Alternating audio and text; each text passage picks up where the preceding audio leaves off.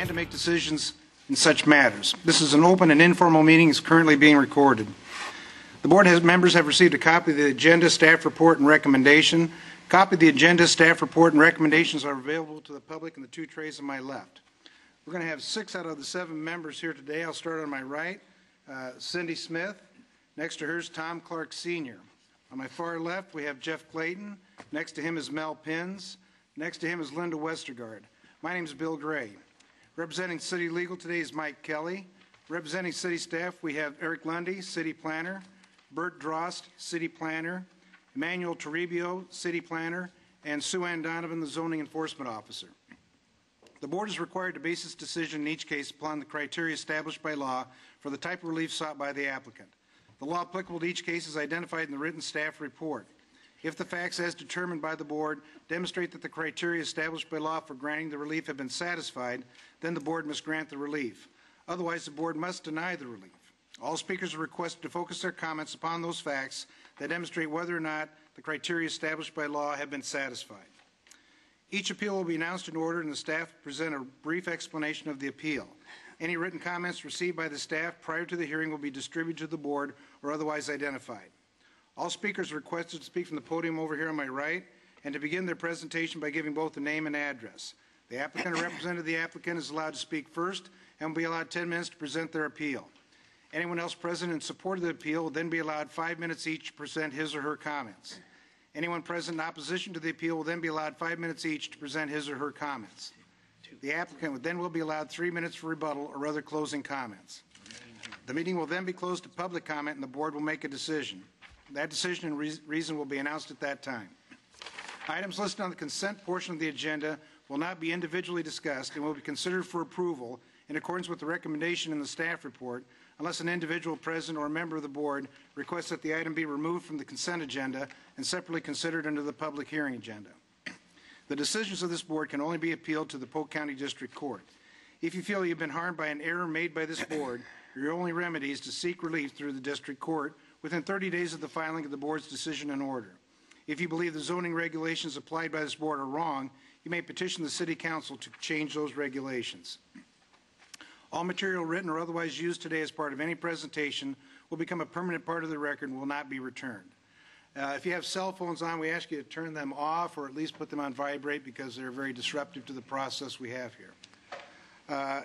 We will probably be taking a short break between the 3 and 3:30 time frame. As I mentioned, we have items on the consent agenda. Item 2, which is a variance and exception at 3716 East Euclid, has been removed and will be on the public hearing agenda. Item 4, which is a variance and exception and a special permit at 903 East Pleasant View Drive, has been removed from the from the consent agenda. Will be on the public hearing agenda. We also have item 9 that is, Bert, do you have a quick overview of that? Sure. Item number 9 is an appeal at 605 Leach Avenue. They want to have up to 37.5% of the front yard paved. 37.5% is the maximum that can be granted by an exception level of relief rather than by a variance. So staff has recommended approval of that. And the applicant is in agreement, and we haven't received any opposition. Is there anybody here that's here to speak out against item number 9? Yeah? Oh, I'm item number 2. Oh, okay. Yeah, item 9 is the one we're talking about right now. Okay. Since nobody's here to speak in objection, they received no complaints. Hear a motion to move it to the consent agenda? He's the applicant. Yeah, I believe that belongs to me. So. You want to come up here and speak? Do we need to? Yeah, my request is about I want to make the parking garages bigger a little bit because I have 3 cars and one I parking in the street and one day they broke.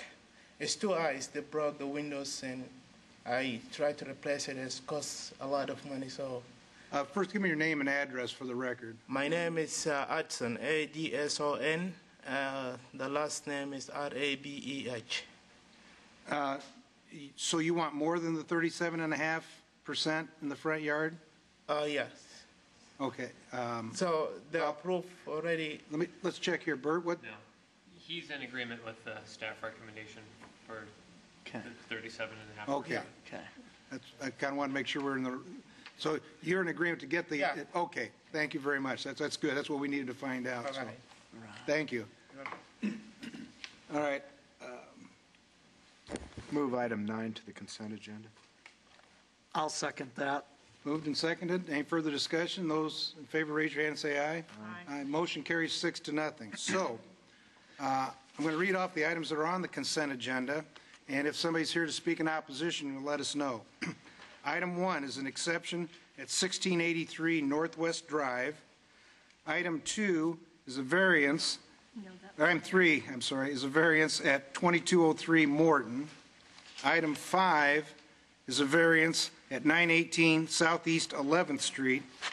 Item 6 is an exception at 5101 Southeast 40th. And item 9 is an exception at 605 Leach Avenue. These are the items that we're going to vote on as one item, and we're going to vote in accordance with staff recommendation. Is there anybody here to speak in opposition to any of those items that I just read off? Okay.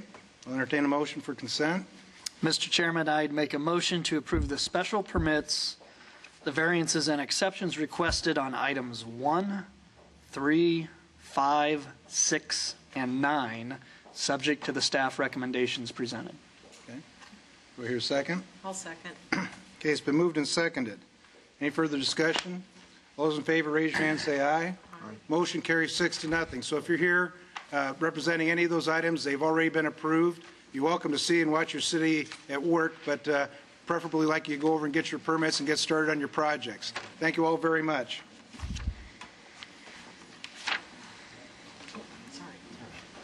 First item on the public hearing agenda is a variance and exception at 3716 East Euclid.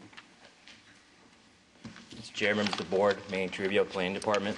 This is a proposal for construction of a 24-foot by 14-foot detached garage, in addition to a 24-foot by 30-foot detached garage, along with the retention of a 112-square-foot storage shed in the rear yard, a 9-by-9-foot storage shed in the front yard, totaling 1,249 square feet of aggregate area, along with the appeal for the retention of a 24-foot by a 45-foot gravel parking area within the front yard area, and a 5-foot tall opaque fence within the front yard, within the calculated required front yard.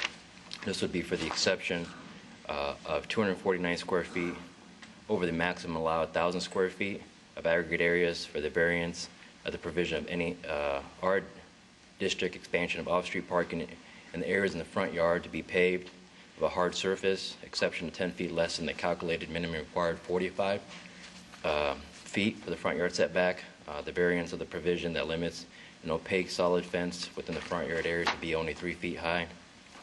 And the board may also consider the appeal if they were to grant denial of the paving within the front yard not to be paved for the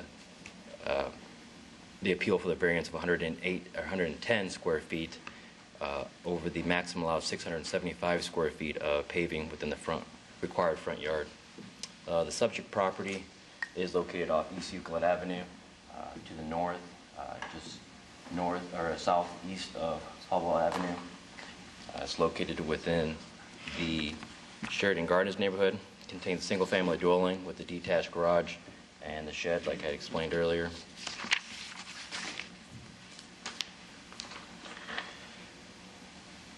Just kind of first show here the site sketch before I show some of the show the aerial and the site photos. The appellant is proposing to construct that 14-foot by 24-foot, 5 feet from the side east property line and 5 feet from the north rear property line, approximately about 1 foot to 2 feet from the existing 24 by 30-foot detached garage in the rear yard. There's also the 112 square foot shed located just directly behind the existing family dwelling, along with the shed within the front yard, the 9-by-9, about 35 feet from the front yard. There's also a fence located along the west property line. It kind of encloses the shed. Both the drive approaches are located or access off East Euclid Avenue.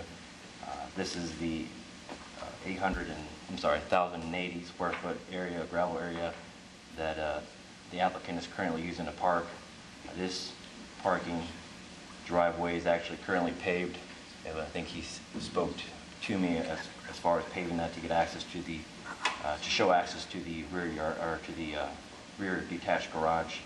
This is 405 square feet. Currently, the aggregate area of these accessory structures, the two sheds, the existing garage and the proposed garage, encompass 1,249 square feet, and that's 249 square feet over the allowed 1,000. But it does represent about 18.9% of the actual rear yard area.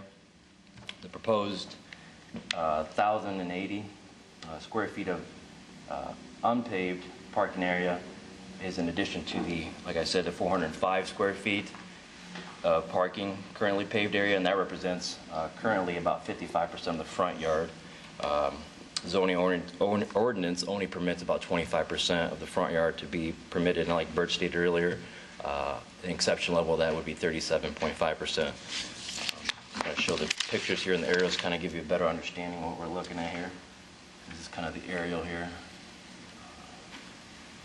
This is the paved drive approach off East Euclid, heading back towards the existing detached garage and the current one that they're proposing, the 14-foot by 24-foot one. This would be the unpaved gravel surfaced area that the applicant is asking the variance for, along with the variance for the existing shed, the 9x9, and the existing 5-foot tall opaque wood fence within the front yard, within the required 45 calculated minimum required front yard.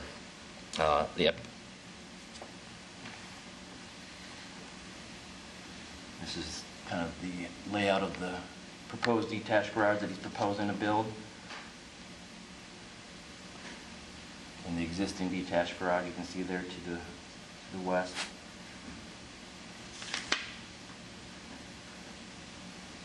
And this is the existing 9x90 shed along with the fence within the required front yard. Off Euclid Avenue, facing off Euclid Avenue. This would be the graveled area that he's asking waiver of within the required front yard. And you can see here, over here is the paved area leading back to the detached garage and the proposed one that he's proposing to build, construct, I mean. This is consent. No hardship has been demonstrated, really, that the staff could see that would grant the variances and exceptions to allow, in this case, the shed within the required front yard and the 5-foot tall opaque fence along with the unpaved surfaced area. Staff would recommend that relocating the storage shed to the rear yard along with removal of the fence. As far as the unpaved parking area, there is the negative impact that it could potentially have in regards to dust and drainage in the future. Along with staff believes that the parking within the front yard should be limited to that exception level of 37.5%. This will allow for about 1,012.5 square foot parking area within the required front yard. The appellant has kind of faced the practical difficulty of trying to provide enough storage on the current lot. Along those lines, staff would recommend denial of the requested variance for the exception and exception to allow the unpaved parking area, the storage shed within the required front yard, and the 5-foot tall opaque fence within the required front yard. Staff will recommend approval, in this case with the exception of 249 square feet over the maximum allowed 1,000 square feet of aggregate area for accessory structures, as long as the, I'll get that into that here in the conditions, along with the exception of 337.5 square feet for the amended exception appeal for the exception of 337.5 square feet over the allowed 675 square feet of paved surface area within the required front yard to reach that exception level. Subject to the conditions that any detached garage shall be constructed with its building materials, including horizontal lap siding, to match the existing building. Any detached garage should be constructed in compliance with all the applicable building codes and the permits. issued by the Permanent Development Center. No portion of the accessory structure shall be habitable or habitable living space. No accessory structure shall be used in association with the home occupation unless receiving a special permit. Relocation of the accessory structure within the front yard to the rear yard. Removal of the solid fence over 3 feet to be located. That is located in the rear yard, or the front yard, sorry about that. And any area between the paving of the existing single-family dwelling shall be landscaped with sod and or shrubs. Manny, there are 2 curb cuts there. They are true curb cut. Isn't that kind of unusual? I don't know if it's unusual per se. I mean, I think that there are other instances throughout the city where that does occur. I don't think there's an actual requirement per zoning code that limits the number of curb cuts. Okay. I think there is traffic and transportation does have maybe a maximum of how wide it can be. I think 25 is kind of what we're looking at, 25 feet. Okay. Can you put that fence back up to the wooden fence? Oh yeah. This one. Okay. And you want to take that down to 3 feet? Down to 3 feet or removal of the fence, along with the condition of removing, or not removing, but placing the existing 9x9 storage shed in the rear yard. Okay. No? Manny, on that curb cut that Bill pointed out, looks like that's been there a while. So do you have any historic aerial photos that show, has this always been an unpaved drive, or do you have evidence that the current owner put that gravel drive in there? Looking back through the aerial photos on the assessor's page, it does seem like it's been there several years. Okay. As far as the timeline, I spoke to the applicant, and he said it's been there 25 plus, maybe. I don't know, without going back that far to understand whether or not that's true or not, but he can speak better to that. Okay, thank you. Are you just asking to lower the wooden fence? What about this chain link fence? The chain link fence, they are allowed to have a 4-foot chain link fence within the required front yard setback, so that would be in compliance. Is it just a little square in the front yard? Is that what it is, what it looks like? Or does it keep going back? Yeah, it looks like there is an ADA compliant ramp there. I don't know if that's something to do with why they put that fence there. It'd be something they'd have to address. Okay. You done, Jeff? Yep. Where you're digging? Would you address for us what the impact in the front yard is going to be if we would vote in favor of the staff recommendation? And address particularly the gravelled area. Is that going to be closed down, or is it going to be paved? What staff is looking at is granting the exception level, which is a 37.5% of paved surface. Currently they have this area here paved, and that makes about 405 square feet. We're allowing an extra 300 and, I'm sorry, let me make sure I'm saying the right number here. We're allowing an extra 337.5 square feet over that allowed 675. So right now, so that would mean that they could come in potentially maybe with a roughly saying 25 foot by 22, 24, leaving an area behind that paved surface, parking area, to be sod or shrubbed. Are you saying paved? Are you requiring it to be paved, or can it stay gravel? That'd be a decision that is before you guys currently to make. They're asking for the variance of any pavement or any parking within the required front yard to be paved. Within your recommendation... Our recommendation is to now and having them pave that to the exception level. Okay, got it. Our recommendation is to get rid of all the gravel in the front yard and allow them to pave some area, and then also get rid of the fence and either get rid of the shed or move the shed to the backyard. Got it. So we're saying they could pave a portion of this, but their pavement couldn't cover the entire graveled area. It could cover a portion of it. Can you park on the street? Yeah, you can. I don't know if it'd be on the north side or south side. I can't remember particularly. Is this a busy street? No, so it's right off Euclid, or off, it's Euclid Ave, right off Hubble. I was parked there taking sites and speaking to the applicant. It didn't seem like it was too busy, so I wouldn't be able to test that. I don't live there, so.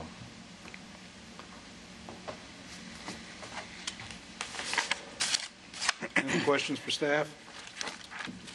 Thanks, Manny. Applicant or representative of the applicant?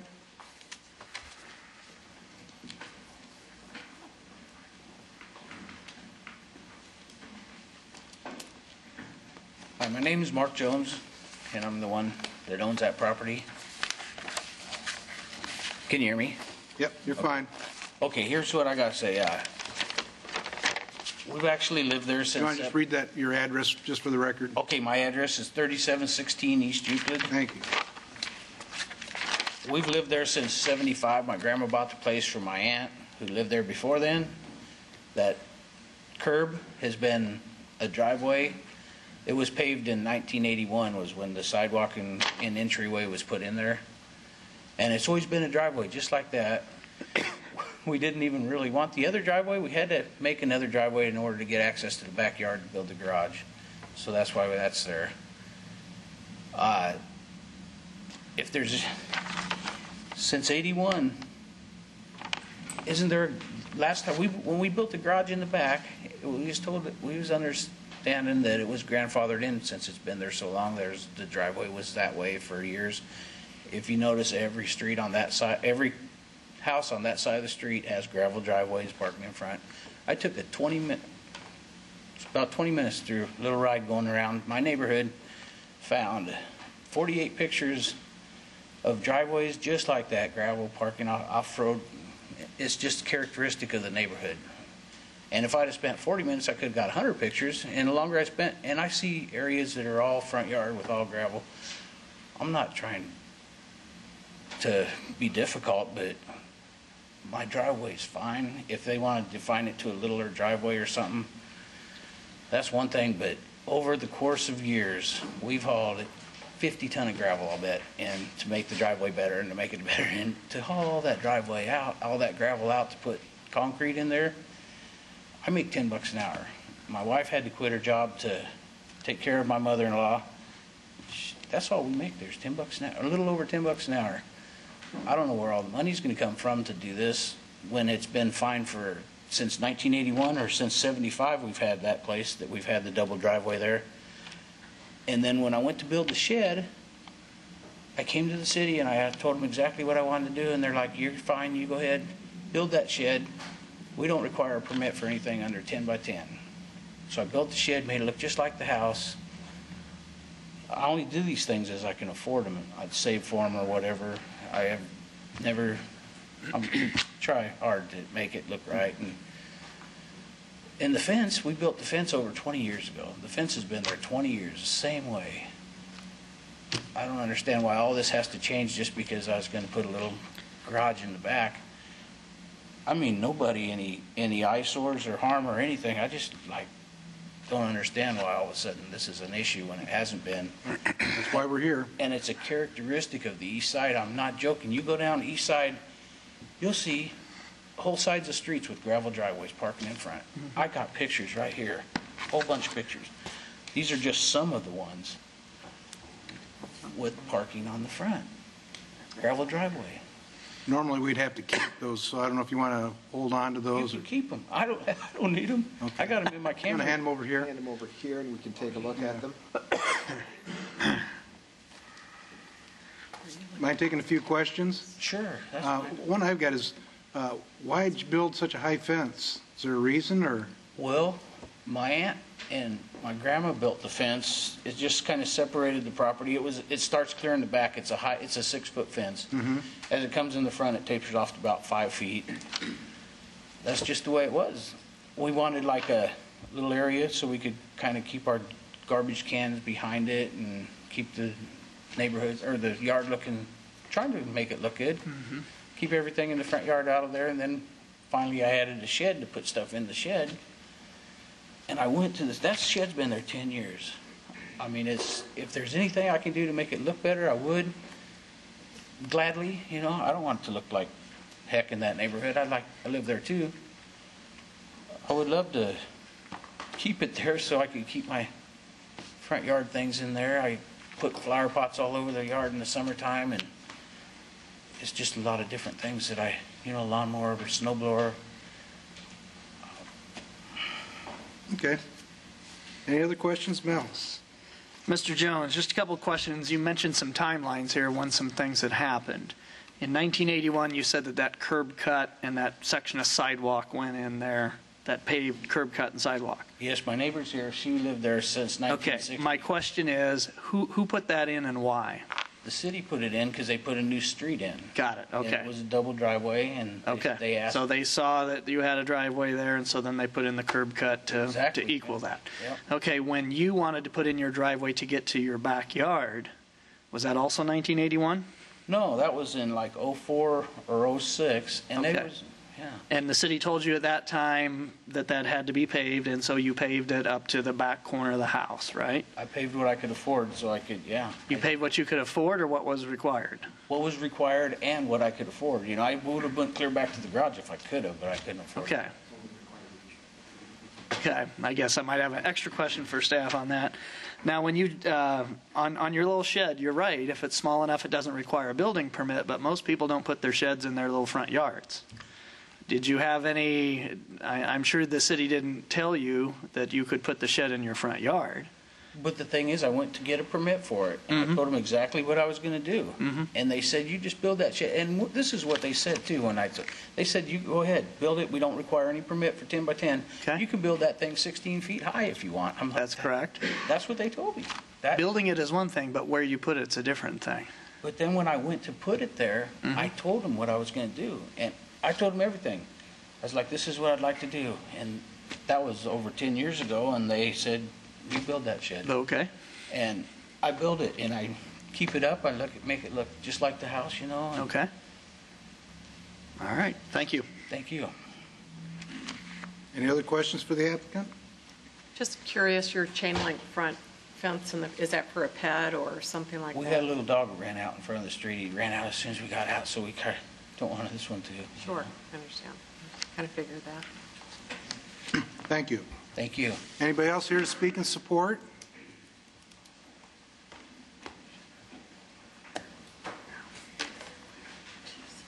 Yes, you do.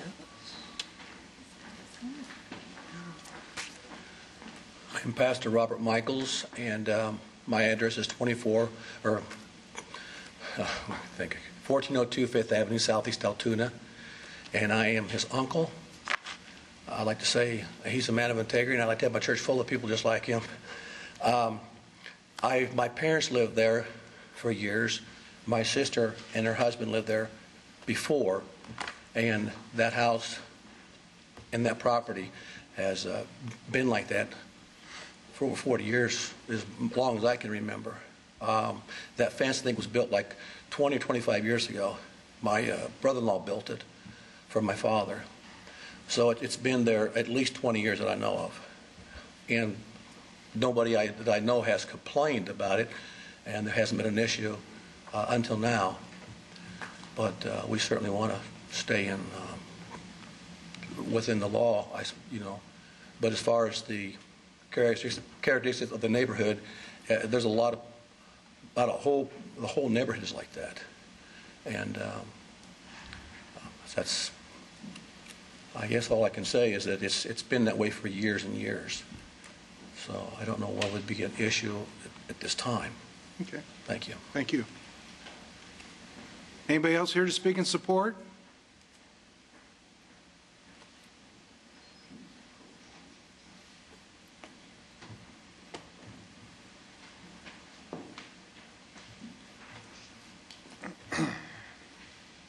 My name's Dan Taylor. I live at 3714 East Euclid. The fence and the driveway in question here, I have lived there for 25 years plus. They have been there as long as I've been there. And I don't mind the privacy fence at all. And as you can see, the houses are close together. I like my privacy too. I don't have a problem with anything Mark wants to do. He's always been a benefit to the neighborhood. He's always asked before he did things that would affect his neighbors. I just don't have a problem with anything he does. Okay. Thank you. Anybody else here to speak in support? Anybody here to speak in sorry.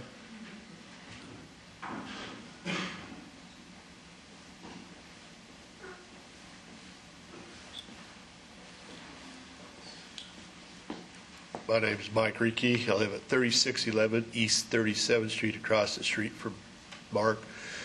I have a parking issue where I live because I have a single drive going into my yard. Well, I got a ticket for parking up on part of my yard, and I talked to whoever the guy come out, and I talked to him, explained to it. He goes, that's fine. He goes, but he told me I could do is pavement or whatever to do it. I said, what about gravel?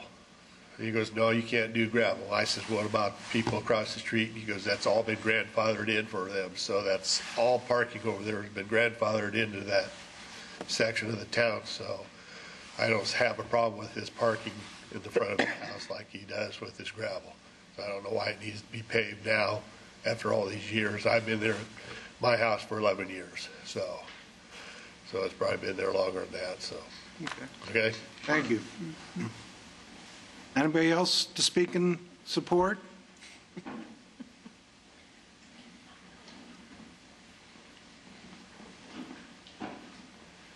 My name is Dorothy Remster. I live at 3717 East Euclid, right straight across the street from him. And I think anything that he can do to improve would make a big difference in the whole neighborhood. So thank you. Thank you.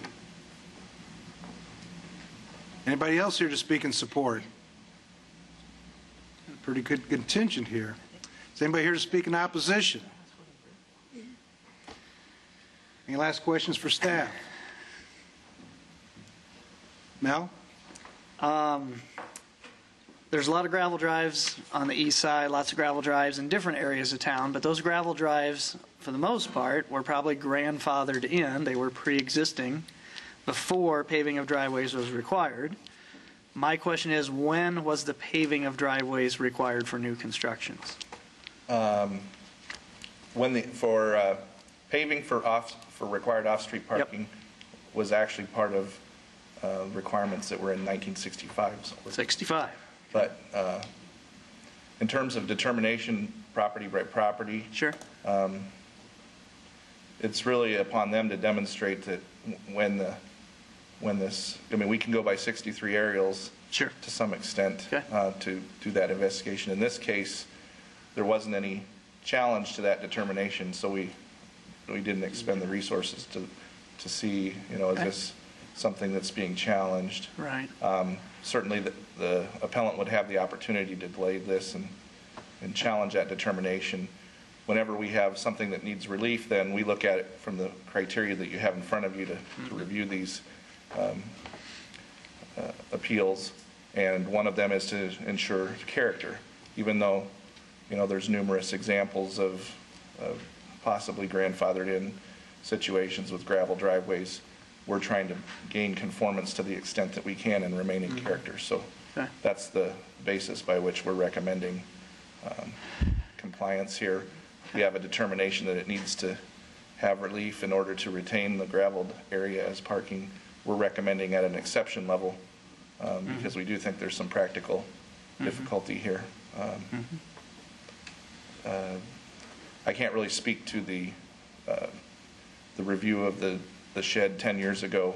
There's no record of it because we don't require a permit, of course. So I can't attest to what advice was given on meeting the zoning requirements. But it is where it is, and it needs the relief if it's going to stay there. Right. We're recommending there's other alternatives on the property available to them. So that's the basis for our recommendation. Okay. And Eric, as a follow-up, and I don't want to put you on the spot too tight here because I know you don't know what was said about the shed, but if I called you tomorrow and said, hey, I want to do an 8x10 shed, and I would ask, is a permit necessary?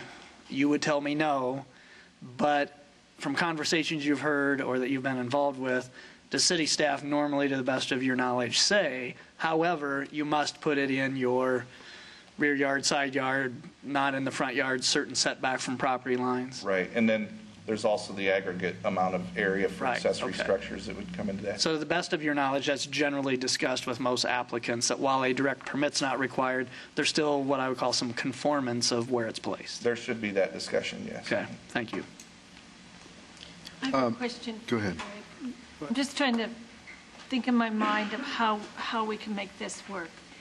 If we were to allow him to keep the fence where it is, because it sounds like it's been there for a long time, when it came time down the road that that fence had to be replaced, if we granted him an exception to leave his fence the way it is right now, if the fence blew down in a tornado and he had to rebuild the fence, would he have to comply with what it is now? Yeah, if it's destroyed over 60%, then Okay. it loses any kind of relief that it had. Okay, so if it's, okay.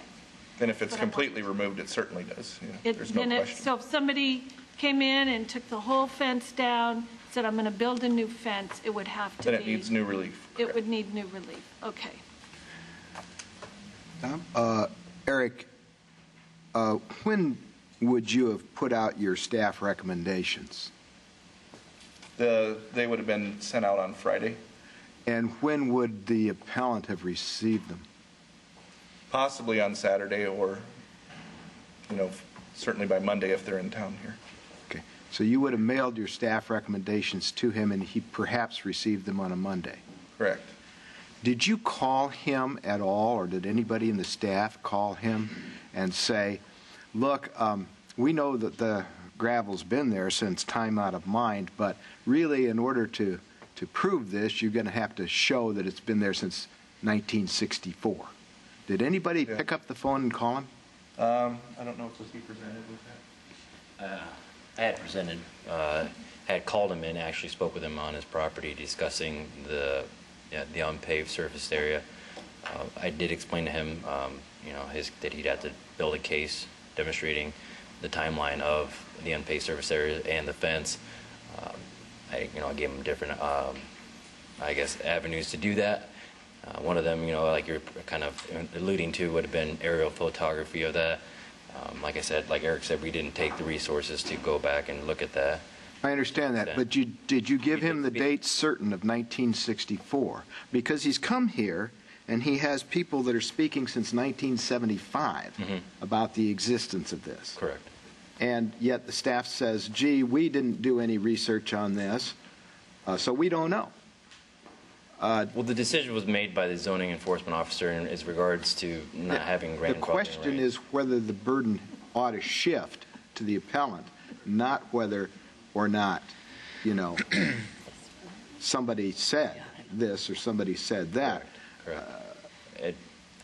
To an extent, I spoke to him and kind of let him know that, that this, demonstrating that has been there for so long would have to be something he'd have to, prove in a sense, and I don't know if maybe getting his neighbors, that have lived there for a long time would have been, satisfactory to your needs. What I'm saying to you is, the fella came in and wants to build a garage, okay? Sure. And you say, well, there's 16 other things that are wrong here, or 5 anyway, that we want you to correct all at the same time, when you build the garage. Correct. Did you say, well, if you don't build the garage, you don't have to do any of this? There was that discussion that he had mentioned that if I just give up, the request, would all this go away? And I said, well, essentially you've kind of been put on the radar, and a notice of violation may be sent out to you after the fact. All right. Now let's assume that that's the city's attitude. Correct. Then is the city going to go throughout the neighborhood to each one of these 40 properties that he's brought in and give them a notice of violation? Essentially, that's probably an avenue that we could take, but at the same time, the level of priority in regards to... Do you think that's fair to somebody that just came in and wants to build a garage and improve the property? I don't think we have to answer that question. That'd be just, as far as fair, it'd be something that you'd have to make a decision on. Okay, thank you. Any other questions for staff? Can I see the picture of the house again?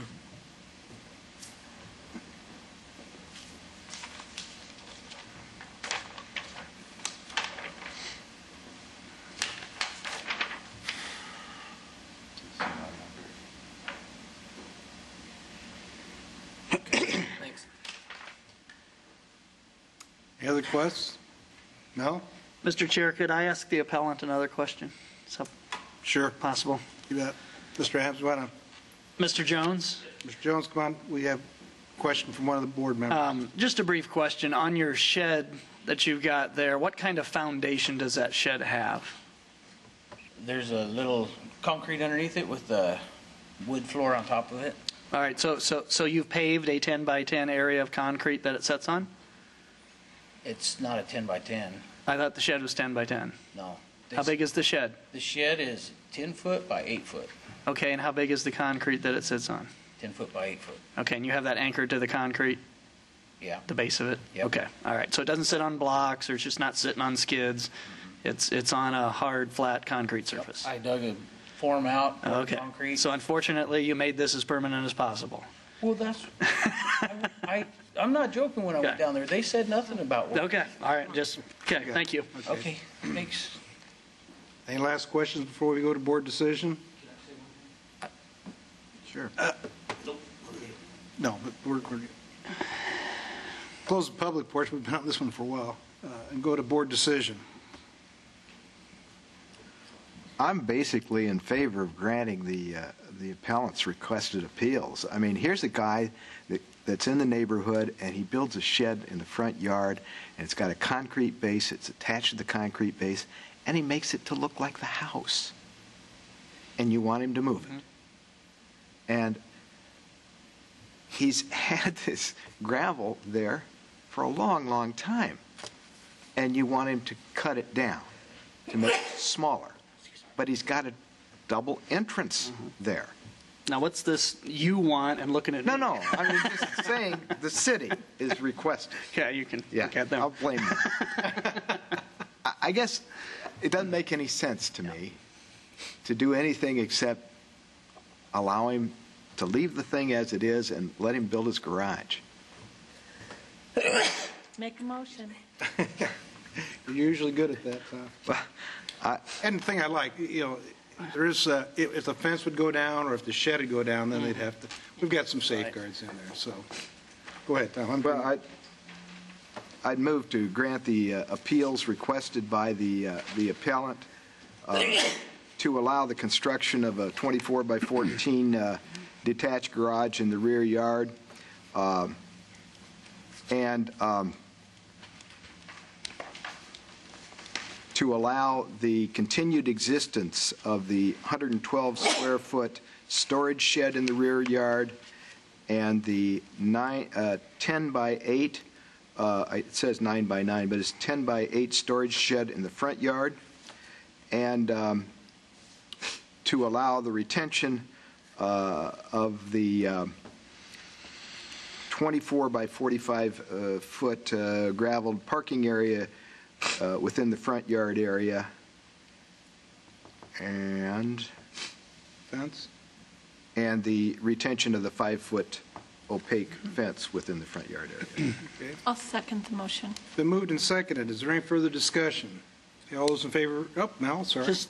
Just one quick one here. Depending on the way that this vote goes, I don't necessarily know that even if I do agree with these requested amendments, doesn't necessarily mean I would give a ringing endorsement that this is the kind of way I would hope people do constructions or manage their front yards in the future.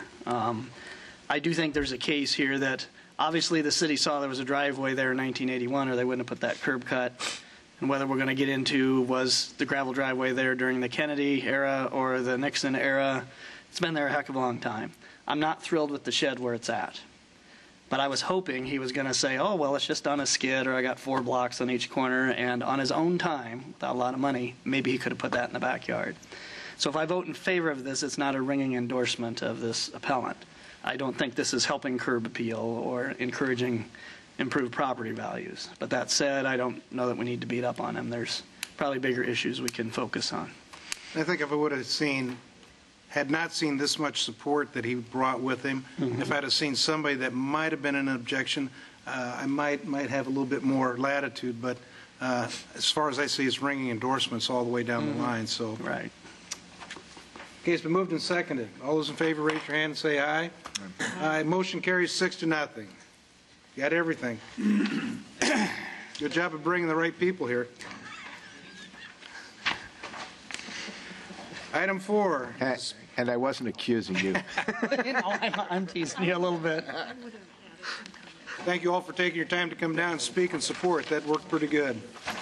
I hope maybe I opened Item 4 is a special permit variance and exception at 903 East Pleasant View Drive. Okay. I don't know what the complaint is here. I will pass the cards around. Oh, this is the barbed wire fence. Thank you. I guess I would caution you with one card. It mentions the use of taxpayer resources, and I'm not sure that's really within the criteria that you have to review this. So, Isn't the Waterworks a kind of a semi-private entity anyway? well, they're not private. They're a public entity. They're just not part. But they charge fees rather than taxes. Directly part of the city, correct? If I don't buy water, I don't have to. That's what the government wants to do, too. Road use tax fee. No new taxes.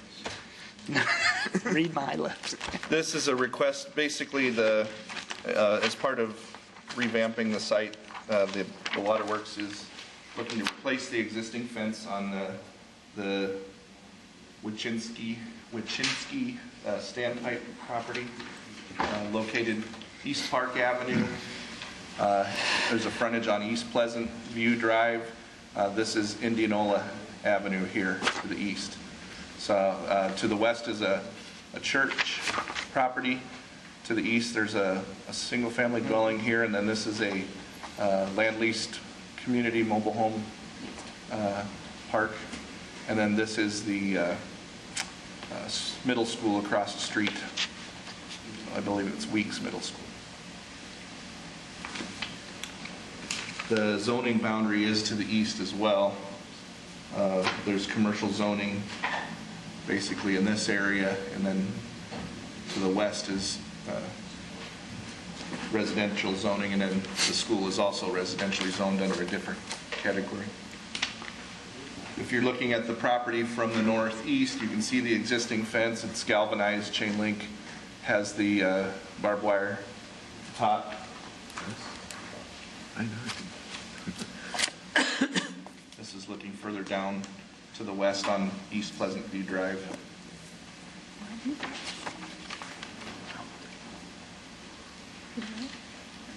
And let's see, I'm going to give you one that's kind of looking back from the northwest corner, looking southeast at the standpipe. This is residential property here to the west of it. And that's basically how it looks all the way along Pleasant View Drive out in front, right to the proper right-of-way line. Eric, Yes. how is it that we have barbed wire on there now? How could Barbed that wire be? restriction was placed, it hasn't been that long ago, the prohibition on barbed wire. There is a special permit back in the time that they put this facility here.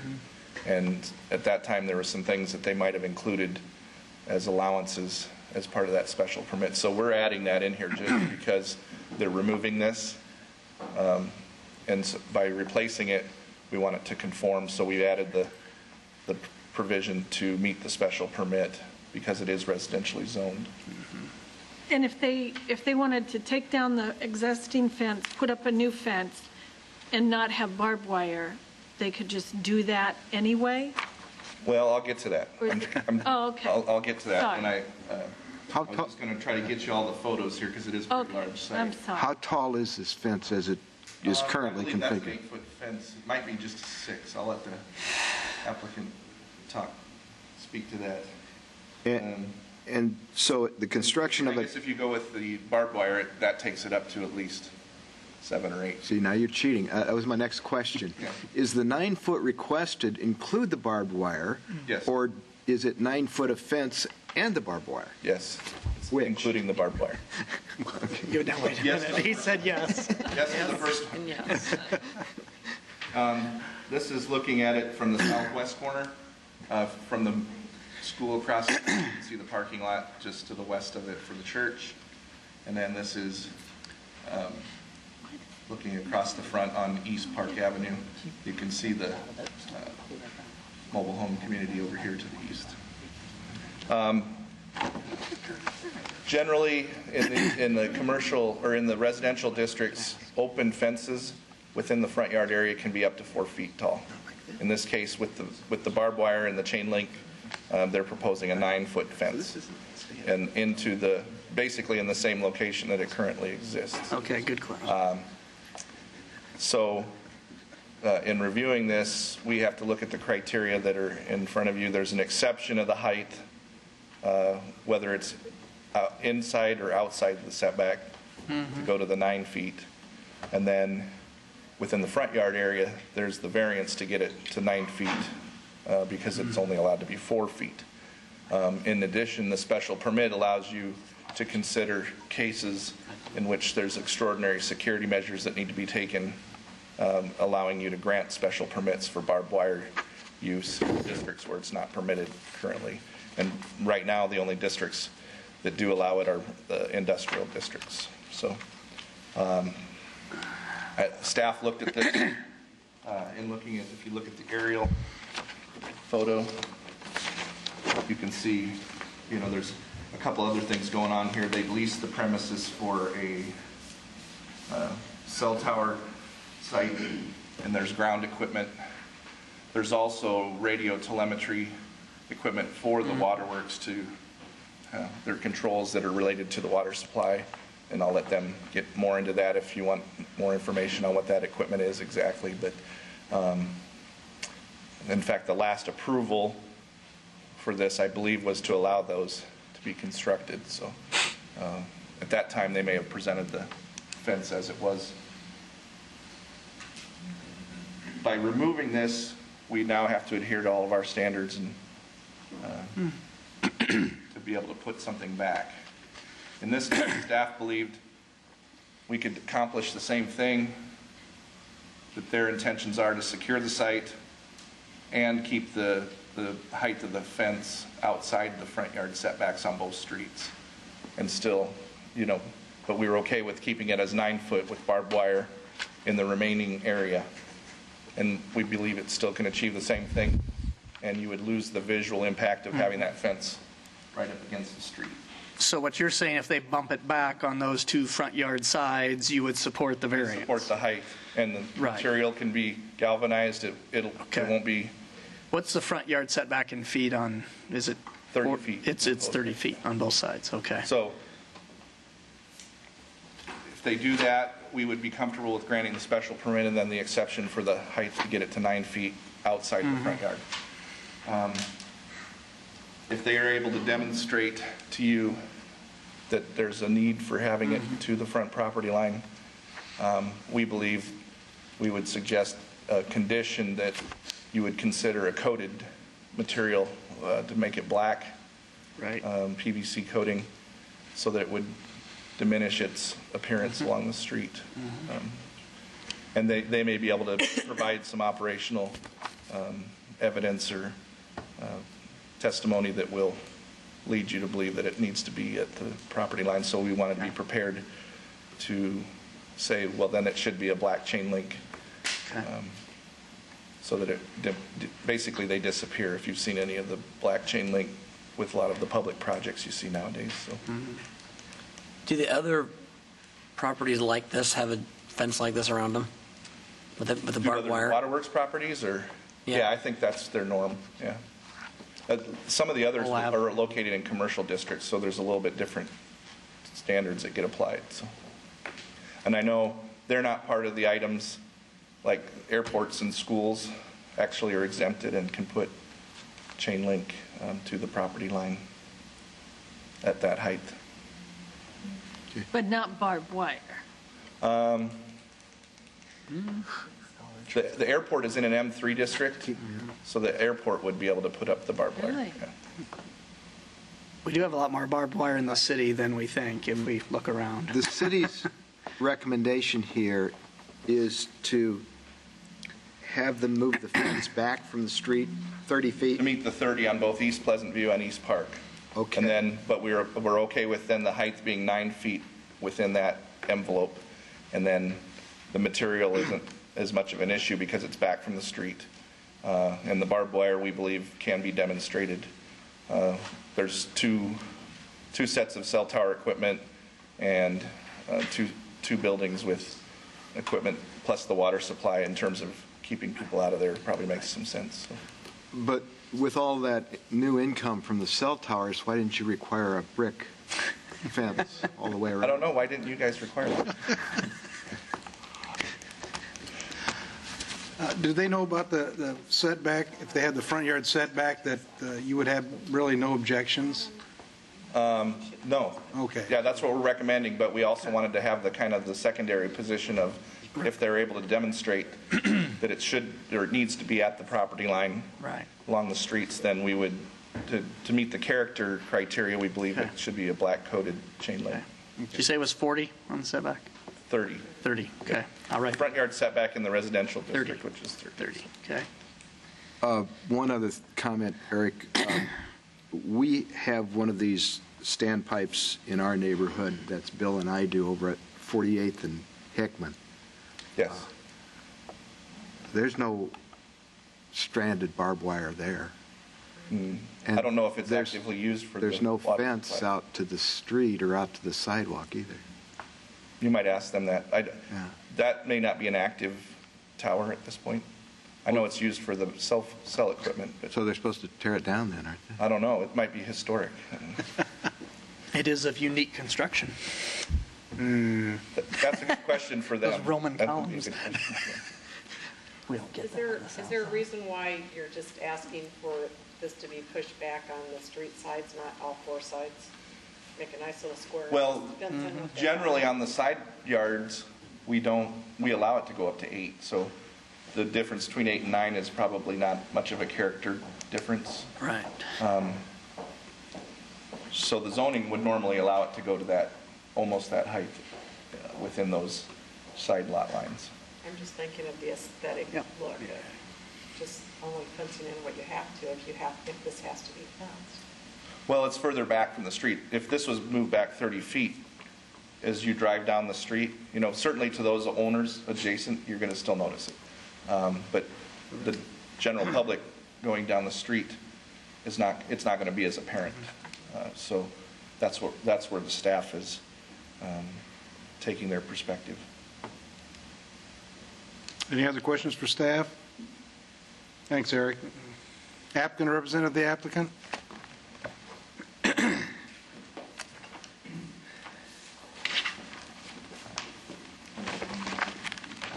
Hello, my name is Kyle Danley. I'm an engineering supervisor at the Des Moines Waterworks, representing Des Moines Waterworks today. We are requesting to put in a new fence.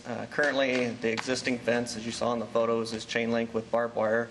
We believe that's been there since 1954. It is 7 to 8 foot tall chain link with a foot of barbed wire.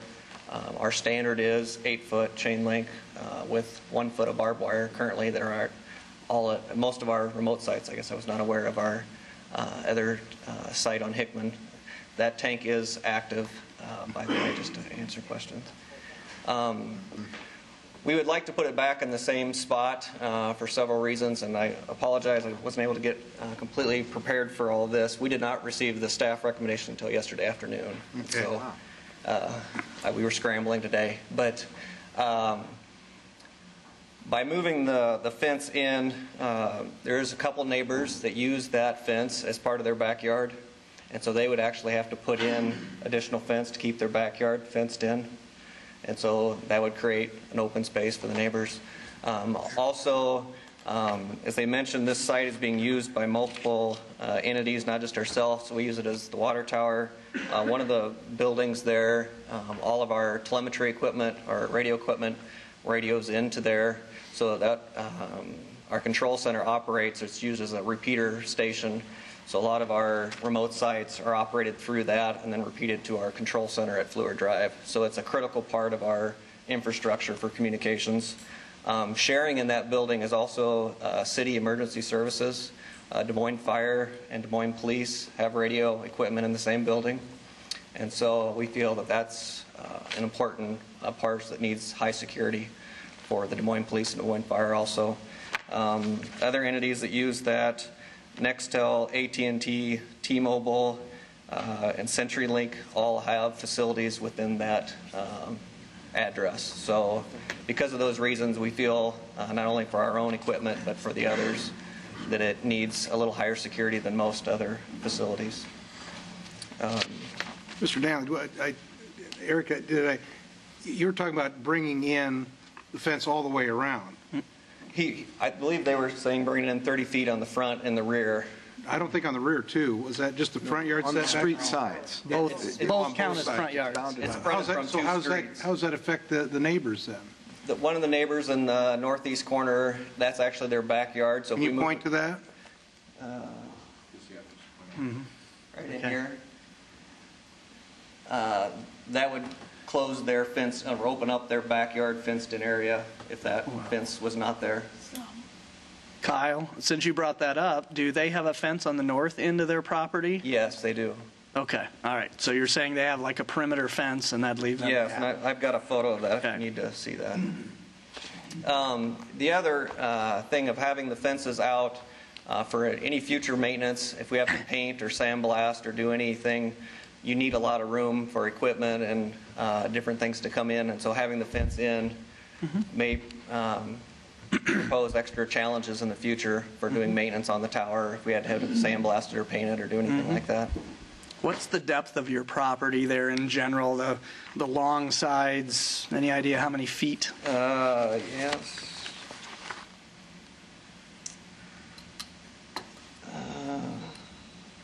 Looks to be a little over 360 feet maybe.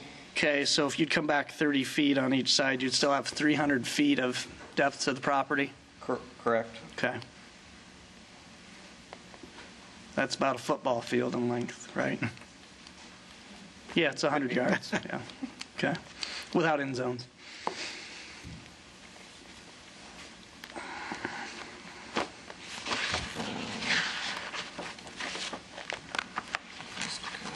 Sorry to interrupt you. You can go ahead and finish your... Oh, yeah. Got into some questions there. We certainly want to, and the whole purpose of replacing this fence is it is deteriorated. You may have saw from the previous photo some of the barbed wires falling in. There's holes in the fence. It's starting to rust. And so we want, not only for security purposes, but we want to improve the aesthetics of the neighborhood and still maintain the level of security that we need. Also moving it back, we're a little concerned about encroachment by maybe some of the other neighbors. We have had on other properties where we did not put the fence all the way up to the property line, or eventually over time neighbors encroached into that. Though this would be minor, it's only 30 feet.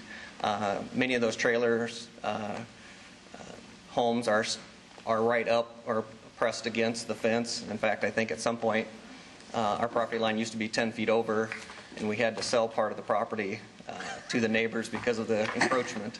And so... But again, we're not asking you to bring in the sides. So I don't see... In the one corner... well, the one corner, but... there is a trailer right up to the edge also. Okay. And so that would be, to some extent, though it's minor, 30 feet, there would be that possibility. I guess that's all I've got, unless there's questions. More questions for the applicant? I have a couple questions. Was there any discussions about, the fence is brought in, that's obviously going to be a lower expense to put up? There would be initial lower costs, but if we had to do construction on the site and there was not enough room and had to remove the fence in order to provide enough room for construction, that would potentially... How often do you have construction on the site? Not that often. However, I can tell you we have had another request from another utility to put a building up on there. We have not looked into that at this point. The current building that houses our equipment and the City of Des Moines equipment is deteriorated and needs to be replaced, which will probably be next year. And so I would anticipate there will be some additional construction there next year. Okay. Has there been any discussion also then about, you're attached to neighbors that their properties would be of higher value if they didn't have a barbed wire fence in their backyard? We spoke to neighbors and told them about the project. We did some survey and things out there. In fact, 2 of the neighbors were supportive of the project and liked to see it replaced and put something new in, and did not mention any concern directly to us about the barbed wire. But wouldn't they probably be okay with you moving it in 30 feet and replacing it with a normal level chain link fence as opposed to a tall one with barbed wire? They never brought that concern to our attention. That's all my questions. Any other questions for the applicant? Thank you. Thank you. Anybody else here to speak in support? Anybody here to speak in opposition? Mr. Chair, I don't know if I did. You didn't show us the consent map. No. Yeah, you didn't. Do we have any cards? Yeah, we already That was had the two there's 2 of cards them, yeah. that passed. Oh, yeah, all right, okay. Where? Oh, the taxpayer You wanna see them question, again? right, okay. Oh, right, Yeah. the tax. Just to fill you in a little bit, this is a corner lot here. So the rear lot area on a corner lot that's 50 feet past the front yard along the Unola can have the higher fence in the rear yard of the residential. They would be able to retain that. If they wanted to turn that fence over to that property owner, they would be able to allow that to remain if there was concern about keeping that for a rear yard fence Okay, for them. okay. Or that neighbor would also be allowed to come in and get a fence permit and build that. Good. Okay. Thanks, Eric. Joe, I'm sure you've got something to add. I have something to add. Joe Corlano, 2611 Southeast 7th Street. I am a relative neighbor, go by there often. I think most folks don't even look at that fence. So my point would say that on the Pleasant View side, it would make any difference if it was moved back or not. The Park Avenue side, I would definitely like to see it moved back. That consideration of the mobile home park, that is a derelict park that the city is looking at anyway. So taking 30 feet off their fence doesn't do a thing for me. And the school across the street, it would give them some walk room. There is just things all the way up. The mobile home park is almost all the way up to the street. Their fence is right on the property line also. There would be better walk room, and also if there was a problem with the person who has a mobile home in the corner, well, he can move it to other sites that have been cleared out because they were derelict. I would rather see it move back on the Park Avenue side and really don't care about the other one. And there is a lot of space there, so if the city or another utility was to build on that spot, a proper fence entry would work for them to be able to get in and out of there.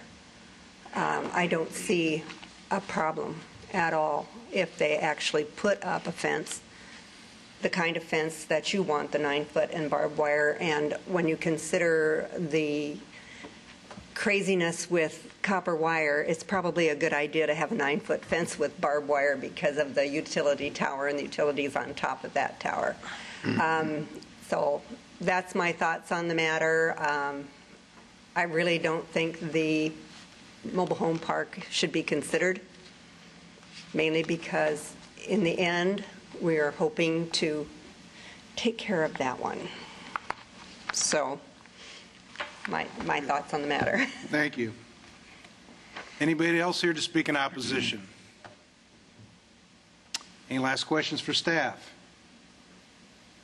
Hearing none, we'll go to close the public portion, go to board decision. I guess I do have a last question for staff. As you look at a coated fence there on the street sides. Can you get coated barbed wire too? It wouldn't be as pointy. It may not be as sharp. Thank you. I don't know the answer to that question. Here, I have a question, Eric.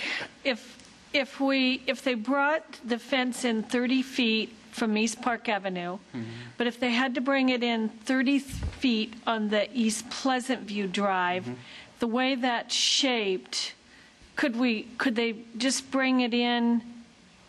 I mean, where would we measure the 30 feet? Because it'd be parallel it'd be actually. So it would just be okay. It would be parallel that To way. the street, yeah.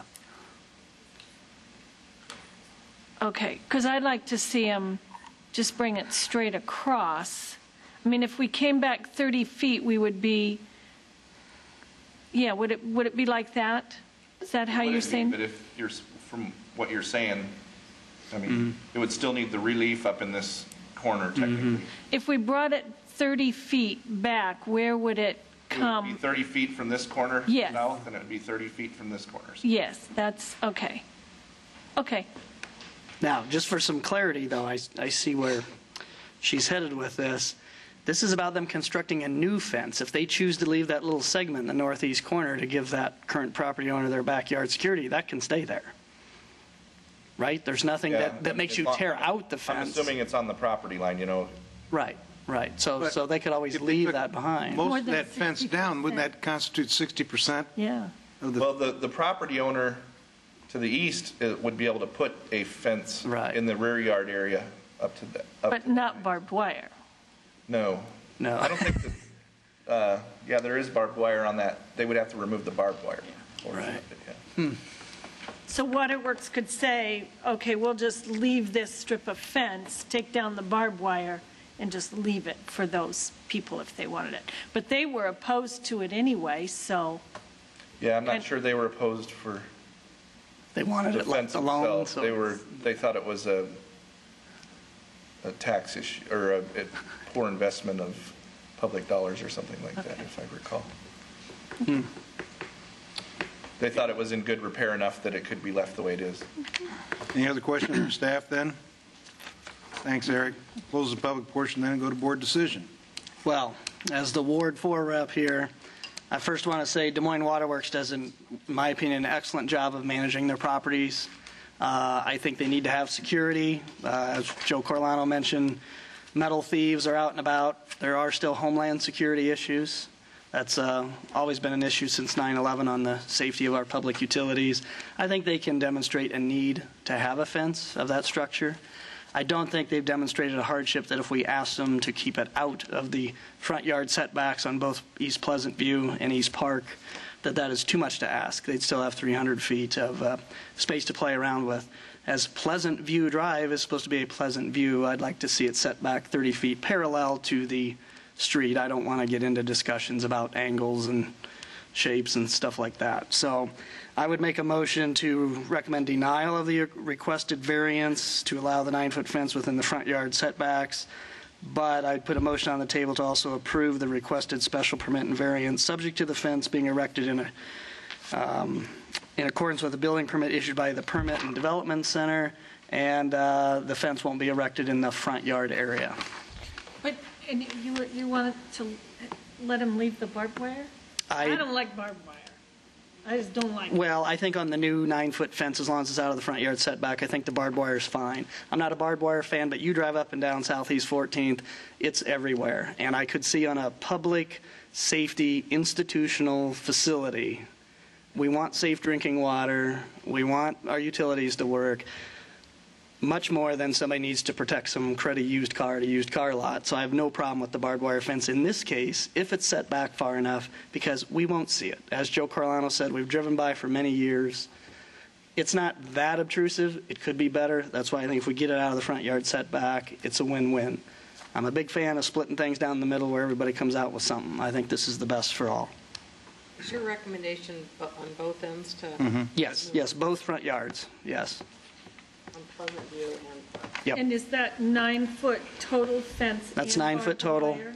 and I believe that's consistent with the staff recommendations here for. That would be the staff recommendation. Right. I still don't like barbed wire. I'm not a fan of either, but. Moved and seconded. Is there any further discussion? I just want to add, I don't like the barbed wire fence either, but I do kind of understand in this case why they might want it, especially if the other water towers has it right now. I don't know why this would be different. But I do think that by shrinking it in, when that mobile home park does get redeveloped, hopefully someday, it's going to be a much more attractive property to redevelop it with less barbed wire fence on it than it is today. Excellent point. Any other discussion? Okay, all those in favor, raise your hand, say aye. Motion carries 6-0.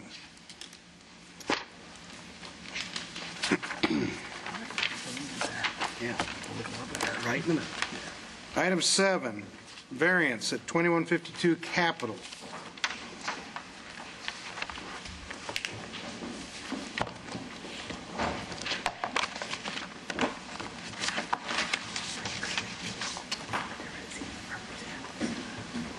Here's the response.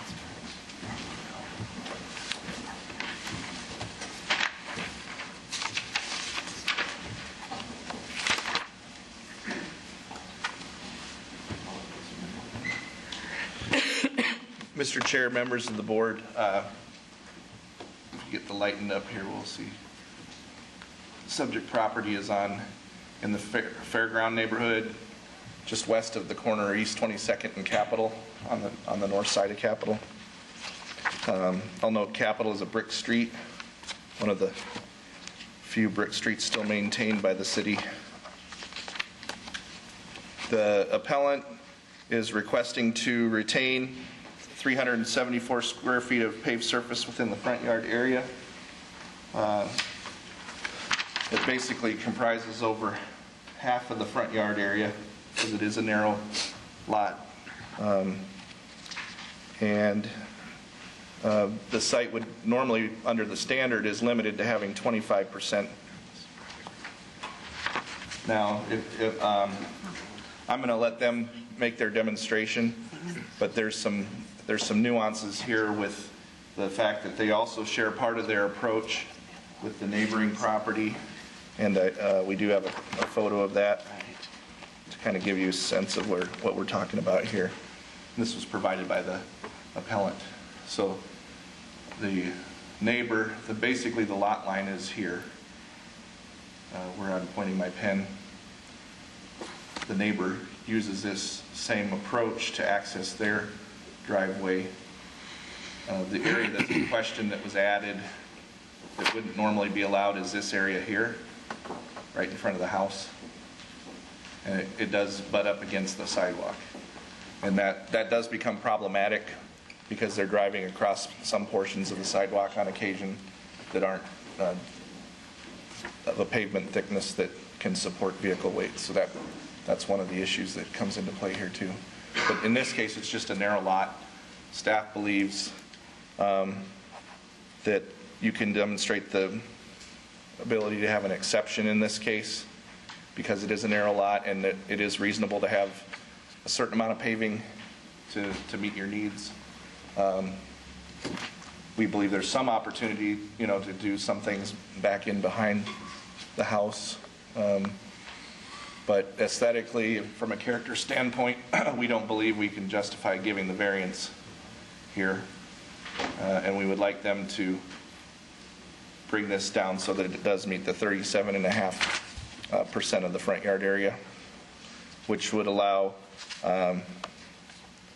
which would require an exception of 85 square feet over the maximum 170 square feet allowed normally. We would want that subject to a 45-degree angle taper here to get this area greened up again in front of the house. And then we would want that landscaped with sod or shrubs. And the appellant has been in conversation with our planners and understands what we're recommending. I think they're going to be proposing another solution. So we're going to stay with our staff recommendation at this point, but you might hear another alternative. Okay. Eric, this awful wide, was there an original curb cut here, or? They did get an approach permit. Again, I'm not sure. I can't speak to how that was reviewed or handled, but That's in the right-of-way. It doesn't, there's nothing preventing it based on its width because it doesn't exceed the maximum width of the approach. But it probably should have been looked at for how it related to the narrowness of that lot and what that percentage was going to be if they paved beyond that, because we really don't require a permit for a single family when they do their paving. They just have to meet the standard.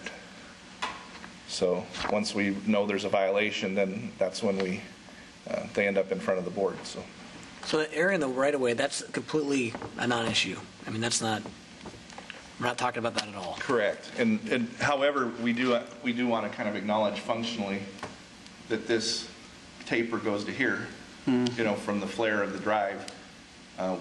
So it's reasonable to assume someone might come in right at this edge.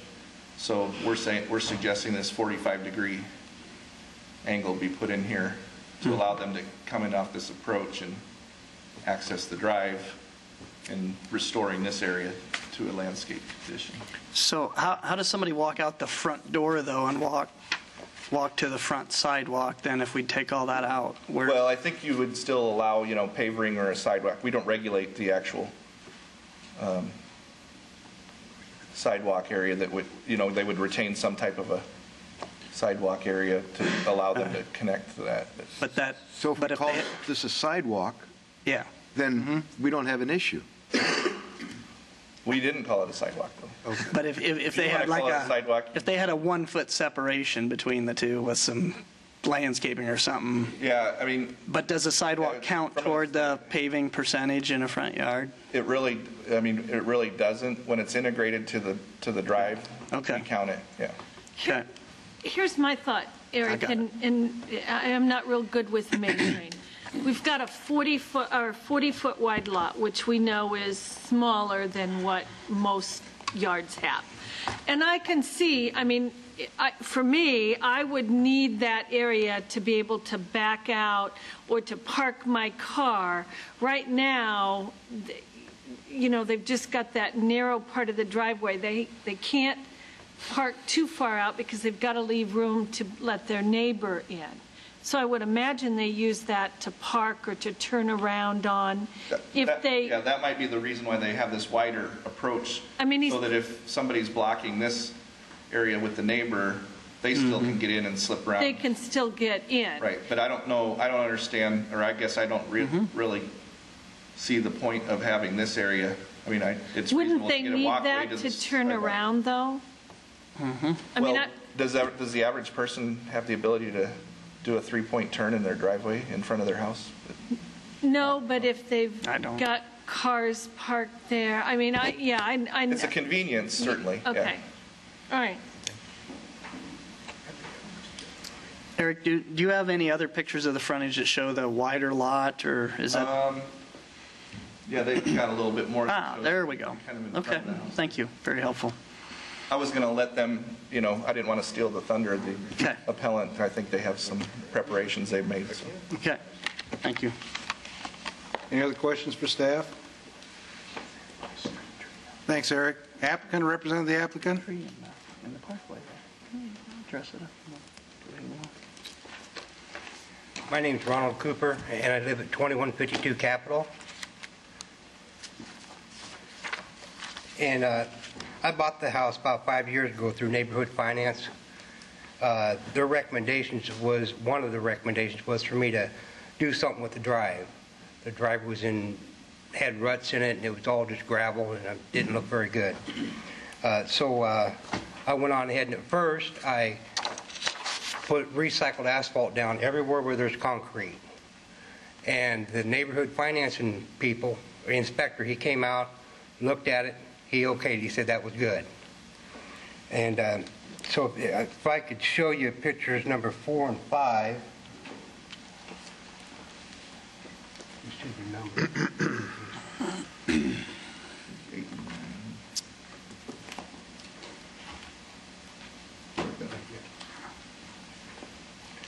That's what it looked like with the recycled asphalt down.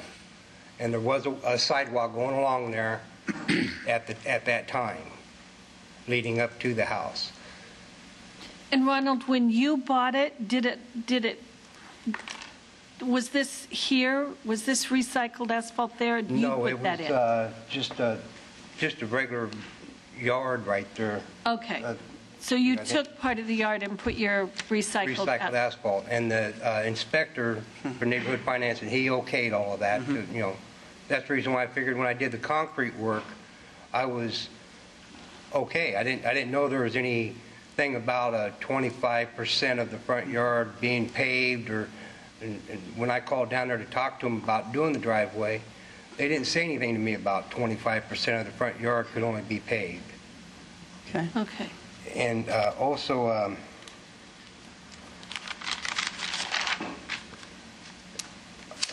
I got picture 2 and 3. This is, I'm sorry. I can help you. Okay. That's the way I got to park in order for the neighbors to use their driveway. Uh-huh. And if I park straight, as you can see, there's no way for them to get in and out of their driveway. Mm-hmm. And but I'm willing to take and put. I'm willing to take along the that's the city sidewalk, along the sidewalk going up to the house, to split the sidewalk from the driveway, a flower bed going right along there. Nice. I mean, I'll use that landscaping block and I'll concrete it, or not concrete, glue it all down to where it will not move. And as you can tell, I got a couple flower beds there in there before, and I think for a person that just doesn't really know too much about doing that work, does a pretty good job. My steps are, the stone will all match everything. That's what I'm saying. The landscaping will all match all the what's there now. Okay. We got picture 8, 9, 10. And by doing that, you still have room to park Yes, and everything? That's what I'm saying. I'd still be able to pull at that angle and okay. and park, and it would split the driveway and the sidewalk. Okay. And this here is what my property actually looked like when I first purchased it. As you can see, it's not, I mean, it's a home, you know. And I did, that's the side, that's the driveway. That's what I was saying, how it looked like when I first bought it. You've done a nice job with the house. Thank you. It's very nice. I like to live in a nice place. And every time there's neighbors around in the area that will see me out there doing work, and they'll come up and say, "Boy, you sure have brought this property up quite a bit," you know. And my neighbor on the corner, he's also made the comment, "Hey, I love seeing you out there doing work to your yard, because when you are, the value of my house is going up too." So, I mean, that's what we want. I guess that's all I got. Okay.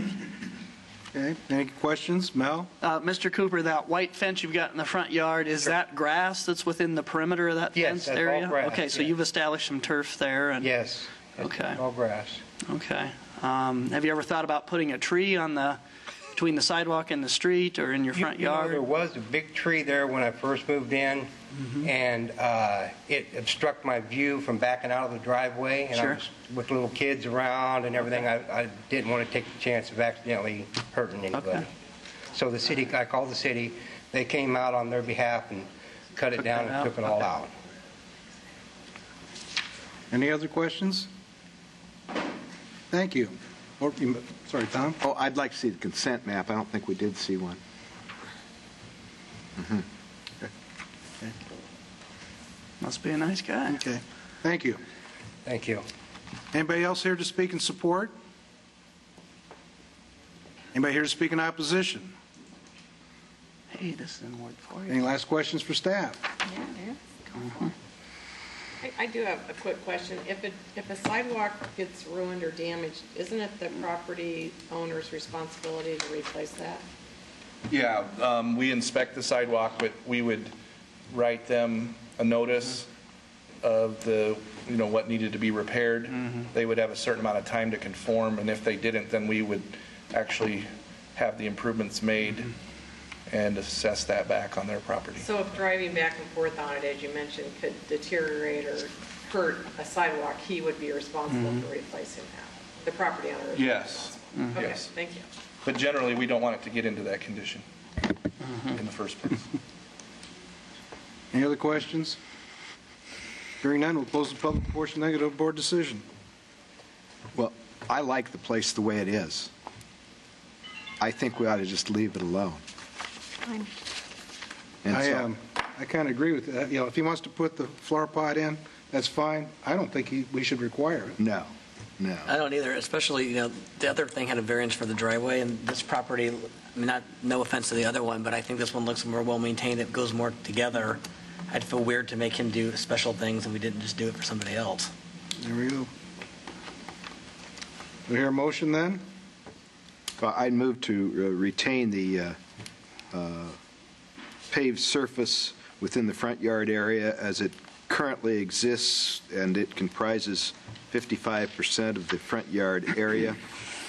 And so I guess I'd move to grant him a variance of 204 square feet over the maximum allowed, 170 square feet of paved surface within the required front yard area. I'll second. Okay, been moved and seconded. Is there any further discussion? All those in favor, raise your hand, say aye. Aye. Motion carries 6-0.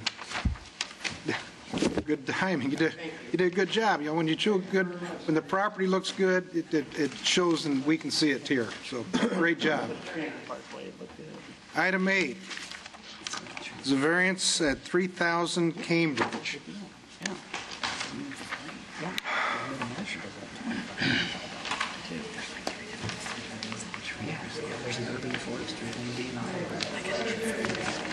Yes, I think my neighbor did that too. It's the front yard or side yard. Mr. Chair, members of the board, Manny Toribio.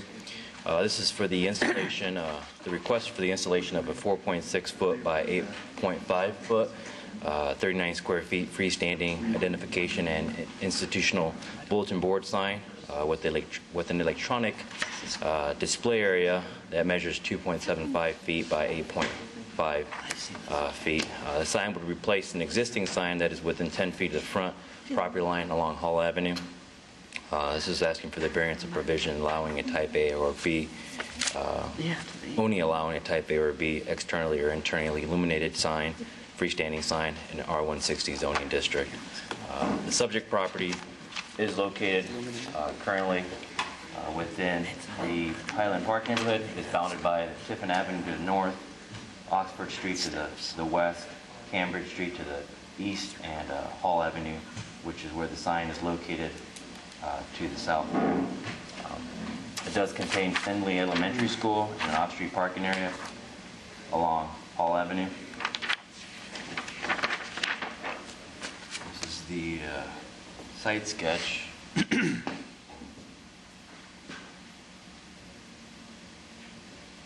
The property. Just let me orient that to the north here.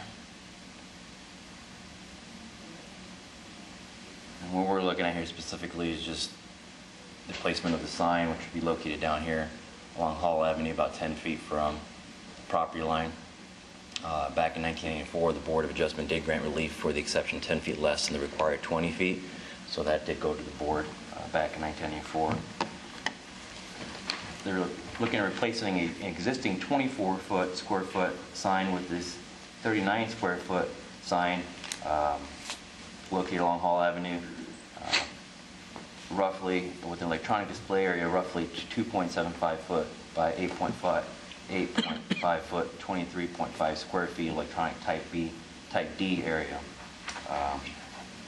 The new sign is proposing to use the existing 2 poles that the current sign is using, which you can see here. This is a photo of the existing sign. Closer up. Staff believes that the use of the existing 2-pole signs is not within the essential character neighborhood and would propose that any sign be a monument sign with a brick base matching the existing school building, Findlay School building. The subject property is allowed by right to have a 75 square foot sign, type A or type B, institutional bulletin board, and institutional sign. So currently they're asking for less than that. This is the consent map here.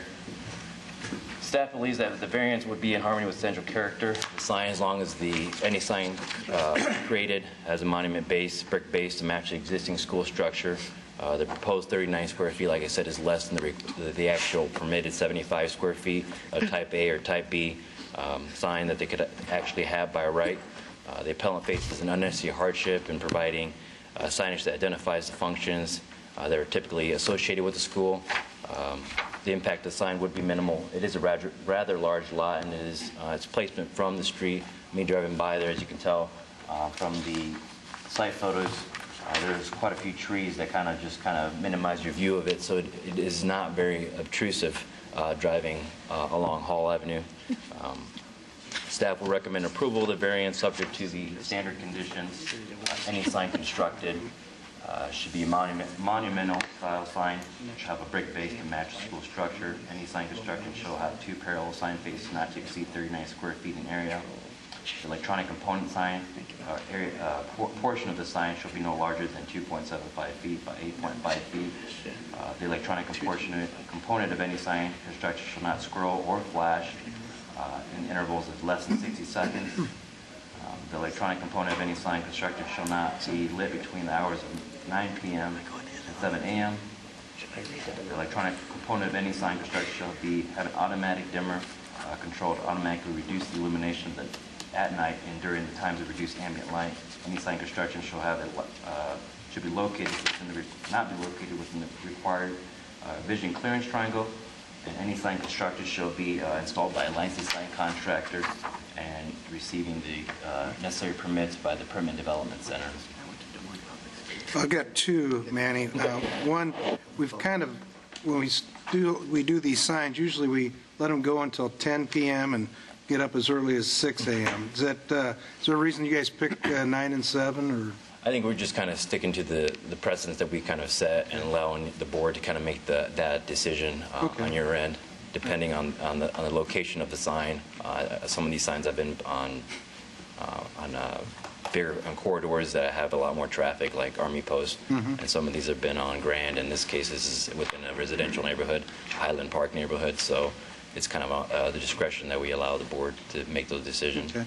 And second thing, has the school board seen these recommendation and conditions? Like Eric has said before, we send them out on Friday. Yeah. Mail service lately has, I looks think, like something else would Saturday make or the Monday. consent agenda is what I'm getting to. Yeah. So, okay.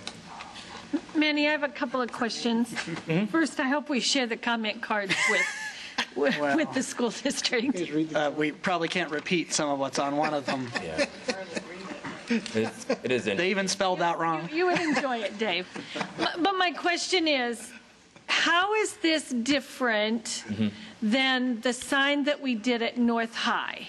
And I guess I'm getting confused with the signs, because we typically don't like electronic flashing signs, correct? And this isn't flashing, but electronic. But we allowed it at North just because it was no residential houses by it. Correct. And is this the first school that has come to us that's in a residential neighborhood that's asking for this kind of a sign? To my recollection, yes. I think there was there one more, but that was not in the residential area. It was North High, and then there was another one that you had mentioned. And I know why we allowed North. I mean, we had a lot of discussion about, we typically, we're not letting churches do this, and if we start, it's kind of a slippery road that we go down. And so I understand North High. I felt that was important, but this is all residential houses around it. Correct. What would they be allowed to do if they just said, I'll put a monument sign up, just, because that's what we're asking? Would they still be able to have it be electronic? It'd be either internally or externally lit type. So they could do that anyway. Yeah, and it'd be of a grander scale. It'd be they can go up to 75 square feet as opposed to 39 square feet Okay. that they are currently proposing. Currently, what's there is 24 square feet.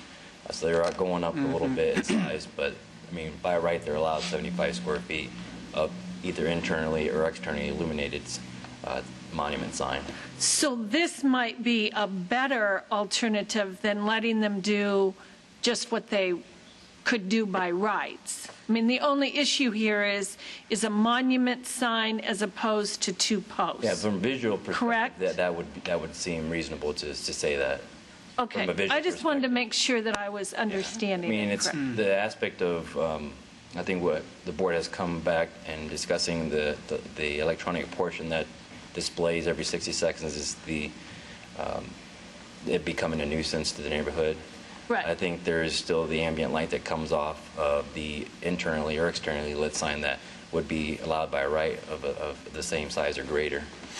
So there is, I think that nuisance would still kind of be there. Kind of be careful what we wish for type of To thing. an extent, yeah. Is that making, okay. Have they given any reason why they need to replace the current sign? I think they noted in their application that they just would like to have something that allows them to demonstrate what's going on in the school functions and all that on a more frequent basis as opposed to going out there and changing. They'd have to speak better to whether or not there's actually some deterioration of the sign.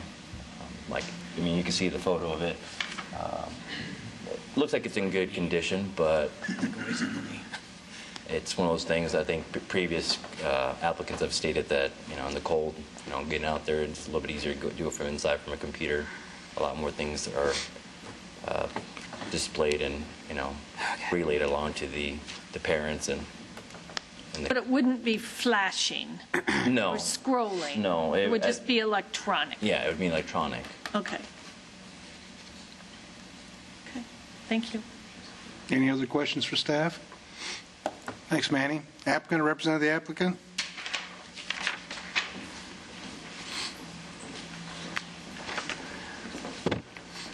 My name is Dave Silver. I'm the facilities director of Des Moines Public Schools, and then I've also brought Taro and the principal of Finley Elementary with me today. Prepared to answer your questions. In answer to the one that you asked, we do have other electronic message boards. One that comes to mind is South Union, which we came before you about 4 years ago for the same request, and it's strictly in a residential neighborhood. Has the same requirements we put on there that we can't flash or scroll the message. It can only change, I believe, every 60 seconds, I think maybe is what you put on there. One thing I would like to say is part of the reason we want to change this thing is the fact that these electronic signs have become a great way to communicate with their parents. Parents always don't have time to come in, sign, and find out. Not every parent has computers, believe it or not, in this day and age. So these are great ways to get messages out on there. And if you think about it, with our limited staff anymore, someone has to go out, whether it's raining or snowing or whatever, and change these things with these old manual signs. So now they can actually sit in the building and program that message on there, change that message at their will electronically without even going outside. So, and I think if you check in at South Union, to my knowledge, we've never violated your trust in how we operate that sign out there. We're very strict, and we respect the fact that we don't want to disturb our neighbors. We do that with our security lights and everything else too, that we don't intrude on everybody else's adjoining spaces around us. So. My one question is, the staff put in there, light has to be out after 9 and before 7 a.m. We do that anyway for energy conservation. Okay. We've done that for years. Partly, it started out because of this, but we've actually squeezed those times down a little bit trying to save energy too. Okay, so you don't need to keep it open past 10? No. Or no? Okay.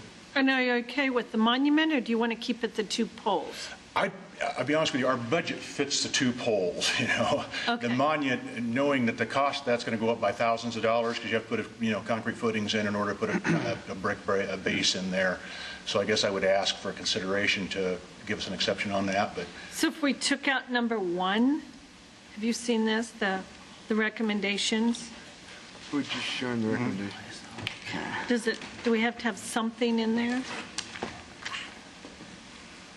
My question is, do you have any others that are electronic, that are poles? How's the South Union one constructed? It's on poles. I'm pretty sure it's on poles. We have one at Lincoln High School. It's the same thing, it scrolls and flashes, but it's also not in a residential neighborhood. We were given that exception because it's on Southwest 9th Street. Okay. They have one there also. And those are, now the one at Lincoln, I believe, is on brick, because they wanted it that way, because they just wanted the historical character and everything.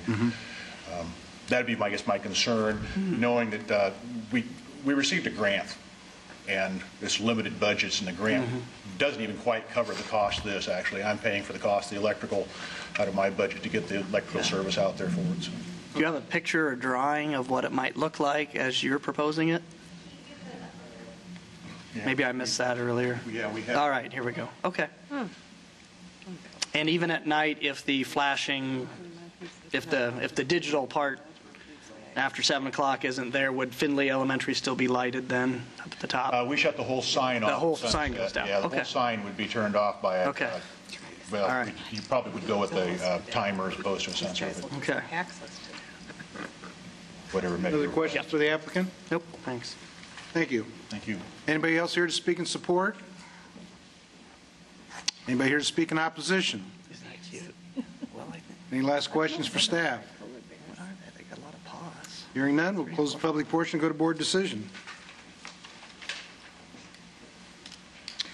I would move staff recommendations with the exception that we remove number 1 and allow them to have it on 2 poles. A pole sign similar to what they have now, if that's clear enough to city. Is that okay? Second. Okay. Been moved and second. Is there any further discussion? Well, I'm going to vote against this because I don't like these kind of signs. They don't have them in West Des Moines or at West Des Moines schools, and they seem to do just fine where my wife teaches. And that's why I'm voting against it. But on a second note, I personally think it's a waste of money to replace a sign that there's anything wrong with it. So I'm voting against it. Okay. Any other comments? Mel? Maybe not quite as adamant as Jeff. I want to take under consideration very carefully these electronic signs. In this case, there's a huge amount of residents around here. That consent map is huge for the number of people that got notices. And most of them didn't respond at all, so apparently they don't care. And of those that did respond, except for one who's a block away, they all supported it. So it appears that the neighborhood's okay with it. So from that perspective, I'd be inclined to support it. I would be happier to see the brick monument thing and kind of make it look a little niftier, but that doesn't appear to be a big concern for the most part here. Okay. Any other comments? Yep. Okay. All those in favor, raise your hand and say aye. Aye. Those opposed? Motion carries 5-1. Item 10. It's okay. Stick to your guns. It's an appeal at 5005 Douglas Avenue. You made it uglier. Yeah, because you even took out the thing. I wanted that to stay in there. I know, but it's in a really Tough. Yeah, yeah. It'll be okay. It'll be okay. We can all sleep it. Okay, now it's time for fun. Yeah. Is this alcohol yet or not? What is it? Is this alcohol? This is a parking lot. It's a parking lot? Parking lot. To the parking lot? Are we in parking lot? Oh, on the other parking lot. Mr. Chair, members of the board, this appeal came to us under a situation where a property had gone vacant. And actually, initially, it still retained its legal nonconforming rights. And we indicated they actually didn't need any relief at the time. They were trying to kind of, for marketing purposes, kind of have relief ahead of the expiration of their nonconforming rights, so to speak. So we told them they actually couldn't, there wasn't really any provision for them to do that. As long as they had their nonconforming rights, they didn't need anything. So now I guess we're now in the window by which they've lost those nonconforming rights. The building in this location has been vacant. If you notice, it's split zoned. So from a parking standpoint, we have to meet the residential zone provisions for setbacks and screening and our district protection. So those are the things that lose their nonconformity when they expired. So they are coming, first of all, to allow, their first request is to just extend the time period by which they might have their nonconforming rights retained. And then if that isn't allowed, then they would like to have relief of those elements of the parking which no longer conform. So I've got to find this here. Eric, would you go back over that for just a second?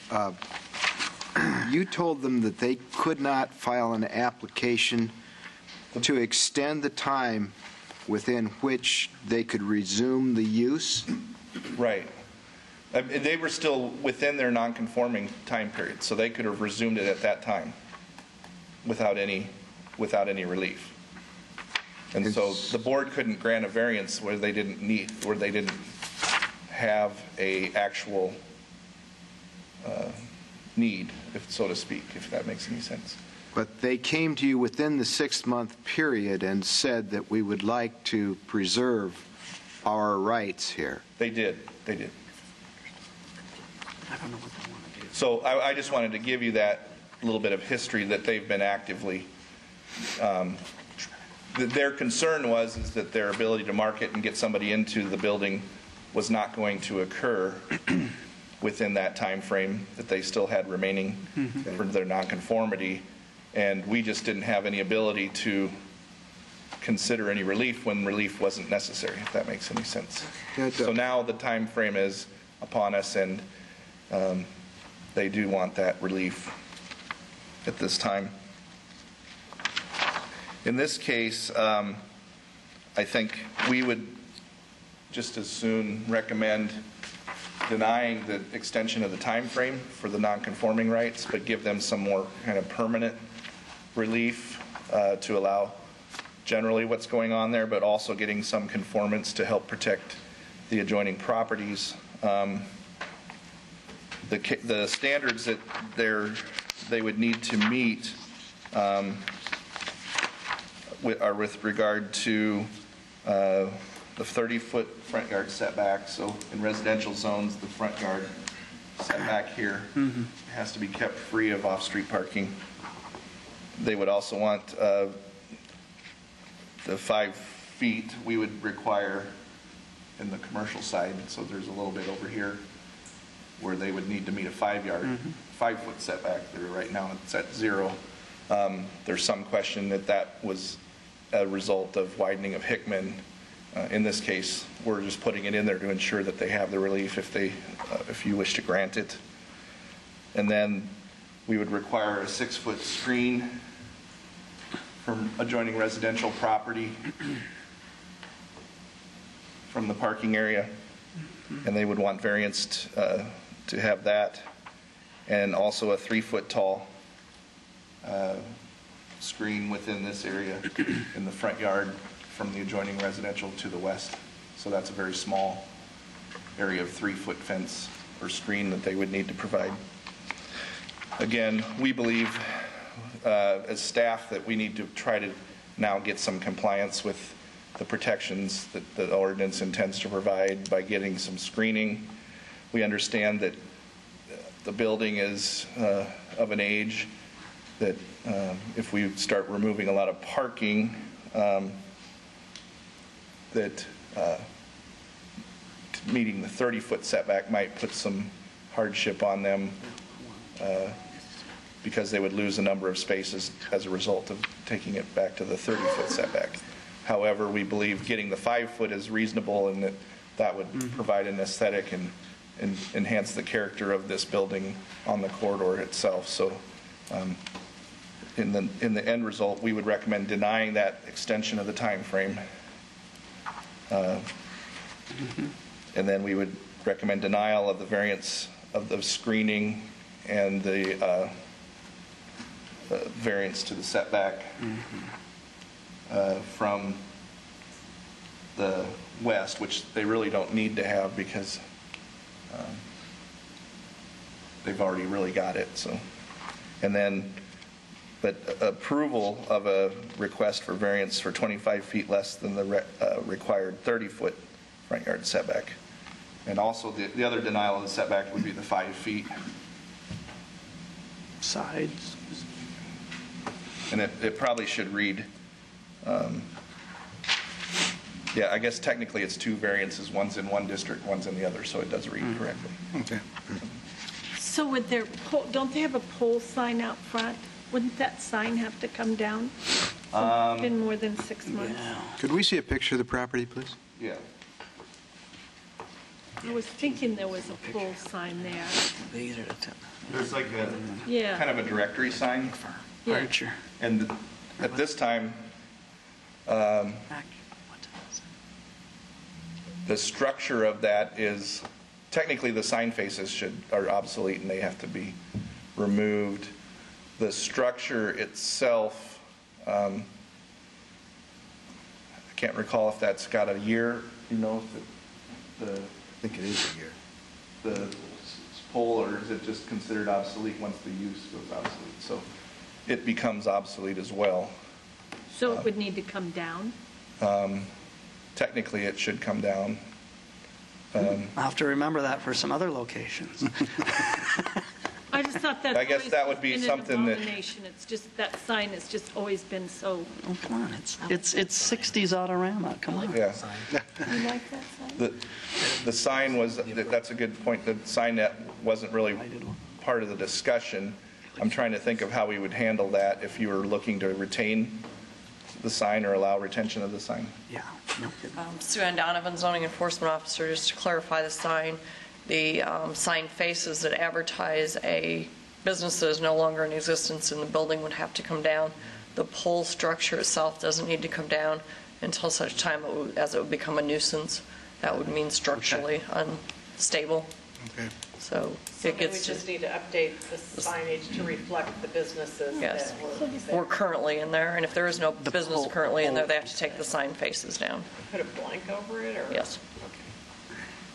The one thing that's different, for example, than like the Hardee's on Ingersoll, Yes. that the zoning there required only monument signs. Here, then that zoning still allows a pylon sign. Okay.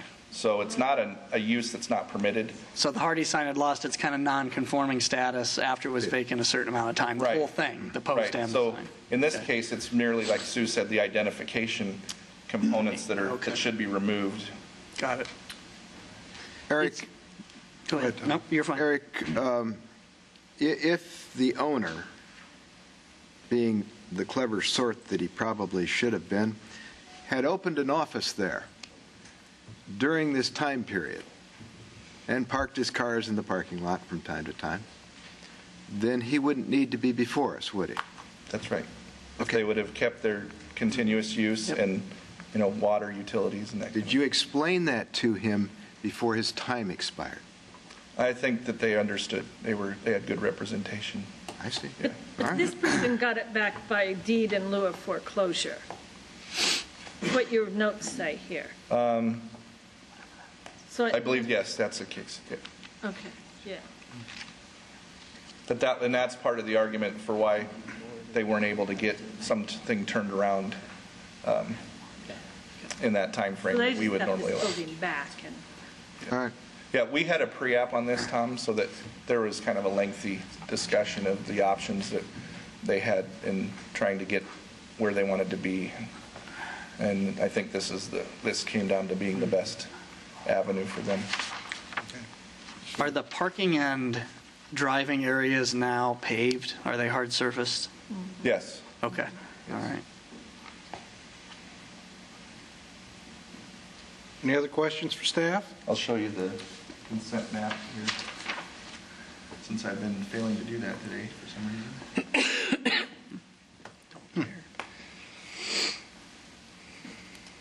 Thanks, Eric. Applicant or representative of the applicant?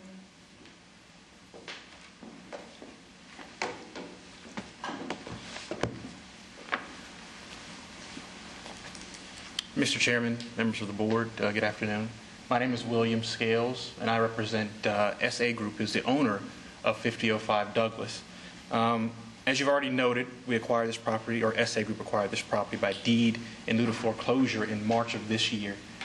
In April of this year, SA Group received a letter from the city indicating that if the property remained vacant for 6 months, which was October 1st, that this property would lose its grandfathered zoning rights. As Eric indicated, we did come to speak with Eric and his staff earlier on to try to preemptively prevent losing those zoning rights, and we're told at that time we need to wait until they actually expire. And they were very candid and forthcoming to that end. Once we found out that we couldn't preemptively stop it, then we said, well, let's try to do an extension of the time and also do, in the alternative, do a variance. Now, as Eric has indicated, it is split zone. The kind of eastern, maybe 2/3 is C1. The western kind of 1/3 is R160. I guess the standards by which this is evaluated in terms of extending the time period is discontinuance of the use was due to unique circumstances not of the owner's own making. And as I've indicated, SA Group required this by deed in lieu of foreclosure, so it's not necessarily their actions that caused this property to remain vacant. The previous owner defaulted, and SA Group took the property back. Ideally, we can sell this property to someone who can put it to their highest and best use. I mean, allowing it to remain vacant does nothing for surrounding property, does nothing for the surrounding property. The concern that we have is in the event that we're forced to make modifications to the property, we'd have to pass those costs on to the buyer, or the buyer would just say, hey, I'm walking, I don't want to deal with it. So in the interest of selling this property efficiently and quickly to ensure that it doesn't remain vacant, we're asking that the time period be extended so that we can continue to market the property before, without modifying the property. In terms of harmony, this building's been here since 1969. That's a long time to be there in this condition and not be considered part of the community or a detraction from the community. And as noted in this consent map, I mean, there's no opposition. There's actually 2 people in favor. So to that end, SA Group requests an extension of time or extension of the period for a loss of legal non-conforming use. Excuse me. Now, with regard to the alternative, in the event this board determines that that extension is not available or not permissible, we seek a variance.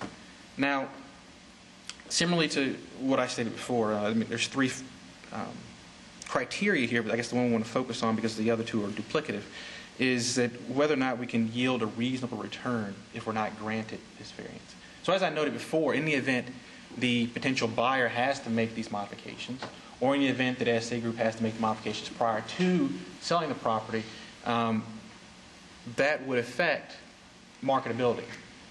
Now, whether or not it cannot yield or deprives of all benefit clearly is to be debated. But SA Group is focused on marketing the property and ensuring that it can be put to its highest and best commercial use, which is office property, by whatever tenant can put it to its proper and best use. So I guess at this point I'm subject to your questions regarding 5005 Douglas Avenue. I have a question for staff before we get, or to Mike, I guess. Let's say that we gave him the exception to the time period within which a legal non-conforming use may be resumed after a temporary discontinuance, and he was not able to sell the property. I mean, you know, we would give the thing and he'd get an order and the time starts to run again. If he doesn't sell it and have it occupied within 6 months, he's got to be back here again, doesn't he? Well, your relief is valid for 2 years. So if you extend the time period, they have a 2-year window based on your relief. Okay. Yeah. All right. But it does expire at some point. Yes. Your relief expires if it's not exercised after 2 years. That's a good question. Is the use of the property the intent to sell? Well, no. What we're saying is that he is here to ask us to extend the non-conforming use.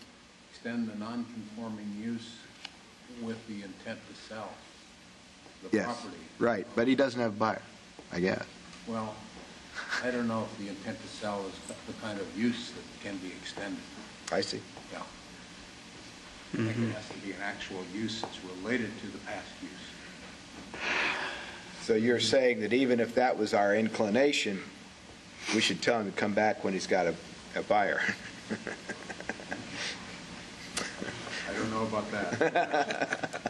I have a question. I'm not sure who it should be directed to, but if we were to allow this extension, then they sell it, then does the new owner have to then come back and comply with all of these requirements that we're asking about? Well, it would be a new use, and they would have to comply with contemporary standards.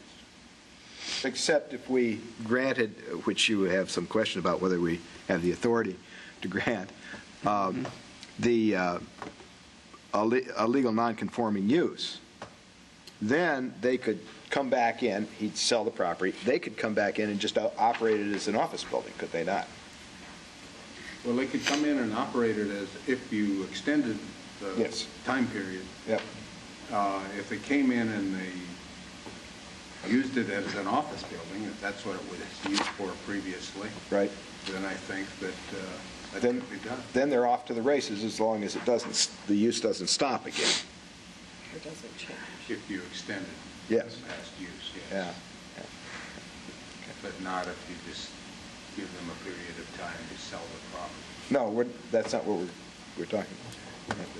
I think that if you gave them relief today, we've advised them that if they sought this relief and were granted this relief, they would have a 2-year time frame with this extension to get an occupancy of the building. Anyway, that's staff's thinking about what the law is. There's some. Well, in the zoning ordinance, in zoning ordinance itself, there's a statement that restricts any relief of the board to that 2-year time frame if within when that can be exercised. So I don't see why we'd hold this to anything different. No? Since Eric's kind of hanging out up there, Eric, you mentioned something about you weren't as concerned about the screening because that seemed kind of okay, and I didn't quite get what you meant by that. Would they, I mean, is there a buffer there now between the residential area, or? No, actually, we're recommending that we recommended against the relief on the screening. So we want them to provide some screening. All right. Would that screening just be plantings, or do they have to have a fence? It'd be a fence. It'd be a fence, okay. By zoning. If they were to do something that would trigger a site plan, then the landscaping elements would come. So if they wanted there wouldn't be anything by reoccupying that would generate a site plan. If tomorrow they came in and put up a fence and they cut the paving back 5 feet around the edges, I'm being real rough here with what I'm saying, and put grass in there, but they have to plant bushes and a bunch of stuff or not? It'd be nice if they did. Okay, but there's they nothing wouldn't that have would trigger a site plan. I mean, a fence around, 3 sides of the property I could see is, being a lot of work, but if they just did a saw cut and had somebody come and bust out some old asphalt and put some grass down, it would probably improve the place to make it more marketable. I kind of feel like we're catch-22 here with it. As it is, it probably doesn't look that marketable to a business. But if you got to stick tens of thousands of dollars in it, then no, that's going to make it hard also for you to try to make it marketable. Yeah. But I'm just I don't have any other pictures as an appellant. You didn't provide any pictures of your property, I don't think. Do you have any pictures you can share with us? No, we do not. The only view I have is what the city's showing, and that doesn't tell me much about what could, should, or... It's an accurate view. I mean, it's largely this condition. Okay. Yeah, and just to be clear, we're recommending that they provide the screen fence. Right, okay. But we're not recommending to the extent that they need to pull the paving back 30 feet. On the front yard. Right. Yeah, which right now that looks like it's just by the bus stop there and off that corner of the building. They do have a front yard. Their whole west parking lot would be affected if you pulled it back the 30 feet. So if you look at the aerial, really the zoning line's kind of at the west edge. Because the reason they have to pull back 30 is because they border residential? Correct. Okay. Yeah. So that would be bringing the parking and then into conformance with the residential district. I'm not sure if it's better to work on your time angle or to work on variances on the footage angle and get them into compliance. Based on, kind of more permanent answer, I guess. Sure. But we Okay. also want to get some compliance. Okay. Thank you. Any other questions for the applicant? No, we kind of got out of order here. Thank you. Thank you. Anybody else here to speak in support? Anybody here to speak in opposition? Is there any last questions for staff? Hearing none, we'll close the public portion and go to board decision. Well, I personally like the staff recommendations. I think this is the time. That building has been vacant for some time. It seems like I've driven by it many, many times, and it's vacant. It looks ugly. You know, why pass it on to the next person who buys it? Why not, let's bring it into compliance right now and make it so it works. And I like their approval of an amended request for a variance of 25 feet less than the minimum required 30-foot front yard setback. That's kind of a compromise. I think it'll enhance it. It'll make it look better, and it may make it easier to get a tenant or a buyer or whatever it is. But it seems by doing nothing, we're just going to be here again when whoever buys it comes in and says, well, I bought it this way, and I just figured I could do it. You know, why not just make it look nice now? Well, here's what we'll do, because I think we're going to probably follow what you're doing, but we got to vote whether or not we're going to grant the extension first. That's Part A. So your first one is to deny the relief based on staff recommendation for Part A. Yes. Right. Okay. Is there a second to that? Well, I would generally concur with Linda. 1969 was a good year. That means this place is exactly 42 years old. And I don't see, judging by the building and the sign, it looks like it's right out of 1969. I don't see a lot of improvements that have been made in the past. Hopefully this has garnered some profit for someone, but a lot of businesses, or certainly homeowners, including myself, you continue to invest in your property, and that usually comes back to you. I think maybe now is the time to say, okay, let's get this thing fixed up. I think the city's being reasonable, the meet in the middle thing. I think they're trying to give them some relief here. So I would agree with Linda, and I would second her motion and go with the staff recommendation for the amended request for the 25-foot variance. We'll vote on that second. We'd have to do that secondly. We're splitting the question here. Okay. Can't we vote on it all at once if we agree with no? Well, no, because if we vote to accept Part A, then there's no Part B then. Okay. Okay? So you're doing Part A? Part A. I'll second Part A. All right. Any other discussion? Okay, all those in favor, raise your hand and say aye.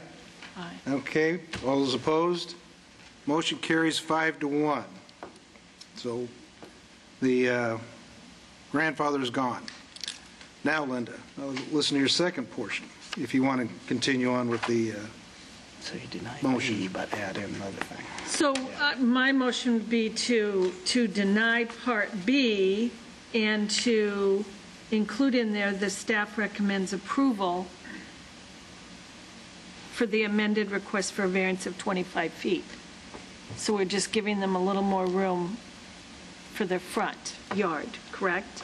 Yeah, the screening, Eric, since it's not in your recommendation, is that a site plan requirement? Let's see. Variance of 25 feet and 30. They only lose 5 feet on the west side.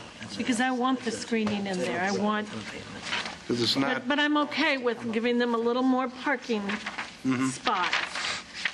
And again, I think it even 30, page 30. Confused me a little bit when I read it, and then I realized that it was correct when I read it. But Okay.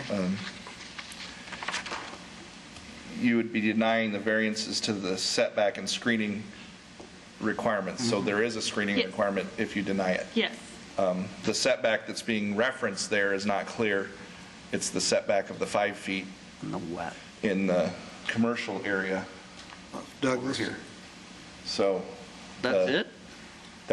So we're recommending denial. We want them to provide the 5 feet.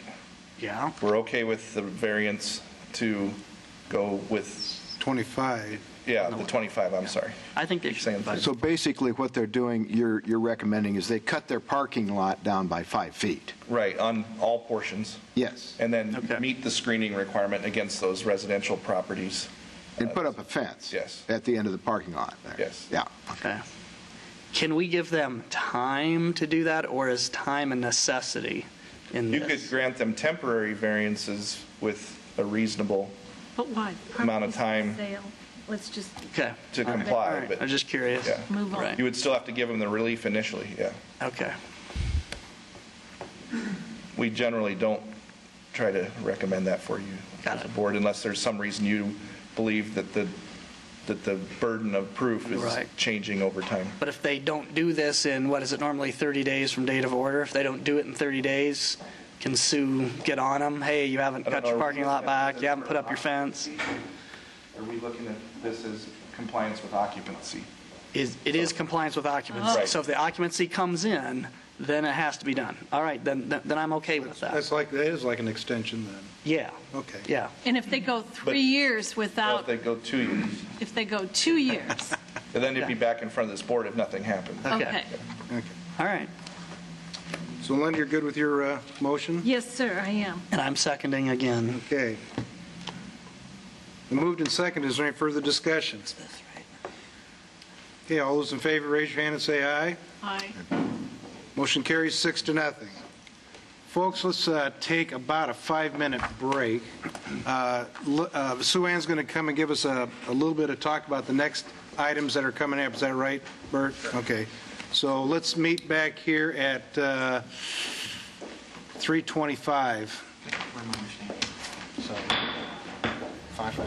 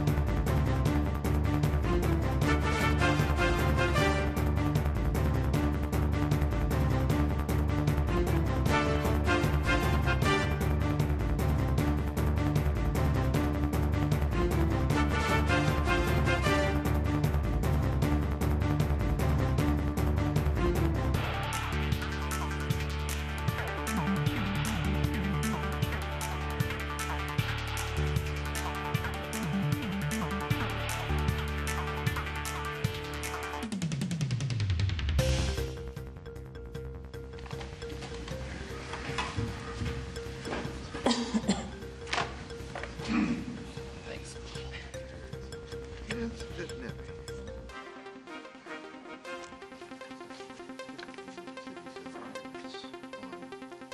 Board, Suzanne Donovan, Zoning Enforcement Officer for the City of Des Moines.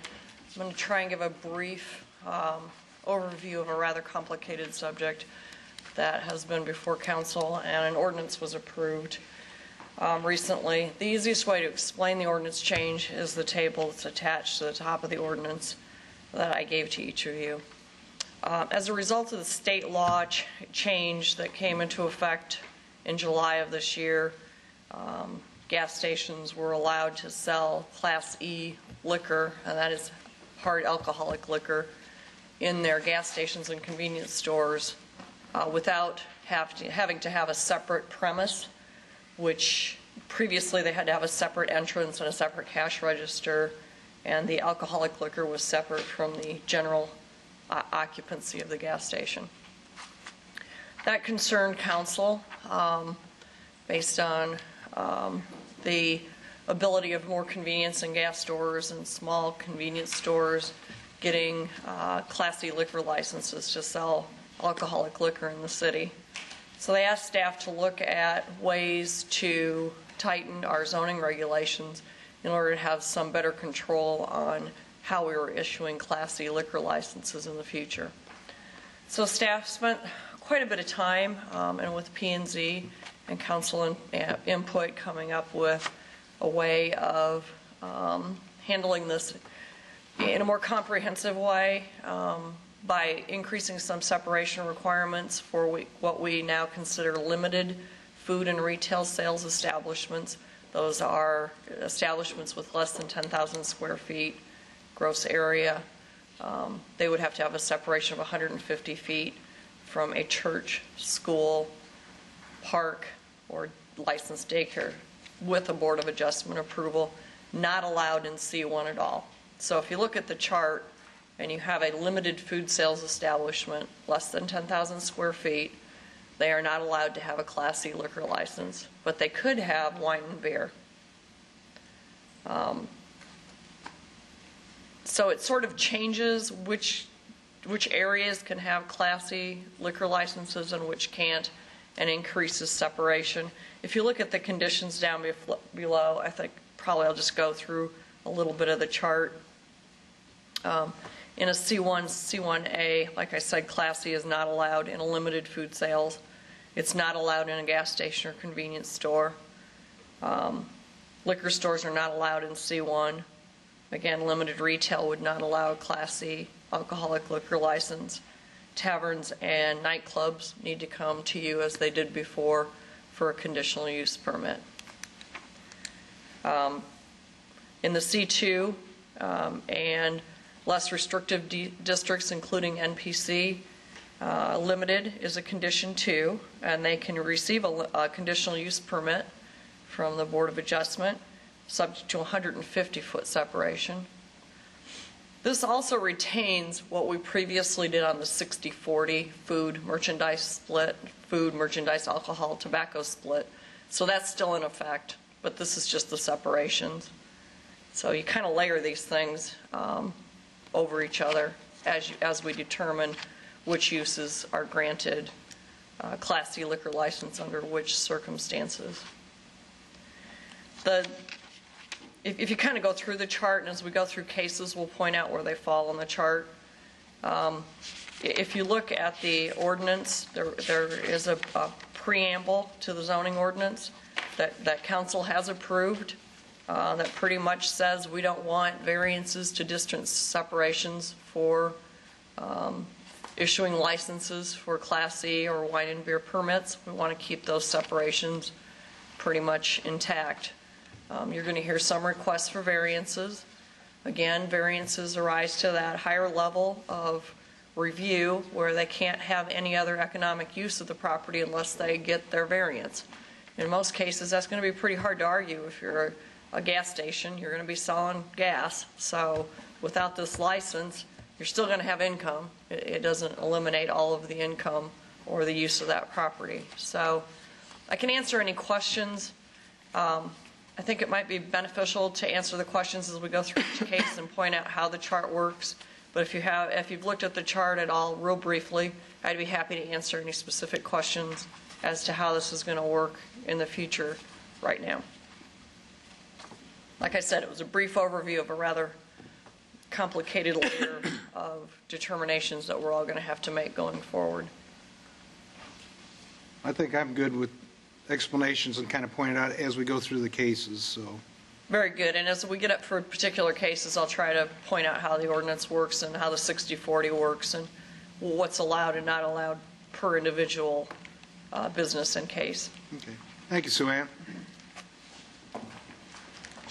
Going back to the public hearing agenda, item 11 was continued from the August 24th meeting, conditional use permit at 4121 Southeast 14th Street. And Bert, I think unless there's something's changed, we got an issue. Well, I don't know how the board wants to handle this, but I spoke with the applicant earlier in the meeting. He came up to me and said that he might be changing his business model to not do a liquor store at this location. So he was going to ask for a continuance to the November 16th meeting. So I had told him that the board would have to vote on that continuance, but I noticed he since left. So, and I don't know if I know the South Park Neighborhood Association had submitted an email in opposition to this. I don't know if there's anybody here that wants to speak in opposition to this today, so I don't know if the board wants to take in any comments or concerns. Yes, we will. Since the applicant is not here, do we want to hear the case or? No, I think since we've continued it once, I think it's only, and he has indicated to staff that he wishes it to be continued again. It may be that he'll just dismiss the appeal anyway because he might have a new business model, you know. So I think we ought to, give him a continuance to what, the November meeting? November 16th is the next meeting. And that's what you and he mentioned? Yeah. Okay. Before we vote on it, is there anybody here that's here to oppose item 11? Other than the email that we got, okay. And has he seen that email? Yeah, he did. Okay, because if he hasn't, just forward it. If you've got his email address, just forward it to him. This is Old State Farm. That being said, due to the fact that the applicant has asked staff for continuance, I'd move to continue item 11 to the next regularly scheduled meeting on November 16th. Yep, you got it. 2011. I'll second your motion. Okay, it's been moved and seconded. Is there any further discussion? Motion's to continue to the November 16th meeting. All those in favor, raise your hand and say aye. Aye. Motion carries 6-0. So we'll hear that November 16th. And I think, like what you said, Tom, this probably will go away on its own. Yeah. Item 12, a conditional use permit at 22 9th Street.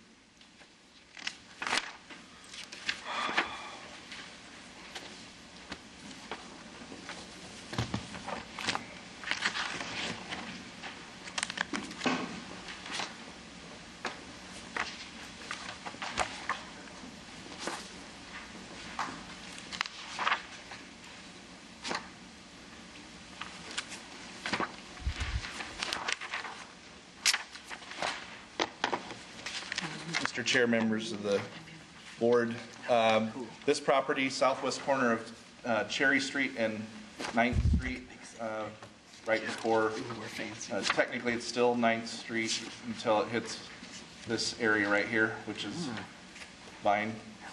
And Vine has the railroad running through it here, so it's not technically a paved, travelable type street. This is actually the viaduct for South 9th becomes Southwest 9th, and so it's elevated right here, starting at this point right here. And so when I show you the photo, you're going to see how the viaduct comes across the front of this building from the perspective of the street below. That's looking to the west along Cherry Street. This is looking to the east at the building. The owner also owns properties right here to the west and adjoining to the south, which are developed as paved parking. In this case, the appellant is seeking to allow the premises, which is right now a retail salvage for architectural building material type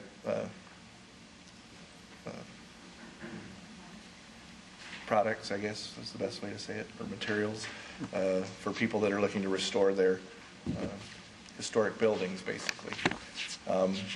Based on that charm that they have with those things in their retail operation, they also want to allow a liquor license as part of events and receptions that they wish to carry out on the premises as well. One of the things that you should know, in order to allow this assembly kind of component to the building, they will have to do things to meet the building codes and comply with that. The other thing in having the conditional use is it's by becoming this assembly use, really it falls into the category of really becoming a nightclub, so to speak, because when you look at the definitions on that little chart as to what uses require conditional uses and so forth, then we have to throw this into the category. Now, it's not entirely a nightclub, it also has a retail use. It's just a retail use, and then it has an assembly component that has to be considered a tavern nightclub as the way our ordinance reads. So that's the portion that brings it into meeting the conditional use requirement.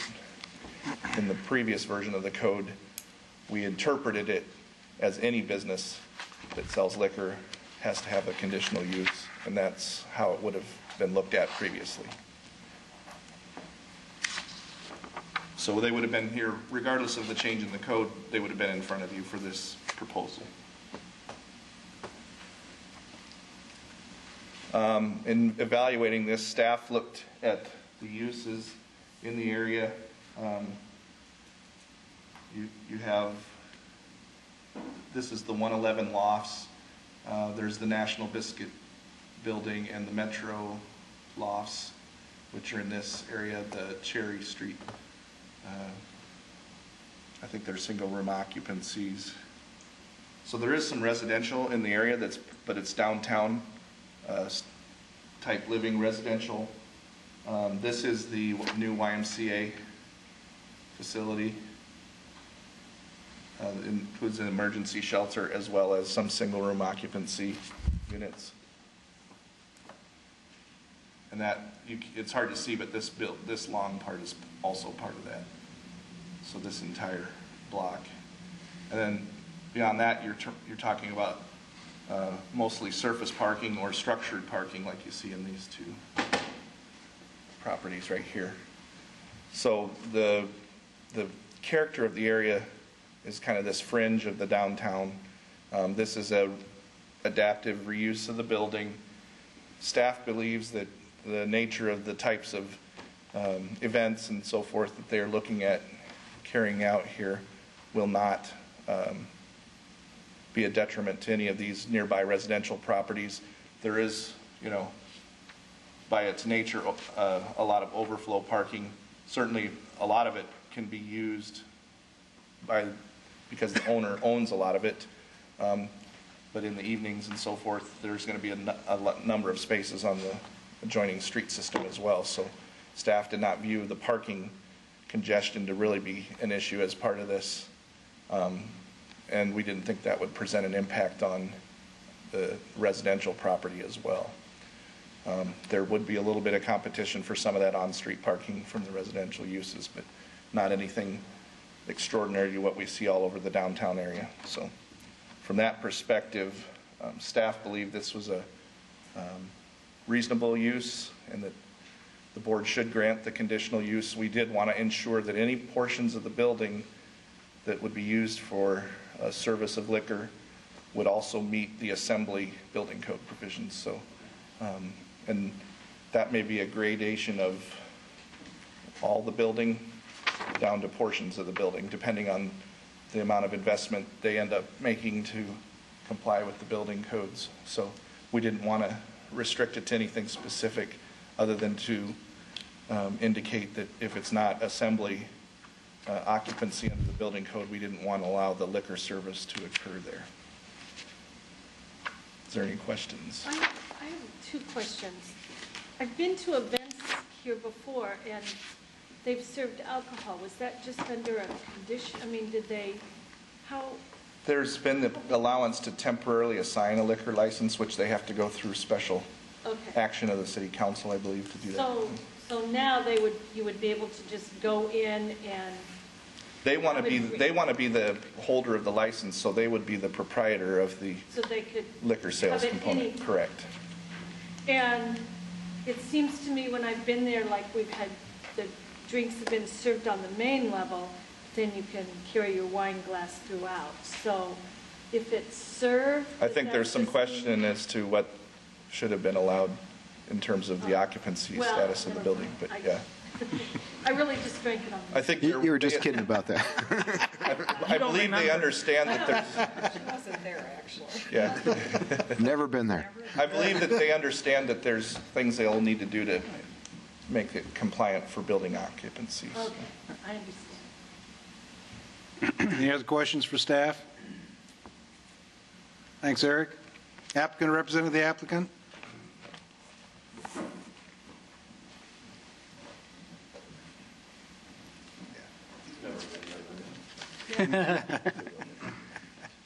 My name's Don Short, owner of West End Architectural Salvage, 22 9th Street.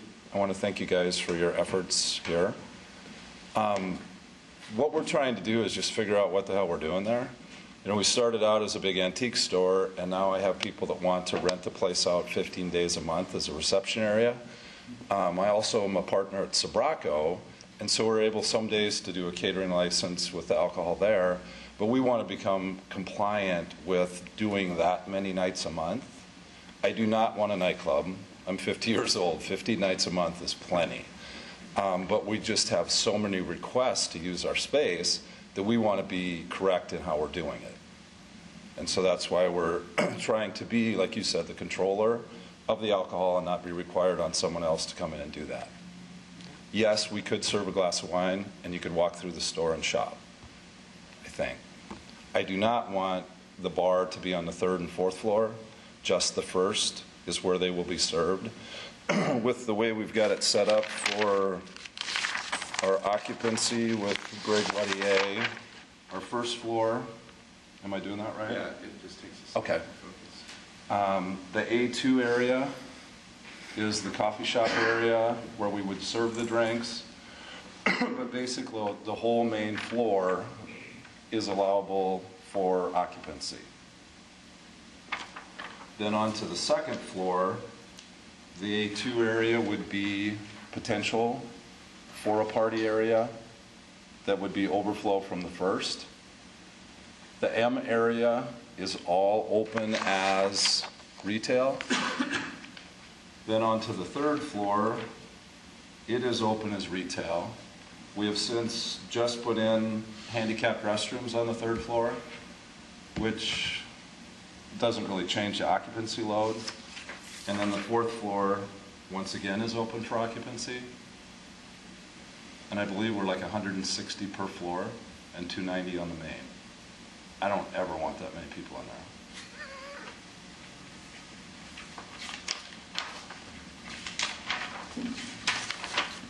Questions?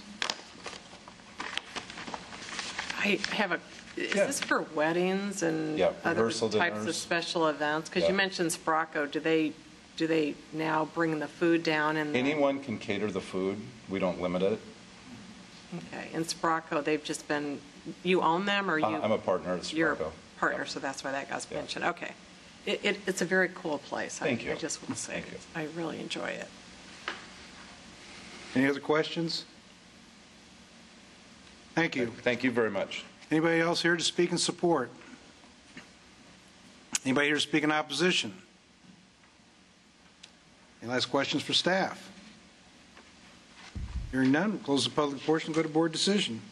I would move staff recommendations. I'll second. Been moved and seconded. Any further discussion? Those in favor, raise your hand and say aye. Motion carries 6-0. You can get started. Thank you, guys. Item 13, It's a variance at 3733 Easton Boulevard.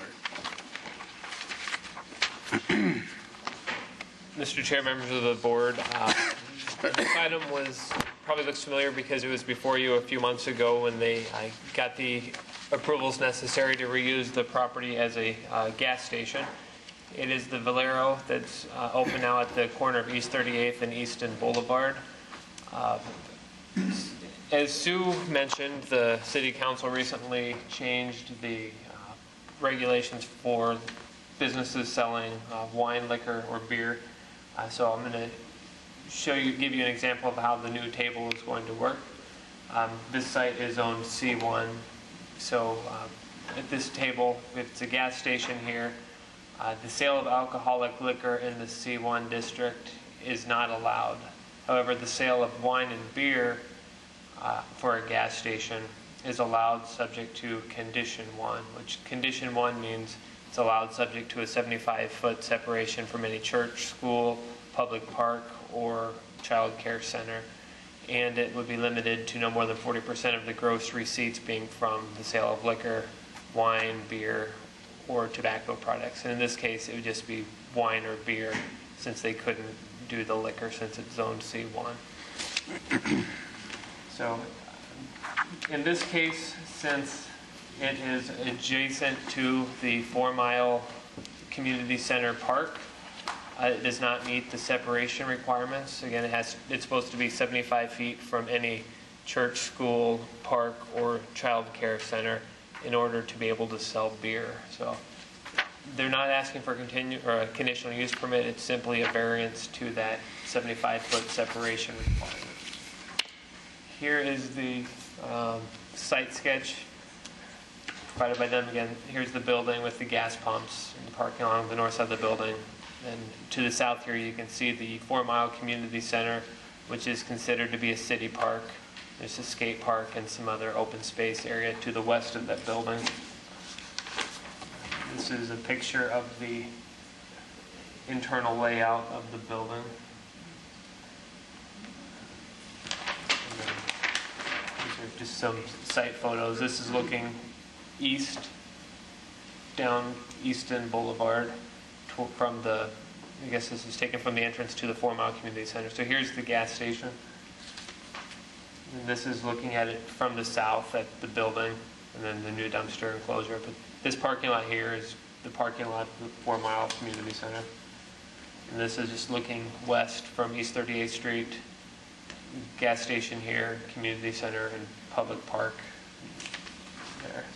So another picture of the site.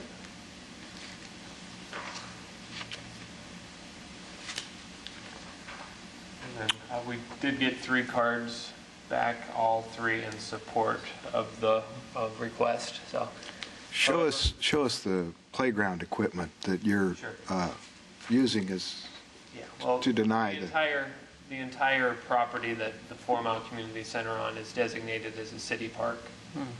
But there's the skate area here, and then I believe there's a gazebo down in this area. I don't know if there's any play equipment. But that's all 75 feet away. Well, no, it's 75 feet from the public park, and the public park technically abuts their property.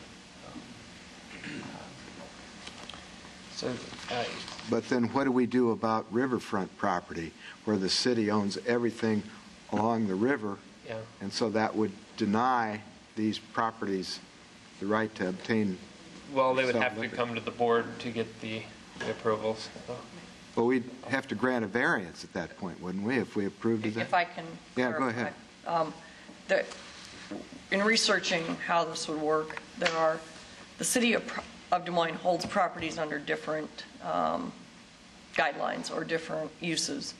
And it depends on how they take the property and how they hold it, whether it's designated a city park or just city-owned property. So we went through the chart of what Park and Rec has determined is park property, and that is based on how they took it, what grants and the whole taking an intent of taking the property was for. So you have bike trails that were not necessarily taken under the guise of city parks, but were taken as city-owned property. So each park has to be actually designated as a park by Park and Rec. This is designated as park property. So every time that we look at a city-owned piece of property in conjunction with the separation, we will have to look at how Park and Rec designates the holding of that city property. So you're saying that the city council does not designate these areas as parks, but Park and Recreation designates these properties as It is parks? my understanding, from what was explained to me, that it is how the city took the property and dedicated it under grants or being deeded the land by a grantor, how it is designated and held. And Park and Rec has come up with a map for us that sets out how it is designated as either just city-owned property or a dedicated public park. Okay.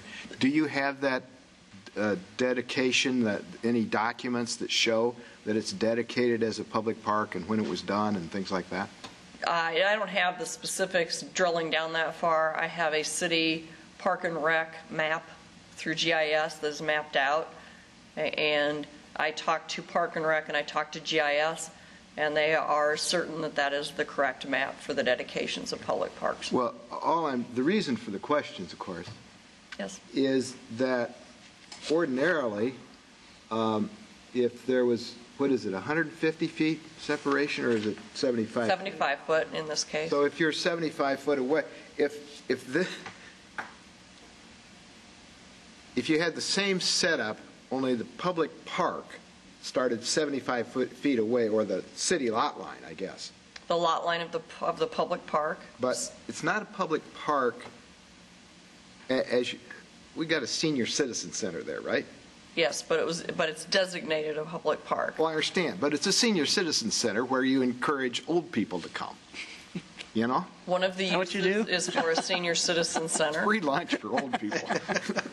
One of the uses on that land is correct. Is the food concession at that community center supplied by the Parks Department? I don't have any idea if they have a sublease to somebody else. Well, no. What I'm saying is, does Polk County rent the space from the Parks Department? Is that what's going on here? Is this a congregate male site? I don't know that it's a congregate. Yeah, it is. Yeah. Then probably they have some 28E agreement or some sort of an agreement for the space within the building. We've got the county who's rented part of the park. A portion of the building. A portion of the park. Okay. Okay. I don't know that eliminates the designation of that land as a public park based on who is leasing. Yeah, but you're telling us that that designation was made by the Parks Department, not by the City Council. I'm not saying that. Okay. I think at some point, the city council has to be involved in accepting the conveyance of a property. They will designate where it will go, whether it's parks property or whether it's under the custody of the city, i.e., the real estate division of the engineering department. I understand, but the recommendation of the denial of this variance on this particular item is based upon 75 feet, from a park. And yet we don't have anything that is indicated that the City Council has designated this as a park. We have the Parks Department saying, we think it's a park. But what I'm saying Tom, is we're talking about denying somebody a right to conduct business on a commercial property. Well, what the variance is for is for the right to sell wine and beer, not denying them the right to conduct business. I understand. I understand. And the City Council does give the Park and Recreation Board authority to manage parcels, and if they choose to manage the parcel by designating it a park or calling it a park, I think that's the purview of the Park and Rec Board. Oh, no. The City Council has to designate it as a park to make it a park. And where is that from? I don't believe that this would be designated as a park and put on a Park and Rec map, GIS map unless City Council had approved it as a park. Park and Rec isn't just going to start mapping things out because they decide that they're going to determine that it's a park. Council would have had to accept that land and approve it as park land and put it into the Park and Rec. Okay. Okay. In that sense, yeah. In that sense, I guess what I'm saying is the recommendation to deny the variance based upon the 75 feet? Correct. It is not 75 feet from a public park. Well, it's 75 feet from where the children use the area. We don't measure by where the playground equipment is. We measure parcel line to parcel line. I understand. And I think that's where our common sense comes in. Exactly. Yeah, exactly. Okay, thank you. Thanks, William. So you're deny the... Yeah, our recommendation was denial because it's a variance, and in order to grant a variance, they have to demonstrate the variance criteria, one of which the land can't yield a reasonable return. So we feel that it could be used as a gas station just without beer and wine, so recommend denial. Any other questions for staff? Thanks, Bert. Applicant or representative of the applicant?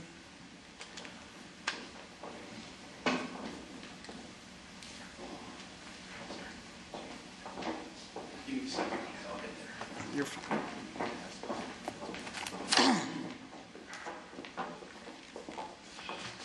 Mr. Chairman, board members. My name is Richard Castro. I'm a representative of New Midwest Rentals, LLC, which is a company owned by the same individual who owns a small Illinois bank called American Enterprise Bank. I'm here with Pam Tedesco, who's the district manager for New Midwest Rentals for Des Moines, and with Beth Artis, who is the general contractor who handled most of the construction refurbishing of this 3730. Before we go too far, what address are you going to give us? Oh, for myself? Yeah. 1001 Deerfield Road, Deerfield, Illinois, 60015. Thank you. Sorry. I was retired from my business a couple years ago, but was asked by American Enterprise Bank to help with some gas stations that were going into foreclosure. One of these was the 3733 Easton location. There's 3 others in Des Moines. The location was extremely poorly run, abused, vandalized by the people who owned it, stripped it, abused it, and ran off. I was appointed by the court as the receiver for the property, and then was hired to refurbish, open, and get these businesses operating to make them viable members of the community. I mean, it's that simple. We're currently operating 4 locations in Omaha, 2 here in Des Moines. We'll be operating 2 more in Des Moines, 1 in Stevens Point, some in Ohio, some in Illinois, some in another couple in Wisconsin. We're here simply to try to get back the privilege that the previous operators had for about the last 30 years, and that was the ability to sell beer and wine. Beer and wine is an important part of a C-store's sales mix. While gasoline is an important part of the mix, we sell candy bars, we sell coffee, and we sell donuts, and we sell Twinkies. Beer is an important part of that, especially in a location like 3733 Easton, which was it's not what you call a Class A location. It's just not. One of the other locations that's currently being refurbished is 4140 Park Avenue. We got the support there of Christine Hensley, a councilwoman, as well as George Davis, who's the president of the Homeowner Association. At 3733 Easton, some of the improvements we did were numerous code upgrades, new cash registers, gas monitoring equipment, pump upgrades, building repairs, et cetera, a new walk-in cooler because the previous people stole the walk-in cooler. And that doesn't include a $5,500 security system that we put in the building. We designed the alarm security system with a number of features. Generally, it's to protect the employees and the customers of the store, to make it a safe and pleasant place to shop. The systems include cameras, monitors in sales areas, monitors in the offices, DVD recorders, off-site reviewing, motion detectors, glass break detectors, under-counter sound alarms. We also qualified for the Valero franchise. As I said, these are not high-volume locations. We couldn't get the big boys in. But Valero was more than generous. For those of you who have seen the location, it looks very nice now compared to what it looked. As a matter of fact, it looks great.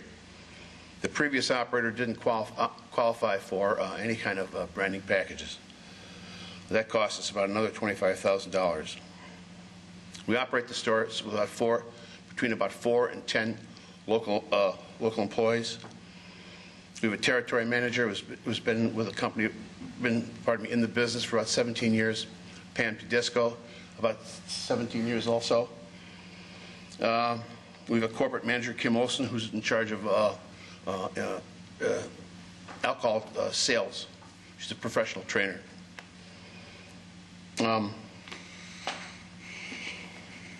Aside from a detailed employee hiring process, we have an extensive and comprehensive 3-day training program, which covers in great detail the sale of alcoholic beverages. There's also employee training and updates conducted by the corporate manager, Kim Olson.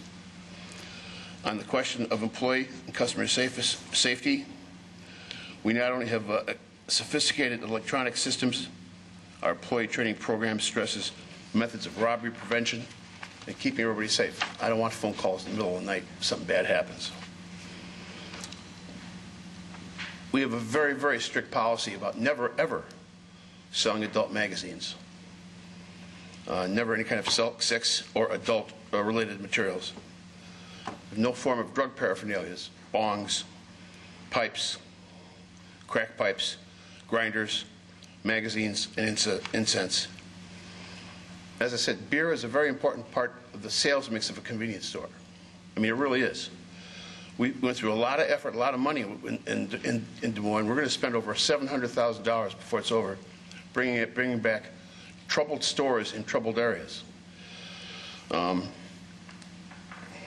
really asking for your assistance in giving us a variance on the zoning to do what the building has done for 30 years, and that was sell beer and wine. I consider ourselves an asset to the community. We hire local people. We greatly improve the property. We follow all the codes. We never argue with them. We hire only the local people. We pay all our property taxes and sales taxes on time. We provide a clean, safe environment for customers and employees, and we do things the correct way. And on that basis, we have a zero tolerance policy on the sale of alcoholic beverages. We're extremely strict in the way that it's displayed, so it can't be easily stolen, and a fail-safe system to guarantee that the alcohol is not sold to minors. All customers must show proper ID, which is going to be inspected at the time. The birth date on the ID has to be entered into the POS system. That's a cash register. So it takes part of the thinking process away from an employee. So if it's the cash register, in effect, that gives the final okay on the sale. Our stores are only open from 6 a.m. to 10 p.m. I don't think 24-hour operations in convenience stores are safe. We're very clean. Since our store opened, yes. 2 more minutes. 1 minute. Great. That's Since we've opened, there has been no disruptive behavior at that location. No robberies, no police complaints, no city ordinance violations, no customer complaints, no criminal acts or activity, no neighborhood complaints. I'd like to ask our district manager, Pam Tedesco, if you'd allow her a couple of minutes, please. Sure can. I appreciate that.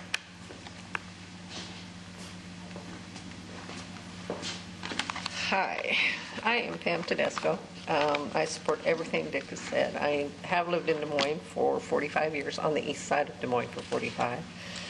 I am been 17 years in this industry, 16 with a locally owned company that I left to come with this company because I was so impressed by their values and their ethics and what I've seen them put into neighborhoods. My husband is a retired policeman, Charles Tedesco. He very well respected in the community. We not only have the support of people like police officers, I've had the neighborhood officers from over there stop in, glad to see me there, including the officer that works out of 4 Mile Community Center. He knows what type of store I operate. Very happy to see me, sees no reason, he said, why we shouldn't be granted. We have the support of Bob Mahaffey, the city councilman for that area, has said that he, again, is in support of us receiving it. Also, Skip Moore, who's kind of shadowed the process of us building throughout the summer, watching us build, and is very happy with it and is in support. I have talked to Karen Schupman, who actually is the president of Grayswood neighborhood. They have given us a letter of support as long as it's not hard liquor. Also, Christine Larson with Sheridan Park, which is right across the street from the store, has also said the same thing, as long as it's not hard liquor, which we're not asking for, and I do have copies of those. The people at 4 Mile Community Center have voiced gratitude that we're back and we're running a good store. I actually worked that store several years ago with another company. I had no problems. 4 Mile Community Center was there then. It's there now. They were a good neighbor. I was a good neighbor to them. They have no problem. In fact, several of them have signed the petition that I have here. And again, we have roughly 500 signatures of people that live in the area that are in support of us getting that license. I guess we're just asking for the ability to sell what other community, convenience stores in the area sell, and do it responsibly. And I feel that we've done that, and that's the business that we're asking for. I just got one question. When did you open up as Valero? Because that was closed for a while. It was closed. When did we open up? First September. Okay. It was in September. It was open at kind of recent. Okay. Thank you. One question for Could you Pam. give us the petition? Yeah, petition. We'd like Could you share? I also have a question for you, Pam. You mentioned Councilman Mahaffey supports this, and so does Councilman Skip Moore. Do you have a memo or a letter from them attached there? Or? No, that's been verbal. Those are pretty big names to throw around for support without some kind of note or documentation. And he said, well, I don't see you having any problems, but if you do, he said, yeah, let him know that I'm in support. So, okay, well, you're on the record. I can repeat what he said. All right. How about Grays Woods? Do you have a letter from them or anything? Have a letter okay, from Grays. thank you. Any other questions? Mel? I got a quick question. I don't know who wants to answer this. Richard, would you like to answer a question? Oh, yeah, we do. We're still going to ask questions before you. I know we're going to have one more. How many people can the appellant have speak on their own behalf? They can bring a stack if they want. As far as the presentation, or is this? 5 minutes. For... All right, 5 minutes. Okay. Yeah. Go ahead then. I don't want to get in the way. Yeah, so anybody else here speak in support? Okay. And you heard Mr. Penn's, yes. He's ready to ask questions. I'll be very quick. Thank you. Okay. My name is Beth Artis. Do you guys need my address? Yes. Okay. 8845 Lake Drive, West Des Moines, 50266.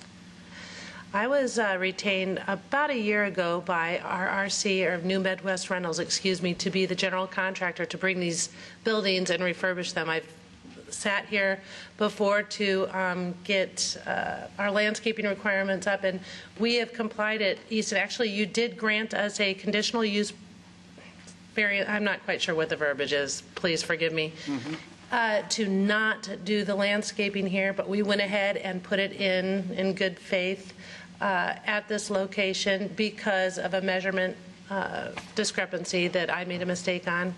I am here to speak clearly, and I want you to understand that the company that I'm working with here, Mr. Castro's company, is by far, I've been self-employed for almost 20 years.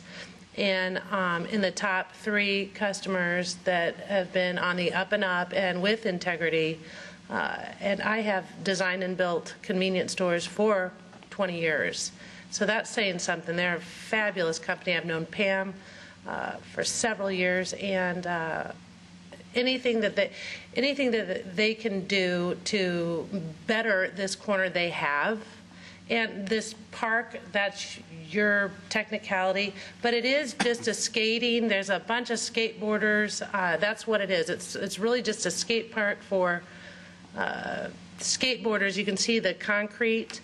I've been there so much, and it's not a little children park, if you will, or what you would consider a typical park.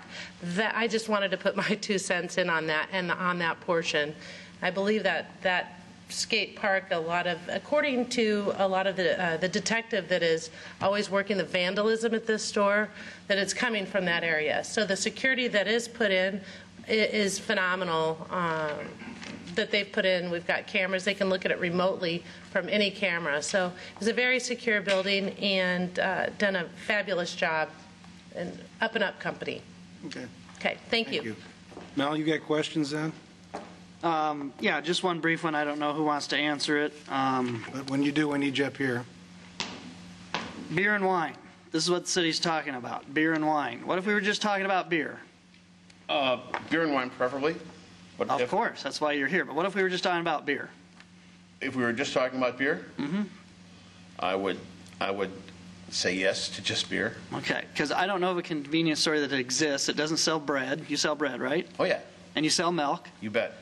And most of them sell beer. And I know what the city ordinance is, and I know no matter what we do here, if we want to consider deny this, but if I was going to split hairs on something, I would be more inclined to look at allowing somebody to sell beer as opposed to beer and wine. I don't know if the city cares or that factors into any separation or what, but I would be in agreement with that if that was the recommendation. If that was the only potential thing that we could offer you. Yes. And second question, you've all discussed about the store and what you're trying to do. None of you have said what your customers have been saying over the last roughly 2 months. When they walk in and buy their gas or their milk, are they disappointed you're not selling alcohol? Are they requesting it? Do 2 out of 3 wish you were? I would say that last point probably get it about right. I'm not trying to put words in your mouth, but we have had a lot of people asking for it. A lot of them are disappointed. A lot of them are customers I had in the past, and a lot of them can't figure out why we don't. Okay. You know, they're asking why. You know, you sold it before. Why don't you have it? Yes, we are getting a lot of people asking about it. Have you had some that say, well, since you don't, I'll buy my gas at A or B where I can buy that and I'm not coming back? They're going down the street. Okay. I have had some tell me that, yes. Okay. Thank you. I have a question for staff. Yeah, we'll hit a couple more. Is there anybody else here to speak in support? Is there anybody here to speak in opposition? Why don't Joe? Come on up.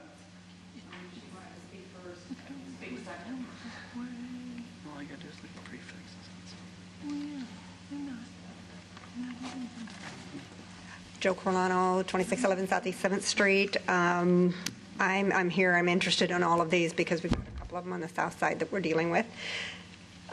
First off, if you tell the neighbors they're not a Class A neighborhood, you're in trouble. And you can have anything you want in there and they won't like you very much. So I suggest you watch.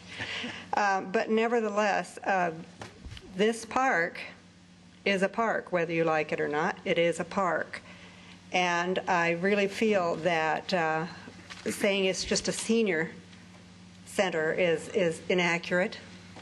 It has a number of things in it that they use, and it isn't just for a particular demographic. It is for the whole neighborhood, and it is a very nice place. It is a lot of trees. The building is beautiful. Everything is very nice about that center. And I really feel that having alcohol in an area, you're talking about teenagers. Well, what do you think teenagers like? They like the beer because it's a little easier for them to get to it. So I think it would be well within the city recommendation to say no to allowing alcohol in this building. It's just, I mean, a park is a park, and it's used by everybody, sooner or later by everybody. So we have this ordinance in here for a reason, and if we start giving exceptions to these reasons for this, that, or the other thing, I really feel we need to stick to what we have come up with in the first place. So, thank you. Thank you. 1 minute? Yeah, you get it, but hold it. Everybody wants, I'll get you guys up here. Take you guys. I have to see if anybody else is here to speak in opposition. So, is there anybody else here to speak in opposition? Now, Mr. Castro, you get 3 minutes if you want it. 30 seconds. That'd be good. She talked about the previous lady talked about how attractive the Excuse me, I think we have a point of order. I think I have under the rules the right to come up next. What I was going to do is then bring you up as staff as we normally do at the end. That's fine. Okay, is that okay? All right. I'm sorry, Mr. Castro, keep going. That corner was a blight. I don't know if any of you are familiar with what that place was looking like under the Infinite Group, and then when it was abandoned and all the windows were smashed out of it, and the place was looted and wrecked. That place was horrible. We have done a tremendous amount of effort, a tremendous amount of work. It's been a bunch of money, and we have greatly enhanced that area. Well, that's what it used to look like. Mm-hmm. Just the name. You can't see the broken out windows on that one, though. But we have enhanced that corner a tremendous amount, and I am sympathetic with the questions you have concerning the legalities. Okay, thank you. Now, Sue-Ann, any last questions for staff, or you want to add in? I have some comments to make. Okay. Sue-Ann Donovan, Zoning Enforcement Officer. I don't think staff or anybody on staff has any qualms about the quality of this company or the quality of their product or what they're attempting to do. I think this strictly comes down to the legal issue of whether or not they're entitled to a variance. Council was quite clear when they passed this ordinance and said that the sale of alcoholic liquor, wine, and beer by gas stations, convenience stores, limited retail establishments, limited food sales establishments has historically had a much more significant detrimental impact on the adjoining neighbors than such sales for larger establishments. Specifically taking that into consideration when they passed this ordinance, giving us a strict interpretation of what they want this ordinance to do. This company, as good as it may be and as quality as they may be, is coming in seeking a variance. In order to get a variance from this board, they have to meet certain criteria. One of the criteria is that there is no other viable use of this business. They've been open since September. They're making money. They have customers coming in. They have a viable use of this business without alcohol or beer or wine. So they can't argue, nor have they, that they cannot make a reasonable return from any use permitted by the regulations of the district. They can make a reasonable return. They opened it. They're making a return on their investment. They have a productive use of this land and this business without getting the variance of the 75 feet from the public park. They can continue to operate as they're operating. I don't believe that they've proven that they're entitled to a variance. I don't believe they've met the goal or the standards for a variance. Consequently, they shouldn't be granted a variance. They have a viable business. They're open. They're selling gas and cigarettes and whatever products they have. It should be noted that should the board grant a variance, it has to go to council to be looked at and could be remanded back to the board. I remind the board again, the council was quite adamant as to what they wanted to have happen going forward with liquor licenses, both Class E and wine and beer, and gave very, I think, concrete guidance as to what should happen going forward, and they haven't met the requirements for a variance. I don't think the board should be granting a variance under these conditions. Sven, do you have that map there that the city had for showing the zoning Would you put that on the screen there? I've got a question for you. That one. As you look at the site that we're talking about, now that's in a C2 area, is it not? C1. C1? And isn't the quote, city park then in a C1 area? I believe it is, yes. Do you think the council had in mind when they restricted this 75 feet from a city park, do you think they had in mind that this included city parks that were in C1 areas? Yes, they did. Oh, really? Yes, they wanted C1 to be a stricter standard in a C1 district than even the C2, and took into consideration the separations between parks, churches. Is this then a standalone, is this a C2 site or a C1 site? It's a C1 site. Okay.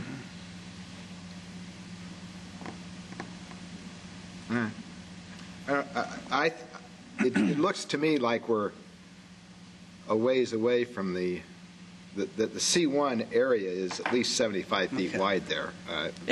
The measurement doesn't go from building to building or building to playground equipment. It goes lot line to lot line. Yeah, I understand. Parcel to parcel, and we can't start. We count streets as 0 too. I understand that. We count across streets. We don't count streets as 0. Now, Sue, I appreciate your comments. Some clarification, you had mentioned that the council was very adamant about this, and I know they were. When they put this ordinance together, they did put it under Section 134, which is part of the zoning ordinance, right? Yes. So the council didn't say, hey, we're going to be so strict that Board of Adjustment doesn't apply. This is just the way it is. There's not going to be any variances. Because it's part of the zoning ordinance, the jurisdiction this board has can still apply, correct? Correct. Just like the car lots, which, you know, I have my own issues with those. The council was very clear what they wanted. They very clearly determined a problem. Do not want variances of separation. They put it into 134. They haven't met their proof of the variance. Okay. All right. As far as your discussion on the proof of the variance, fine. But as far as the idea that our hands would be tied or that we still can't look at some things, like Bill said on a previous thing, some common sense, put it together, I still think that's where our hard homework is here for us. Another question for you. This is way anecdotal, but back in the day, a number of years ago, by state law, no one could sell wine in a convenience store, could they? Wasn't wine only sold through state liquor stores and then grocery stores maybe, then eventually? I believe that there were, and again, being very anecdotal. I'm not going to testify as to what the state has done over the years with liquor licenses. Because if I remember some 20 years ago, I don't think you could go to Hy-Vee and just buy wine. I think you just buy beer. You had to go to a liquor store to buy wine. Is that right? Tom, you've been around a little longer. If you'll recall, beer used to be considered a food. Okay. I'm just trying to put together a couple things as far as looking at, there have been some changes in state law that have allowed some greater sales. I know we're a city, and that's what I'm looking at here. But there's been some things that have changed over the years. And I think that business models have changed a little bit too. And I just don't recall that convenience stores used to sell wine. You may. Okay. I recall I'm just some kind of of that wondering, too. but if you don't, yeah. Yeah. Okay. All right. And unless staff has anything to add to that, I'm fine. That's all. I just have a quick question. Is there a gas station across the street on Easton? Used to be. It's abandoned. That one's abandoned now? There's nothing there anymore. Okay, because I recall there used to be one there. Any other questions? Thanks, Sue Ann. Close the public portion, go to board decision. I got a little perspective on here. Being an old East Side boy anyway, I own property in that area. I have nieces and nephews. My sister and her husband live down there. I can remember all the times that I went there.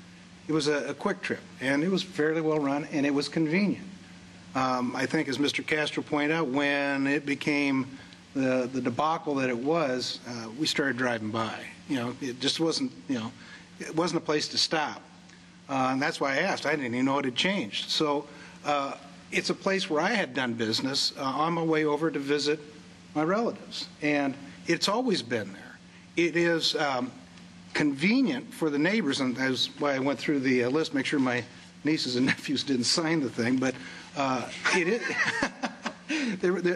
is a convenience, because when it was closed down, we were driving all around town trying to find it. It's for the neighborhood, it's a plus. And you saw all the signatures and everything. From my perspective, it has been there. It has always worked as a convenience store, and the result is just like you said, Cindy. I might see just across the street another abandoned business sitting there along Easton. I'm not thrilled. I'm not thrilled with the one that's over there now, and I think we're just laying the groundwork to have another one there by denying it, because you can go around a lot of other places and get it, but you're just, we're singling this one out. It had been doing this many, many, many years. And I agree with Sue Ann, I know what the council put together, but I don't think they were, and let me back up again and tell you, when I go in there weren't kids loitering around, even when it was a Quick Trip. It was a place that people would go in, they get their lottery tickets, they may pick up a 6-pack of beer or whatever, get a few food supplies, but no loitering was taking place around there, at least while Quick Trip had it. They kept the place clean. It sounds like these guys are going to do the same thing. I don't see where we're out of bounds in granting them this variance to continue to run a business that was on that corner and run good, and take it away and actually penalize the neighbors in that area who would have to pick up the burden and go somewhere else. So I'm going to support this 100%. It's my perspective. I've seen it. I believe it's well respected in this type of neighborhood. So I'll make a motion that we grant them the variance. I'll second. Any further discussion? Did I speak too long? Mr. Chairman, I would say that you are well put. No gas station can exist. If they just sold gas, no gas station in Iowa would stay in existence. You do not make money off selling gas. I know that for a number of reasons. You get about $0.05 a gallon clear on gasoline, if you're lucky. Yeah, see, they're nodding. You have to sell indoor products. Now, even if this is granted, it still has to be under, 40%. City council. So they'd have to watch it. But I just don't see how, again, I think a convenience store, bread, milk, beer. I think it's interesting we kind of lump in beer and wine together nowadays, but maybe that was a little bit of state law, maybe that was a little bit of the council, I don't know. But I really think we'd give this place a death knell. I understand the discussion about the park. When we look at distances, we're not talking from specific points, we're talking about properties. There's a large parking lot there. I think most people who would come there are coming there for use of the building, or if they're coming to the skate park part, they're away from this. I think we have to be careful when we grant variances. I don't think we set precedences when we grant one versus another. We weigh all the conditions. I think eventually, in this case, I'm going to say we would put them in a hardship to keep this business viable. And if you close a gas station, and those underground tanks are in the ground, you just don't easily open that for anything else. There's a liability. You can't put a donut shop in an old gas station. A good old DNR is going to come knocking on somebody's door. Speaking from the voice of experience. Exactly. So keeping a gas station going, we should always try to do that in this city. Now, if we were talking hardball liquor or something here, I'd be on a different record speed. But I will second your motion, and I'm fully with you. Thank you, Bill. Appreciate that. Any further discussion? I just want to say you were very persuasive, so convinced me. Well, sometimes, when you know that to get close to the situation, you got a pretty good handle on it. So. You're buying the beer. Yeah, I figured. At my house. Okay, all those in favor, raise your hand and say aye. Aye. Motion carries 6-0. All those opposed? 1. Motion carries 5-1. I'll be stopping by now. Item 14 is conditional use permit, 5,000 Southwest 9th. Mr. Chair, during the break I talked to the applicant and they were going to go try to get a translator, so I don't see them here yet, so maybe we want to move on to item 15. All right.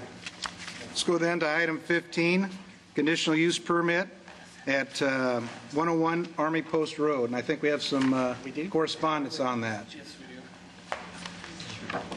I might not look that way on the next one.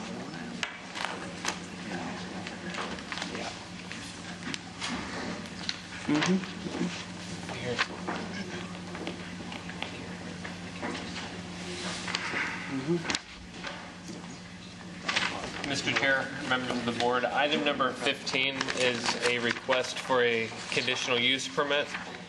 And this one is a little bit different from the last one in that it does meet the separation requirements for selling alcohol. The other difference is this is zoned C2 versus where the last one was zoned C1.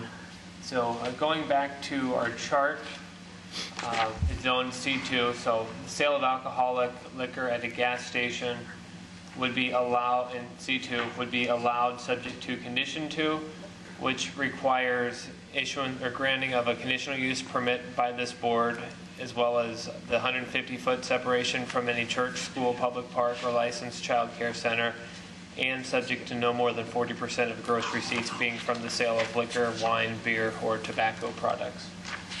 So in this case, the board is only looking at a conditional use permit. You're not considering any variances. So as you'll see in this packet that Sue handed out, on Monday night the council amended the regulations that this board uses review requests for conditional use permits. So that's on page 9 of Sue's handout, section B. So these are the 5 criteria that this business has to meet in order to get the conditional use permit. The first one is the business conforms with the conditions identified in subsection A above, which was that table. And again, they do meet the separation requirements, and they are in agreement that no more than 40% of their sales would come from the sale of alcohol products or tobacco. Number 2, the proposed design location and construction adequately safeguard the health and general welfare of people residing in the adjoining area. 3, the business is sufficiently separated from adjoining residential area by distance, landscaping, walls, or structures to prevent any noise, vibration, or light generated by the business from having a significant detrimental impact upon the adjoining residential uses. 4, the business will not increase congestion on the streets. And 5, the business will not constitute a nuisance. So these are the criteria the board will review this request against. Just some background information. The site is located at the northwest corner of Army Post Road and South Union Street. It's a come-and-go gas station directly across from, it used to be Albertson's grocery store, now it's offices by the state of Iowa. There's a restaurant to the east, a single-family house to the north, and then a commercial office across the street to the east. As noted in the staff rec, this site is required to be in conformance with the approved site plan. The approved site plan for this site was back in 1985. It's hard to see on this, but there show us a fence along the north property line as well as some landscaping, and the landscaping plan up here. When we did the site visit, it was determined that that fence and the landscaping is no longer there, so they do need to bring the site back into conformance with the approved site plan by putting that fence and the landscaping in. And I've talked to the applicant, and they are okay with doing that. They weren't aware that the fence and the landscaping were required. I think he had said they bought the property maybe from Quick Shop, and that it could have been removed when Quick Shop was the owner. This is the front of the building from Army Post Road, and then this is kind of at an angle. You can see the house here, so then this is where the screening would be provided here to buffer this house from the gas station. And then the consent map, we did get the one card from a property owner back, and then a card from the Fort Des Moines Neighborhood Association, and then that letter from a property owner as well. So in this case, we felt that they met the criteria necessary for granting the conditional use permit. We felt that if they provide that buffer at the north side of the parking lot from that house, that the impacts on the adjoining residential properties would be mitigated. So we have recommended approval of the conditional use permit subject to some conditions. And I won't. Were there any questions? Yeah, I have one. If you'll look at the handout that you gave us for item 15, the letter. Yeah. And it's signed by several people. Do you have the original signature letter? He's going to present that in his presentation. Okay.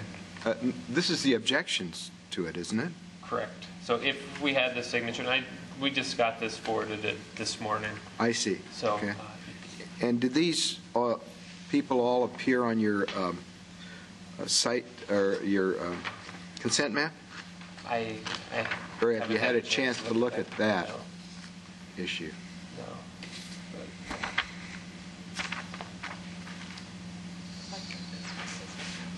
So we don't know whether or not any of these people would be on the consent. There's some next door neighbors that's on page 3 of 3. If you'll look on, it says next door neighbors. Okay. Are those on the consent map?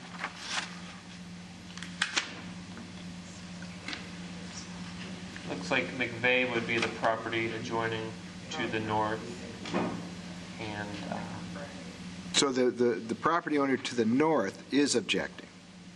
yes, I haven't seen the signature, but I believe one of the people who will speak in opposition will have that. Okay. So if you would have had this information ahead of time, there would have been more red on here? Possibly. Possibly, okay.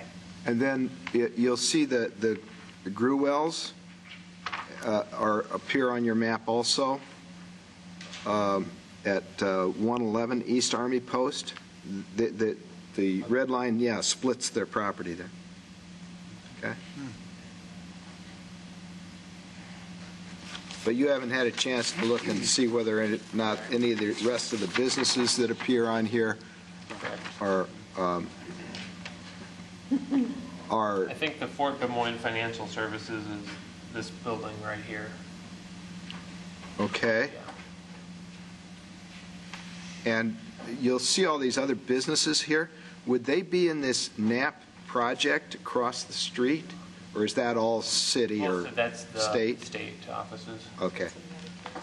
Okay. They divided that off. Stephan Plazas, I think, where most of the others would be just to the west there. That long strip of... Yes, yep. That's where Iowa Realty is. And Okay. Great quilts and... mm-hmm. Questions for staff?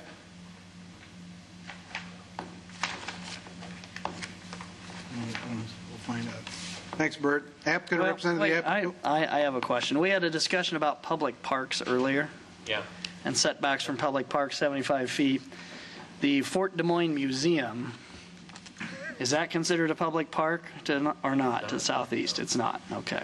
It's certainly not a city public park. And in this instance, it would require 150 feet of separation rather than 75. Because of the district it's in. Okay. Thank you. Any other questions? Thanks, Bert. Now applicant or representative of the applicant.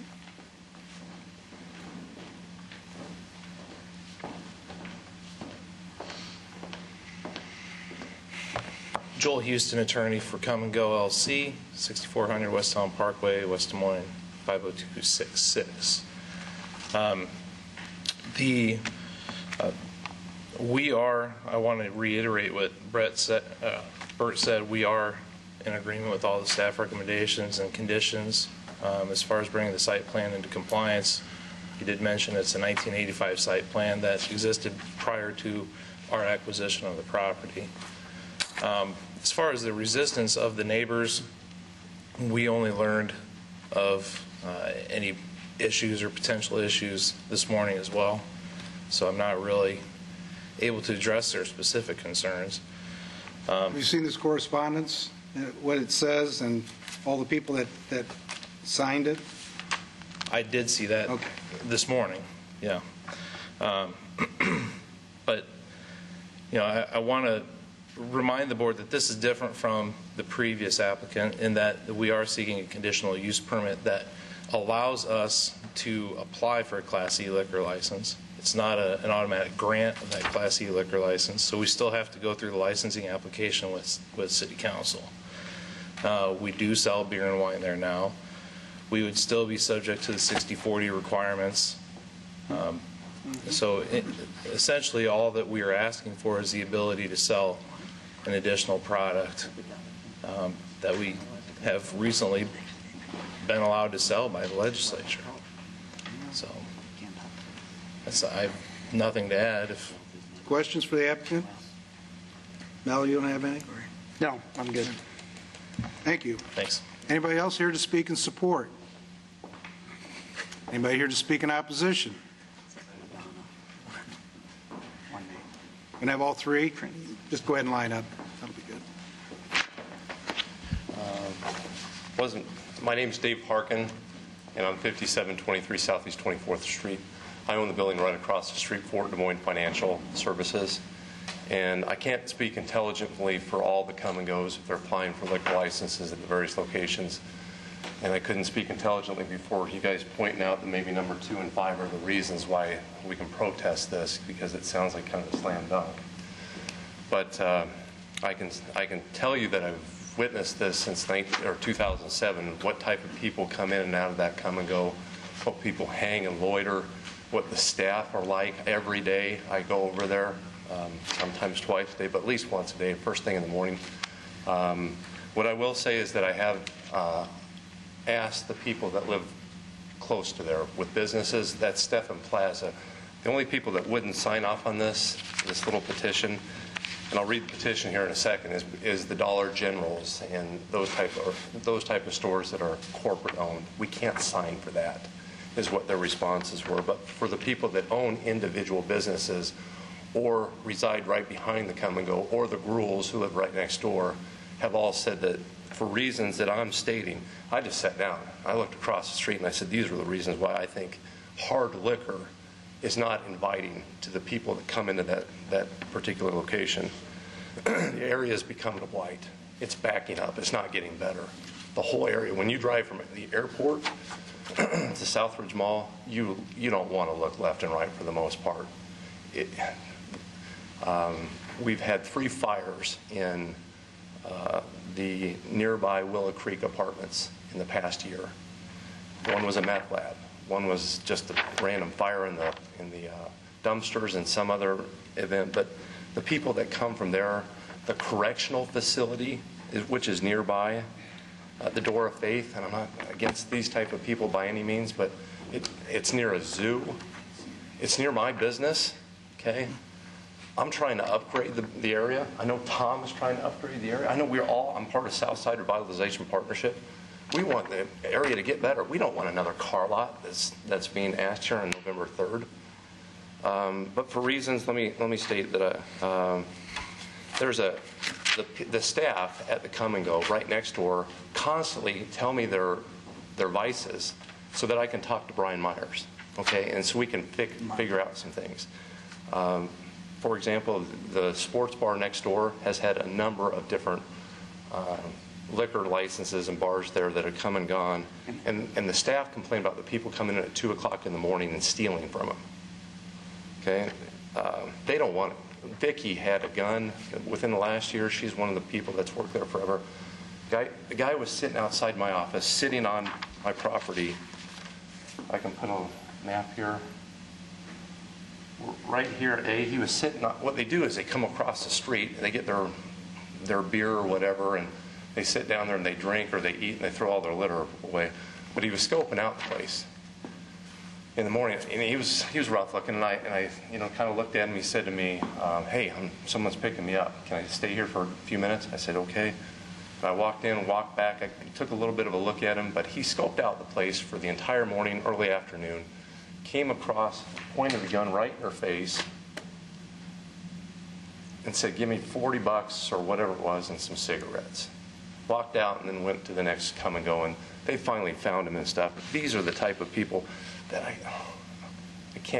you can't always eye point them, but there's a lot of undesirables that come in that location. And I think that you invite this hard liquor, I think you're going to have more. All I've heard about is hard liquor here. And I'm not asking for prohibition by any means. I'm just asking for not hard liquor across the street. As far as the sites run down, how much longer? Tom will attest how the sidewalks, the places, it's ugly. The pictures that you saw were not what the place actually looks like. There's like, on the next page, there's several places that people get hard liquor. I know that's not an issue for you, but the place is becoming run down with foreclosures, bankruptcies. These people all signed it. They own a business nearby. I own a business nearby. I don't want this place run down any further. These people don't care. All they want is money. The Gruels don't want it.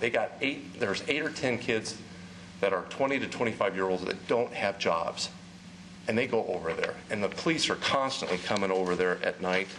I've written to the police upon, various issues that go there. The Gruels don't want that stuff in their backyard. VC and Goldie, that live right behind it, they want a fence, trust me. But they don't want that hard liquor there either. So, again, I can't speak intelligently for all the come and goes, but I can for that area, and it's not the best place for it. Thank you. Thank you. I just got one question. In this and what you said, you don't mind if they sell beer and wine, just hard liquors? I can't argue with the last people what Mel was saying. There's an expectation when you go into a convenience store to have beer. But I will say that their plans are to move their beer and wine types to the front of the store, replace the come-and-go merchandise that's out there that doesn't sell. They don't make any money there. They're going to put that right when you walk in the door. It's going to be right there. So you can get your less liquor there, but then you'll have to go to another place to get your hard liquor. My kids come across here. My kids are 5 and 9. I don't want them going into that stuff. So, thank you. Thank you. My name is Tom Akers. I live at 129 Marlou Parkway. I rent an office space from Dave right across the street from that come and go. And I'm building a big project just down the street from there, several millions of dollar building. And I see this neighborhood going downhill. What I've done is I tore down several houses, old houses, blighted there. Or not blighted, because I used to mow the yard out there by hand for years before I could even afford to buy a lawnmower that I rolled on. But anyhow, the area is going downhill and not uphill. At one time, that used to be Curly's Furniture Store, and then they eventually come and go built that place. There once was a house next to this place, and they tore it down, put a parking lot. Today, as we speak, this is the way that this place is. And come and go does not make no effort to keep it clean. But this is the way this place is looking at today. That's the way it looks today. The help there, I always say, well, the office won't send us no help. We can't work inside here. There's only one of us. They do not reinvest any of their profits back in keeping the place up. If you go to the Quick Trip at Southwest 9th and Army Post Road, they got guys out there power washing and everything else. Dave has many times invited them to the SSRP meeting to come and say, what can we do to improve our image? What can we do to make this place better? They don't care about it. They don't even want to talk to us. If you look at the parking lot, it's completely, really bad. I took these pictures one day, and the lady said, why are you taking pictures? Well, we're really tired of looking at your place. You don't keep it up or this and that. The only reason why I took a picture of it is because somebody barfed all over the front of the front door, and people's coming in and out. They don't have no help there to clean it up. They run a store, take the money from the people in the community, and won't spend it back into, keeping their place up. I would challenge them guys today to join us as in the SSRP. What can we do to improve the image? I challenge them people to come to our meetings and see what we can do to improve it. We could support them at another time if they would first clean up their own act. Right now, this is the way their place is, and it's terrible. And you want to say, let's let them have liquor license. I say, let them sell their beer. They're selling it. Leave it the way it is. But this is the way the place looks today. They do not mow the grass. Even right now as we speak, right out by this curb, there's some old things been sitting there for over a year. Some cones that they had when they were doing the remodel of the Army Post Road. But these people don't care about it. They just take the money from the customer and walk away with it. Won't reinvest it. About 2 more minutes. Thank you. Here's their dumpster. As you can see, Look at the trash in behind there. This is the other side of the dumpster, trash. I mean, if you go there right now, I'll guarantee you, there's trash outside of their dumpster. I challenge these people to come to the south side and take part of keeping the place clean and bring it up to date. There is graffiti on their building right now, too, as we speak. I'm telling you, they're not a very good neighbor. I would not support you giving them a license to sell alcohol there. There has been robberies. They don't do a very good job. I just challenge them to come to and try to say, look, we would like to be a better neighbor. We would like to help clean this area up. Thank you. Thank you.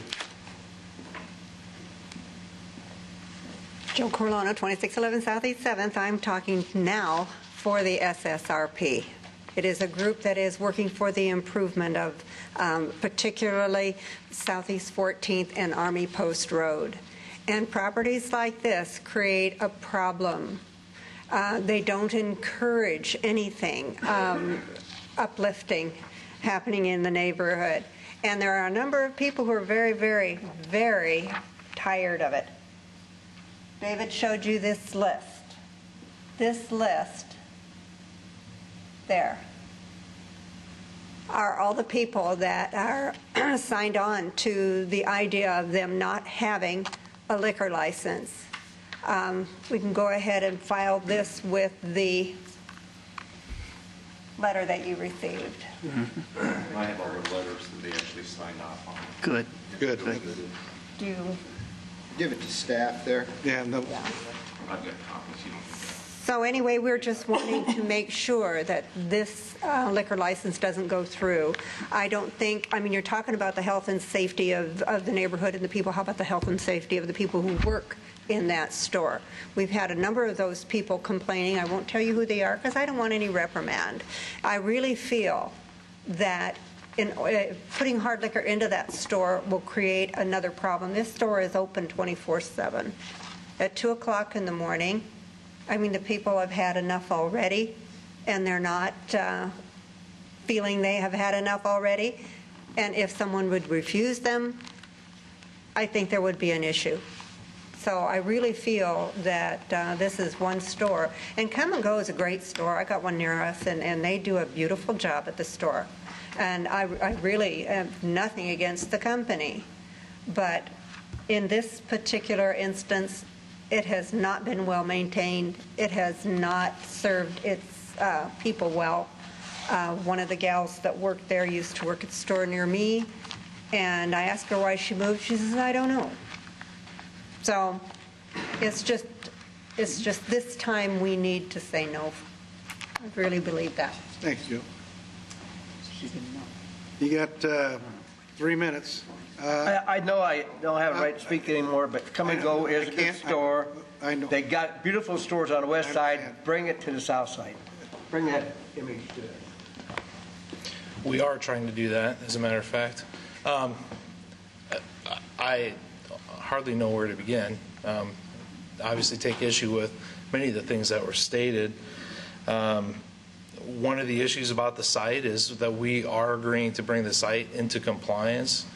I know that the complaints from the community that they're talking about, I haven't heard anything about that.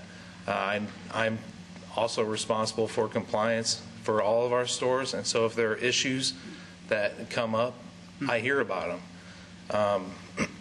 So I'm not saying that they're not being honest, but what I'm saying is that it hasn't filtered its way through the proper channels for us to really do anything about it. I'll give them my phone number, and they can call me direct if they've got a problem. I highly encourage you to do that. That said, I want to reemphasize that this is not granting us a Class E liquor license right now. This is only enabling us to apply for a Class E liquor license, which we can't do without a conditional use permit. So if you were to grant the conditional use permit today, when we apply for a Class E liquor license, if we haven't taken care of the concerns, I'll visit with them afterwards. If we haven't taken care of the concerns to their degree of satisfaction, they can voice their opinion before City Council when we apply for a Class E license.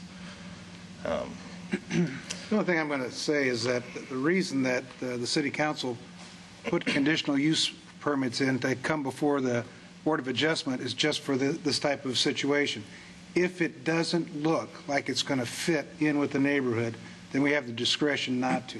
That's what the conditional use permit is designed to do when it comes before us. That's why we all have to take a look at it and see what are we doing to the neighborhood, what are we doing to the residents in there, what are we doing to the businesses there. And if we were to allow a conditional use permit and let everything go down the drain there, then we'd have to take a second look at what we're doing. That's why.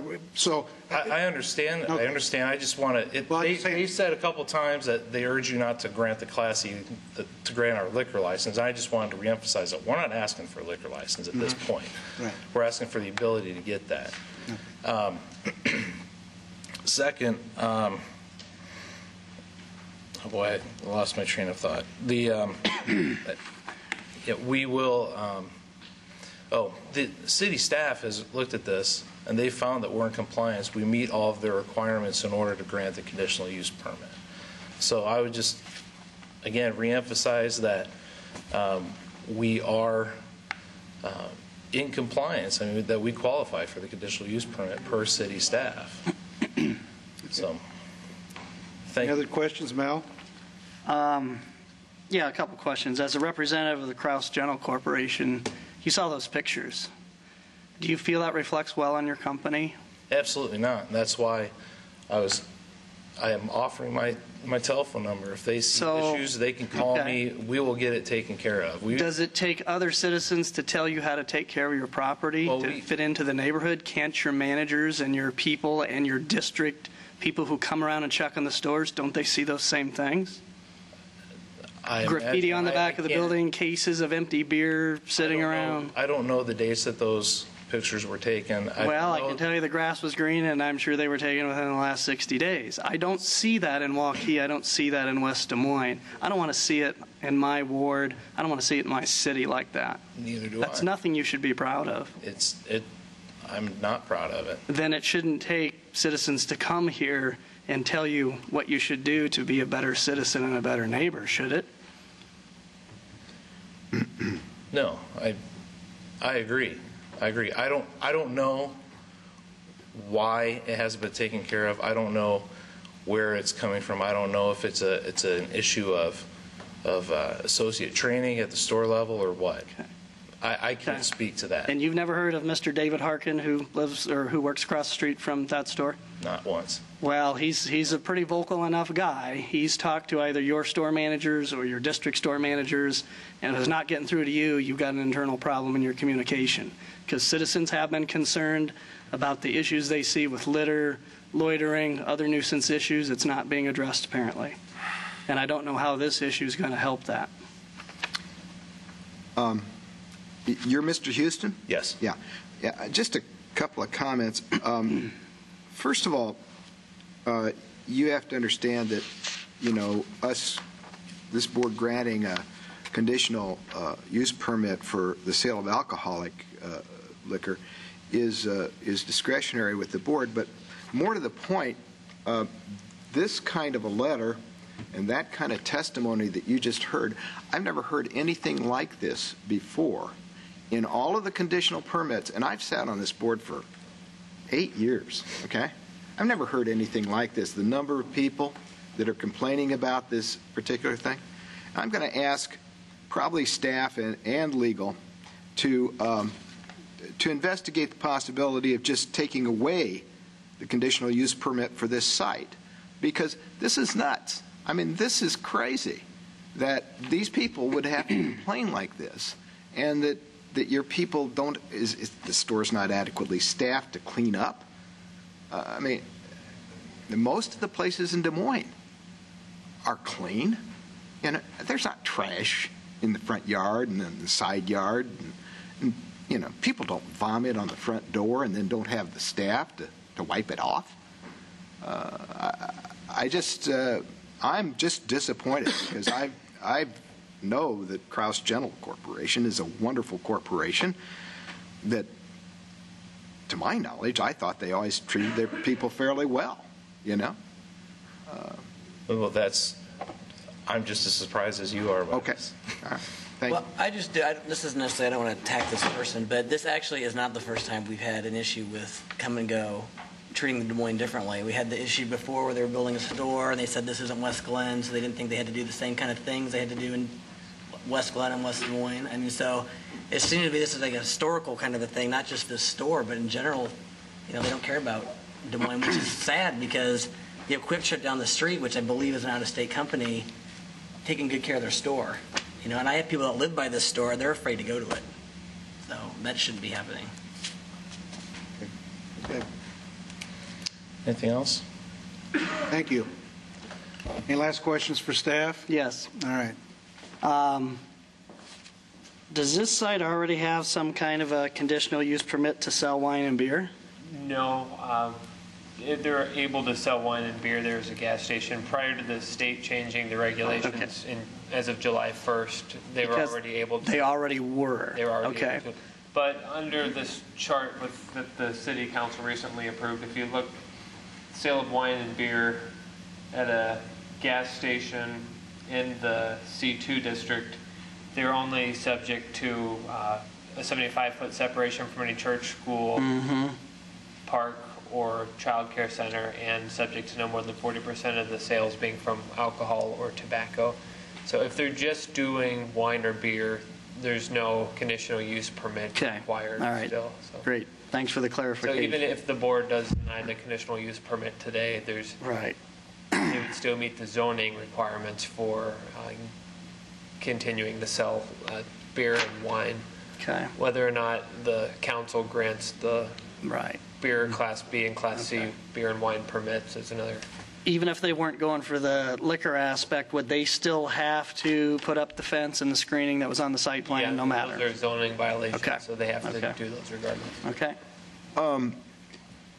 Does the city have the right to suspend the right to their beer and wine license upon petition of the citizens to the city council? I defer to Sue, but it's my understanding the city council could.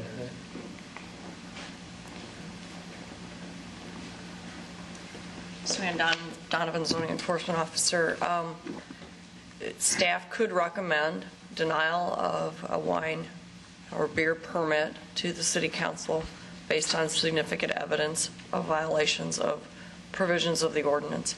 Council could take that into consideration and deny or suspend a license, which would then be appealed to the Alcohol Appeals Board. I understand. But yes, it's appealable.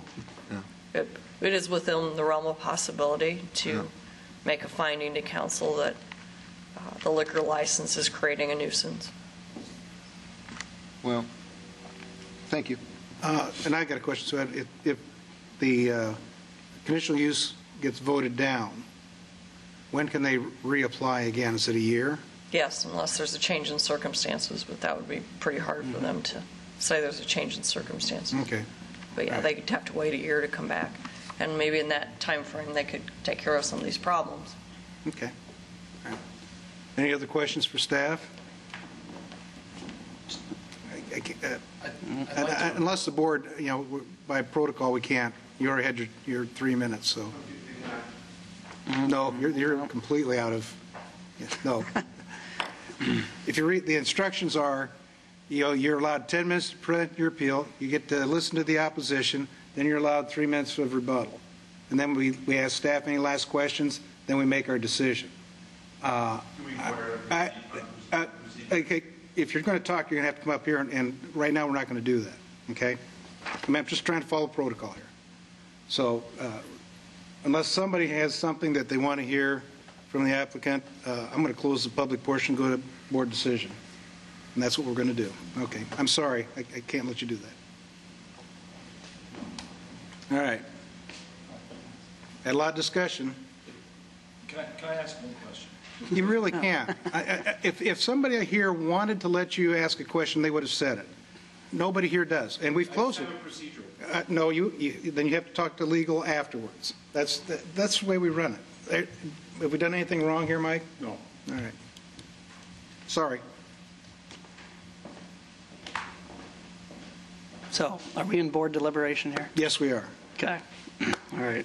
Being in your neck of the woods, I'm sure you have some insight there. Well, it's more than in my neck of the woods, boys and girls. I live 3 blocks from here. I drive by this place 2 to 4 times a day. My house was built about 15 years ago. We're one of the, quote, newest developments in that part of the city versus, there's a lot of growth in Easter Lake.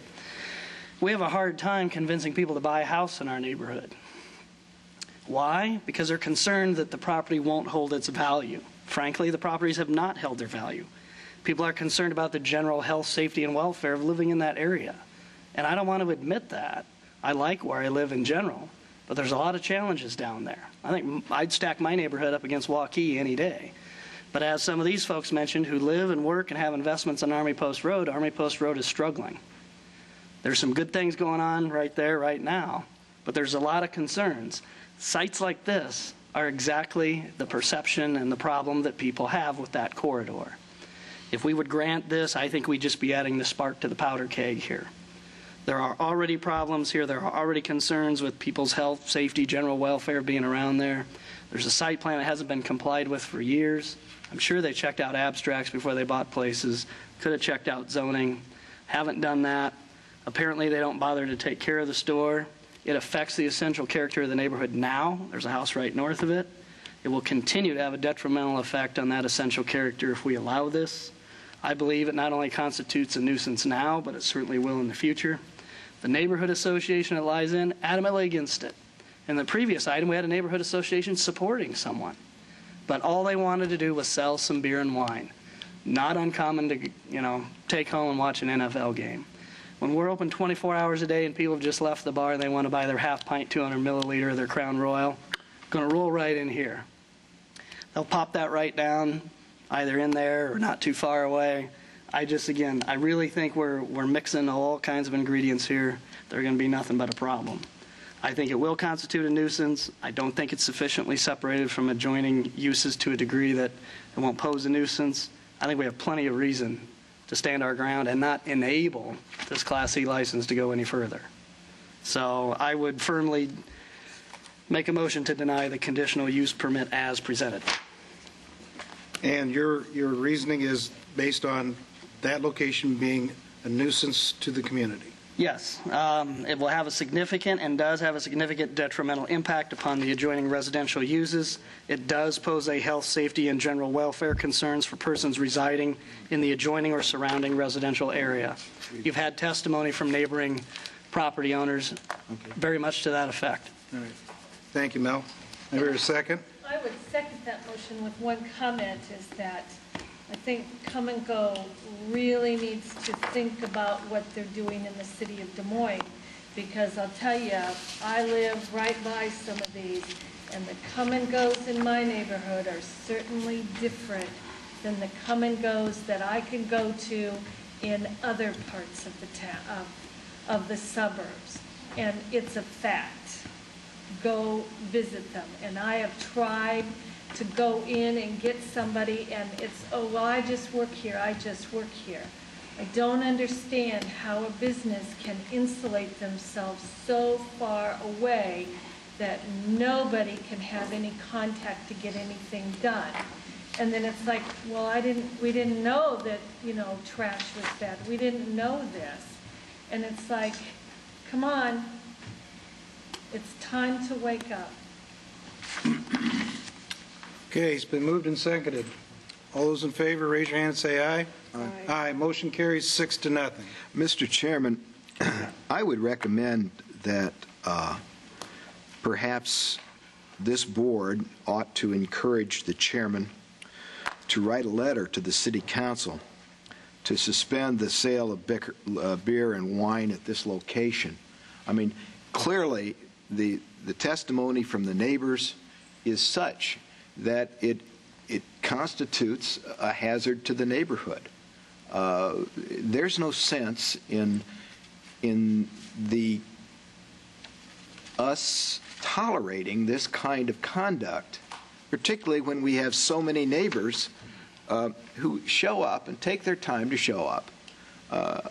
I'm just astounded that company with what I've always considered a good reputation would allow this to go on.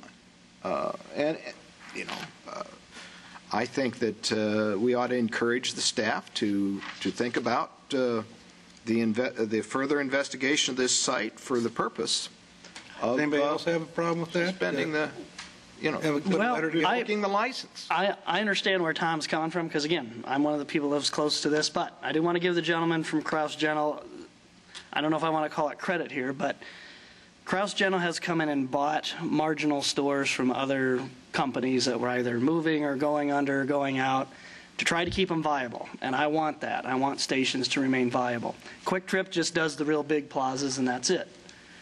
But if you are going to operate a store, you got to operate it where it's clean and it's safe.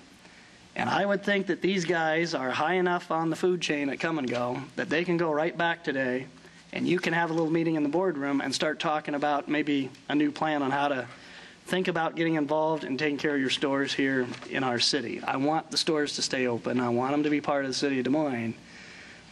I'm not necessarily opposed to a letter, but I kind of think we put the writing on the wall today that they're going to get the hint. What's your thought, Tom? Still consider a letter? I mean, if somebody wants to take the time to do it, I'm not opposed to that, but... Because we had to do it as a board. You know. That's not my thoughts, so... Right. I would just like to know that things are going to change or something's going to happen. That would help me, because I understand where Tom's coming from, and I tend to agree with what he's saying, but I also concur with what Mel's talking about, and I know Quick Trip, they have the big stores all over the place, but if the Quick Trip by the fairgrounds looks just as nice as the Quick Trips that I've seen out in West Des Moines. It's a clean, beautiful store. They always have 2 employees there for safety measures. There's just things about Quick Trip that make me think it's safe and clean. I don't have the same feeling about the Come and Go store. So I would like to see something come back. I don't know how to expect that. I'm just... Mr. Chairman, I suppose I could set aside my thoughts to the next meeting, the next regular scheduled meeting, and give the staff a chance to take a look at this location again. Okay, and give a report. And give us a report. Or maybe Come and Go might voluntarily send some communication to us in that time. What I would also like to see is, I think we've got 3 more with the Yeah. same Quick Trip. I would really like to Come and Go, I'm sorry. I would really like to see us maybe hold off on those and maybe let them go out into the neighborhoods and see what we can do, because I think we're going to get opposition I think that each location should be judged on its own merit. I do agree with in all fairness, folks, we got 15 minutes left. Linda has a hard stop, and Cindy's got a hard stop. So... is 4 enough? Yeah. But then you've got to offer them the opportunity, since we have so few, they have to get all 4 votes. Do they want to have a... Since you're explaining that, should we formally explain? Let's at least see if we can get 1 more in, and then we'll... Okay. What I'm getting to is that you got to get 4 votes no matter what, and 2 people are going to have to leave at 5:30, so that's going to leave us down to 4. That means you have to clear the board and get all 4 votes. So we're going to try to get as far as we can, and then I'll ask you, if we don't have enough members, if you want to have continuance till next month to hear the rest. That'd be fair? Well, I don't know. Okay. If we have to go out and clean this set ourselves. I need to have you up here. Yeah, now we're through with that last one. Right. I could hear whatever you want. I hope you understand. I wasn't trying to... Okay. Is he on item 16? Jason Bassett, Director of Government Affairs. Jason Bassett, Director of Government Affairs, Come and Go, 6400 Westtown Parkway, West Des Moines, 50266. If Joel and I have to go, Mr. Houston and I have to go out and clean the site ourselves, it'll be taken care of. We are as appalled as everyone else. We appreciate it, but I think you had 3 people right there. We're going to talk in the hall and listen to the corporate site, and they came and they cleaned it the next day. They bought a washer for it, a spread washer, and they never used it after that. That's on this next item. What I'd suggest that we... Bert, are we skipping item 14 for now, too? Yeah, we're going to push item 14 to the end. He had left to get an interpreter and hasn't been back. Maybe he didn't interpret well enough. Now, do we have before we get to, is item 14 here now, or? No, they're not here. Okay. Then, Tom brought up a good point. Wouldn't think of it. Do you guys, come and go guys, Mr. Houston, you want?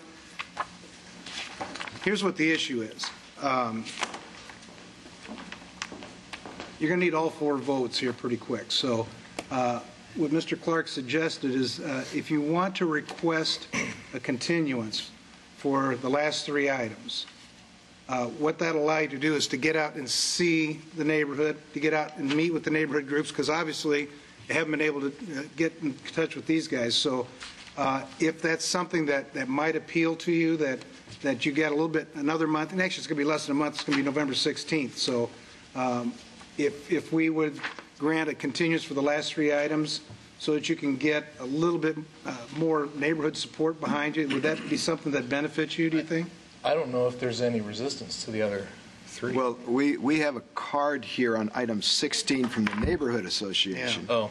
That says. I haven't seen that. So. Yeah. And I think the other thing I'll let is. you take a look at that. And that's what we're worried about, is that if we haven't given you a chance to address those issues, we could be in for another. Well, I tell you what, I'd rather continue it for a month than lose. I think that's to your benefit. Yeah. And what I'd suggest you do is talk to staff. They may have some other red card objections to 16, 17, and 18. Okay, those cards are usually available about 48 hours before this meeting. Yeah. The reason is because the postcards just keep coming in. Okay, and staff doesn't have any control over it. They just know what they know when the meeting starts. So ask him for what he's got in his files on those items. Okay. This is the last red card. The rest just have green cards. All right. So let's vote on 17 and 18. What we'll do is we'll put you to the front of the list next month, so you won't have to be here all afternoon. That's fine. Okay. All right, thank you. What do you guys think? So are we deferring the rest? Yes. Deferring the rest. With the All right. consent of the. Put them on top. With the consent of the applicant, I'd move. 16, 17, and 18. Yeah. Right. Thank you for your input. The board. Say how it makes a difference.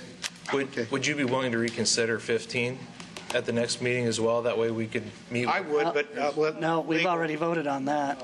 Already done. legal's the one that makes a decision on that. Reapply it in a year Yep.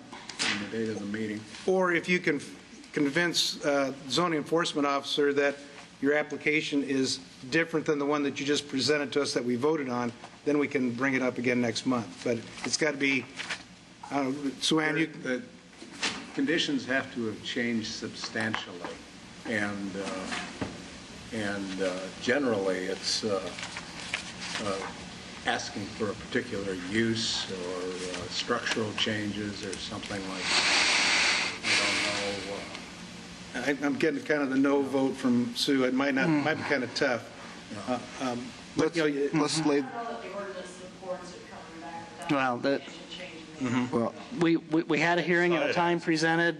Everybody gave their case. We made a decision. These are about decisions moving forward. On the legal side of this, the only way we could bring it back is if a member of the losing side asked to have a recount. I think, isn't that how it works, or the winning side? On the board itself, you're talking about. Yeah. Well, So, in this case, yeah, the it'd be- losing side. Yeah. Yeah. So what it'd have to be is at least one member here would have to bring it back up. They'd have to. And a majority make would. motion Right. Yeah. To have it reconsidered, and that would have to pass For it to be reconsidered. Yeah. the majority of the present. And I'll tell you what, since we've got the people here just to settle the issue, I mean, I'll bring it back, it's just to see where the vote goes. To reconsider item 15, to continue it to next month. Wait a second. The one that we just voted on. Since I'm the winning side, right? That's all I'm trying to do is get a vote out. I'm not trying to sway anybody here. That'll give us time to meet with the neighborhood association and take care of those issues. And Okay, so I made the motion. If no. Wait and see how the vote goes, Mr. Harkin, okay? So the motion's out there to reconsider. Mr. Chairman, may I suggest we do a couple of different things. First of all, that we, with the consent of the applicant, we continue items 16, 17, and 18 to the November meeting. Okay. I move that now. Let's do that. Do I hear a second?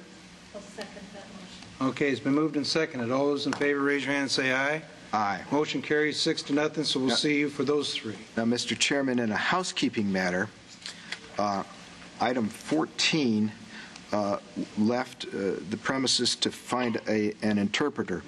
I'd move that we continue item 14 to the next regularly scheduled meeting in November. Thank you. I'll second that.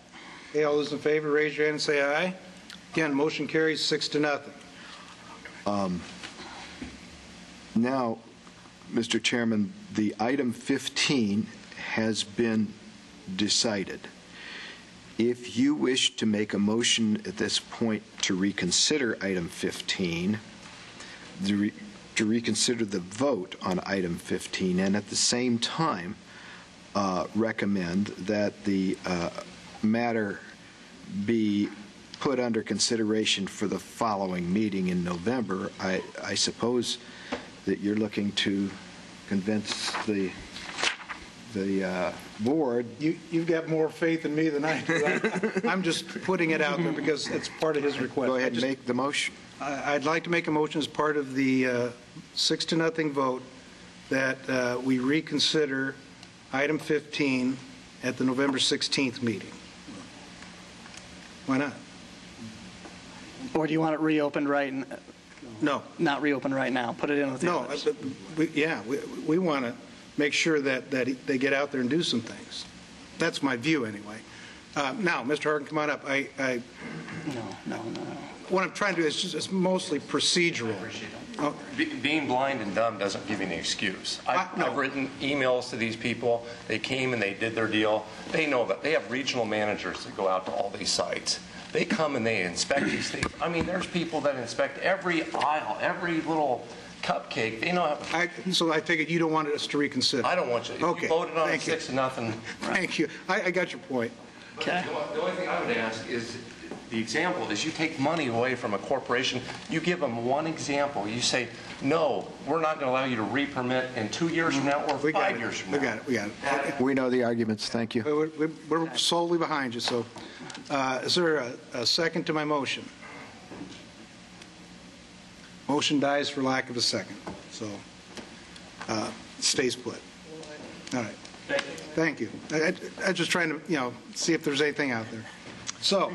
Move the minutes of the last meeting. Okay, we got two housekeeping items. Thanks, Ken. Tom's moved the minutes of the last meeting. Do I hear a second? Second. All right. All those in favor, raise your hand and say aye. Aye. Motion carries 6-0. Last thing, has everybody had a chance to look at the schedule for next year? I think I got my question answered. The only thing I was worried about was so late in November, but it sounds like everybody's good with that. So move the schedule of the 2012 meeting dates. Send you a second. All right. All those in favor, raise your hand. Say aye. Lynn, I'm counting you. Aye. Aye. Aye. Those opposed, none. Motion carries 6-0. I want to thank everybody for your time, patience, and courtesy. Meeting adjourned.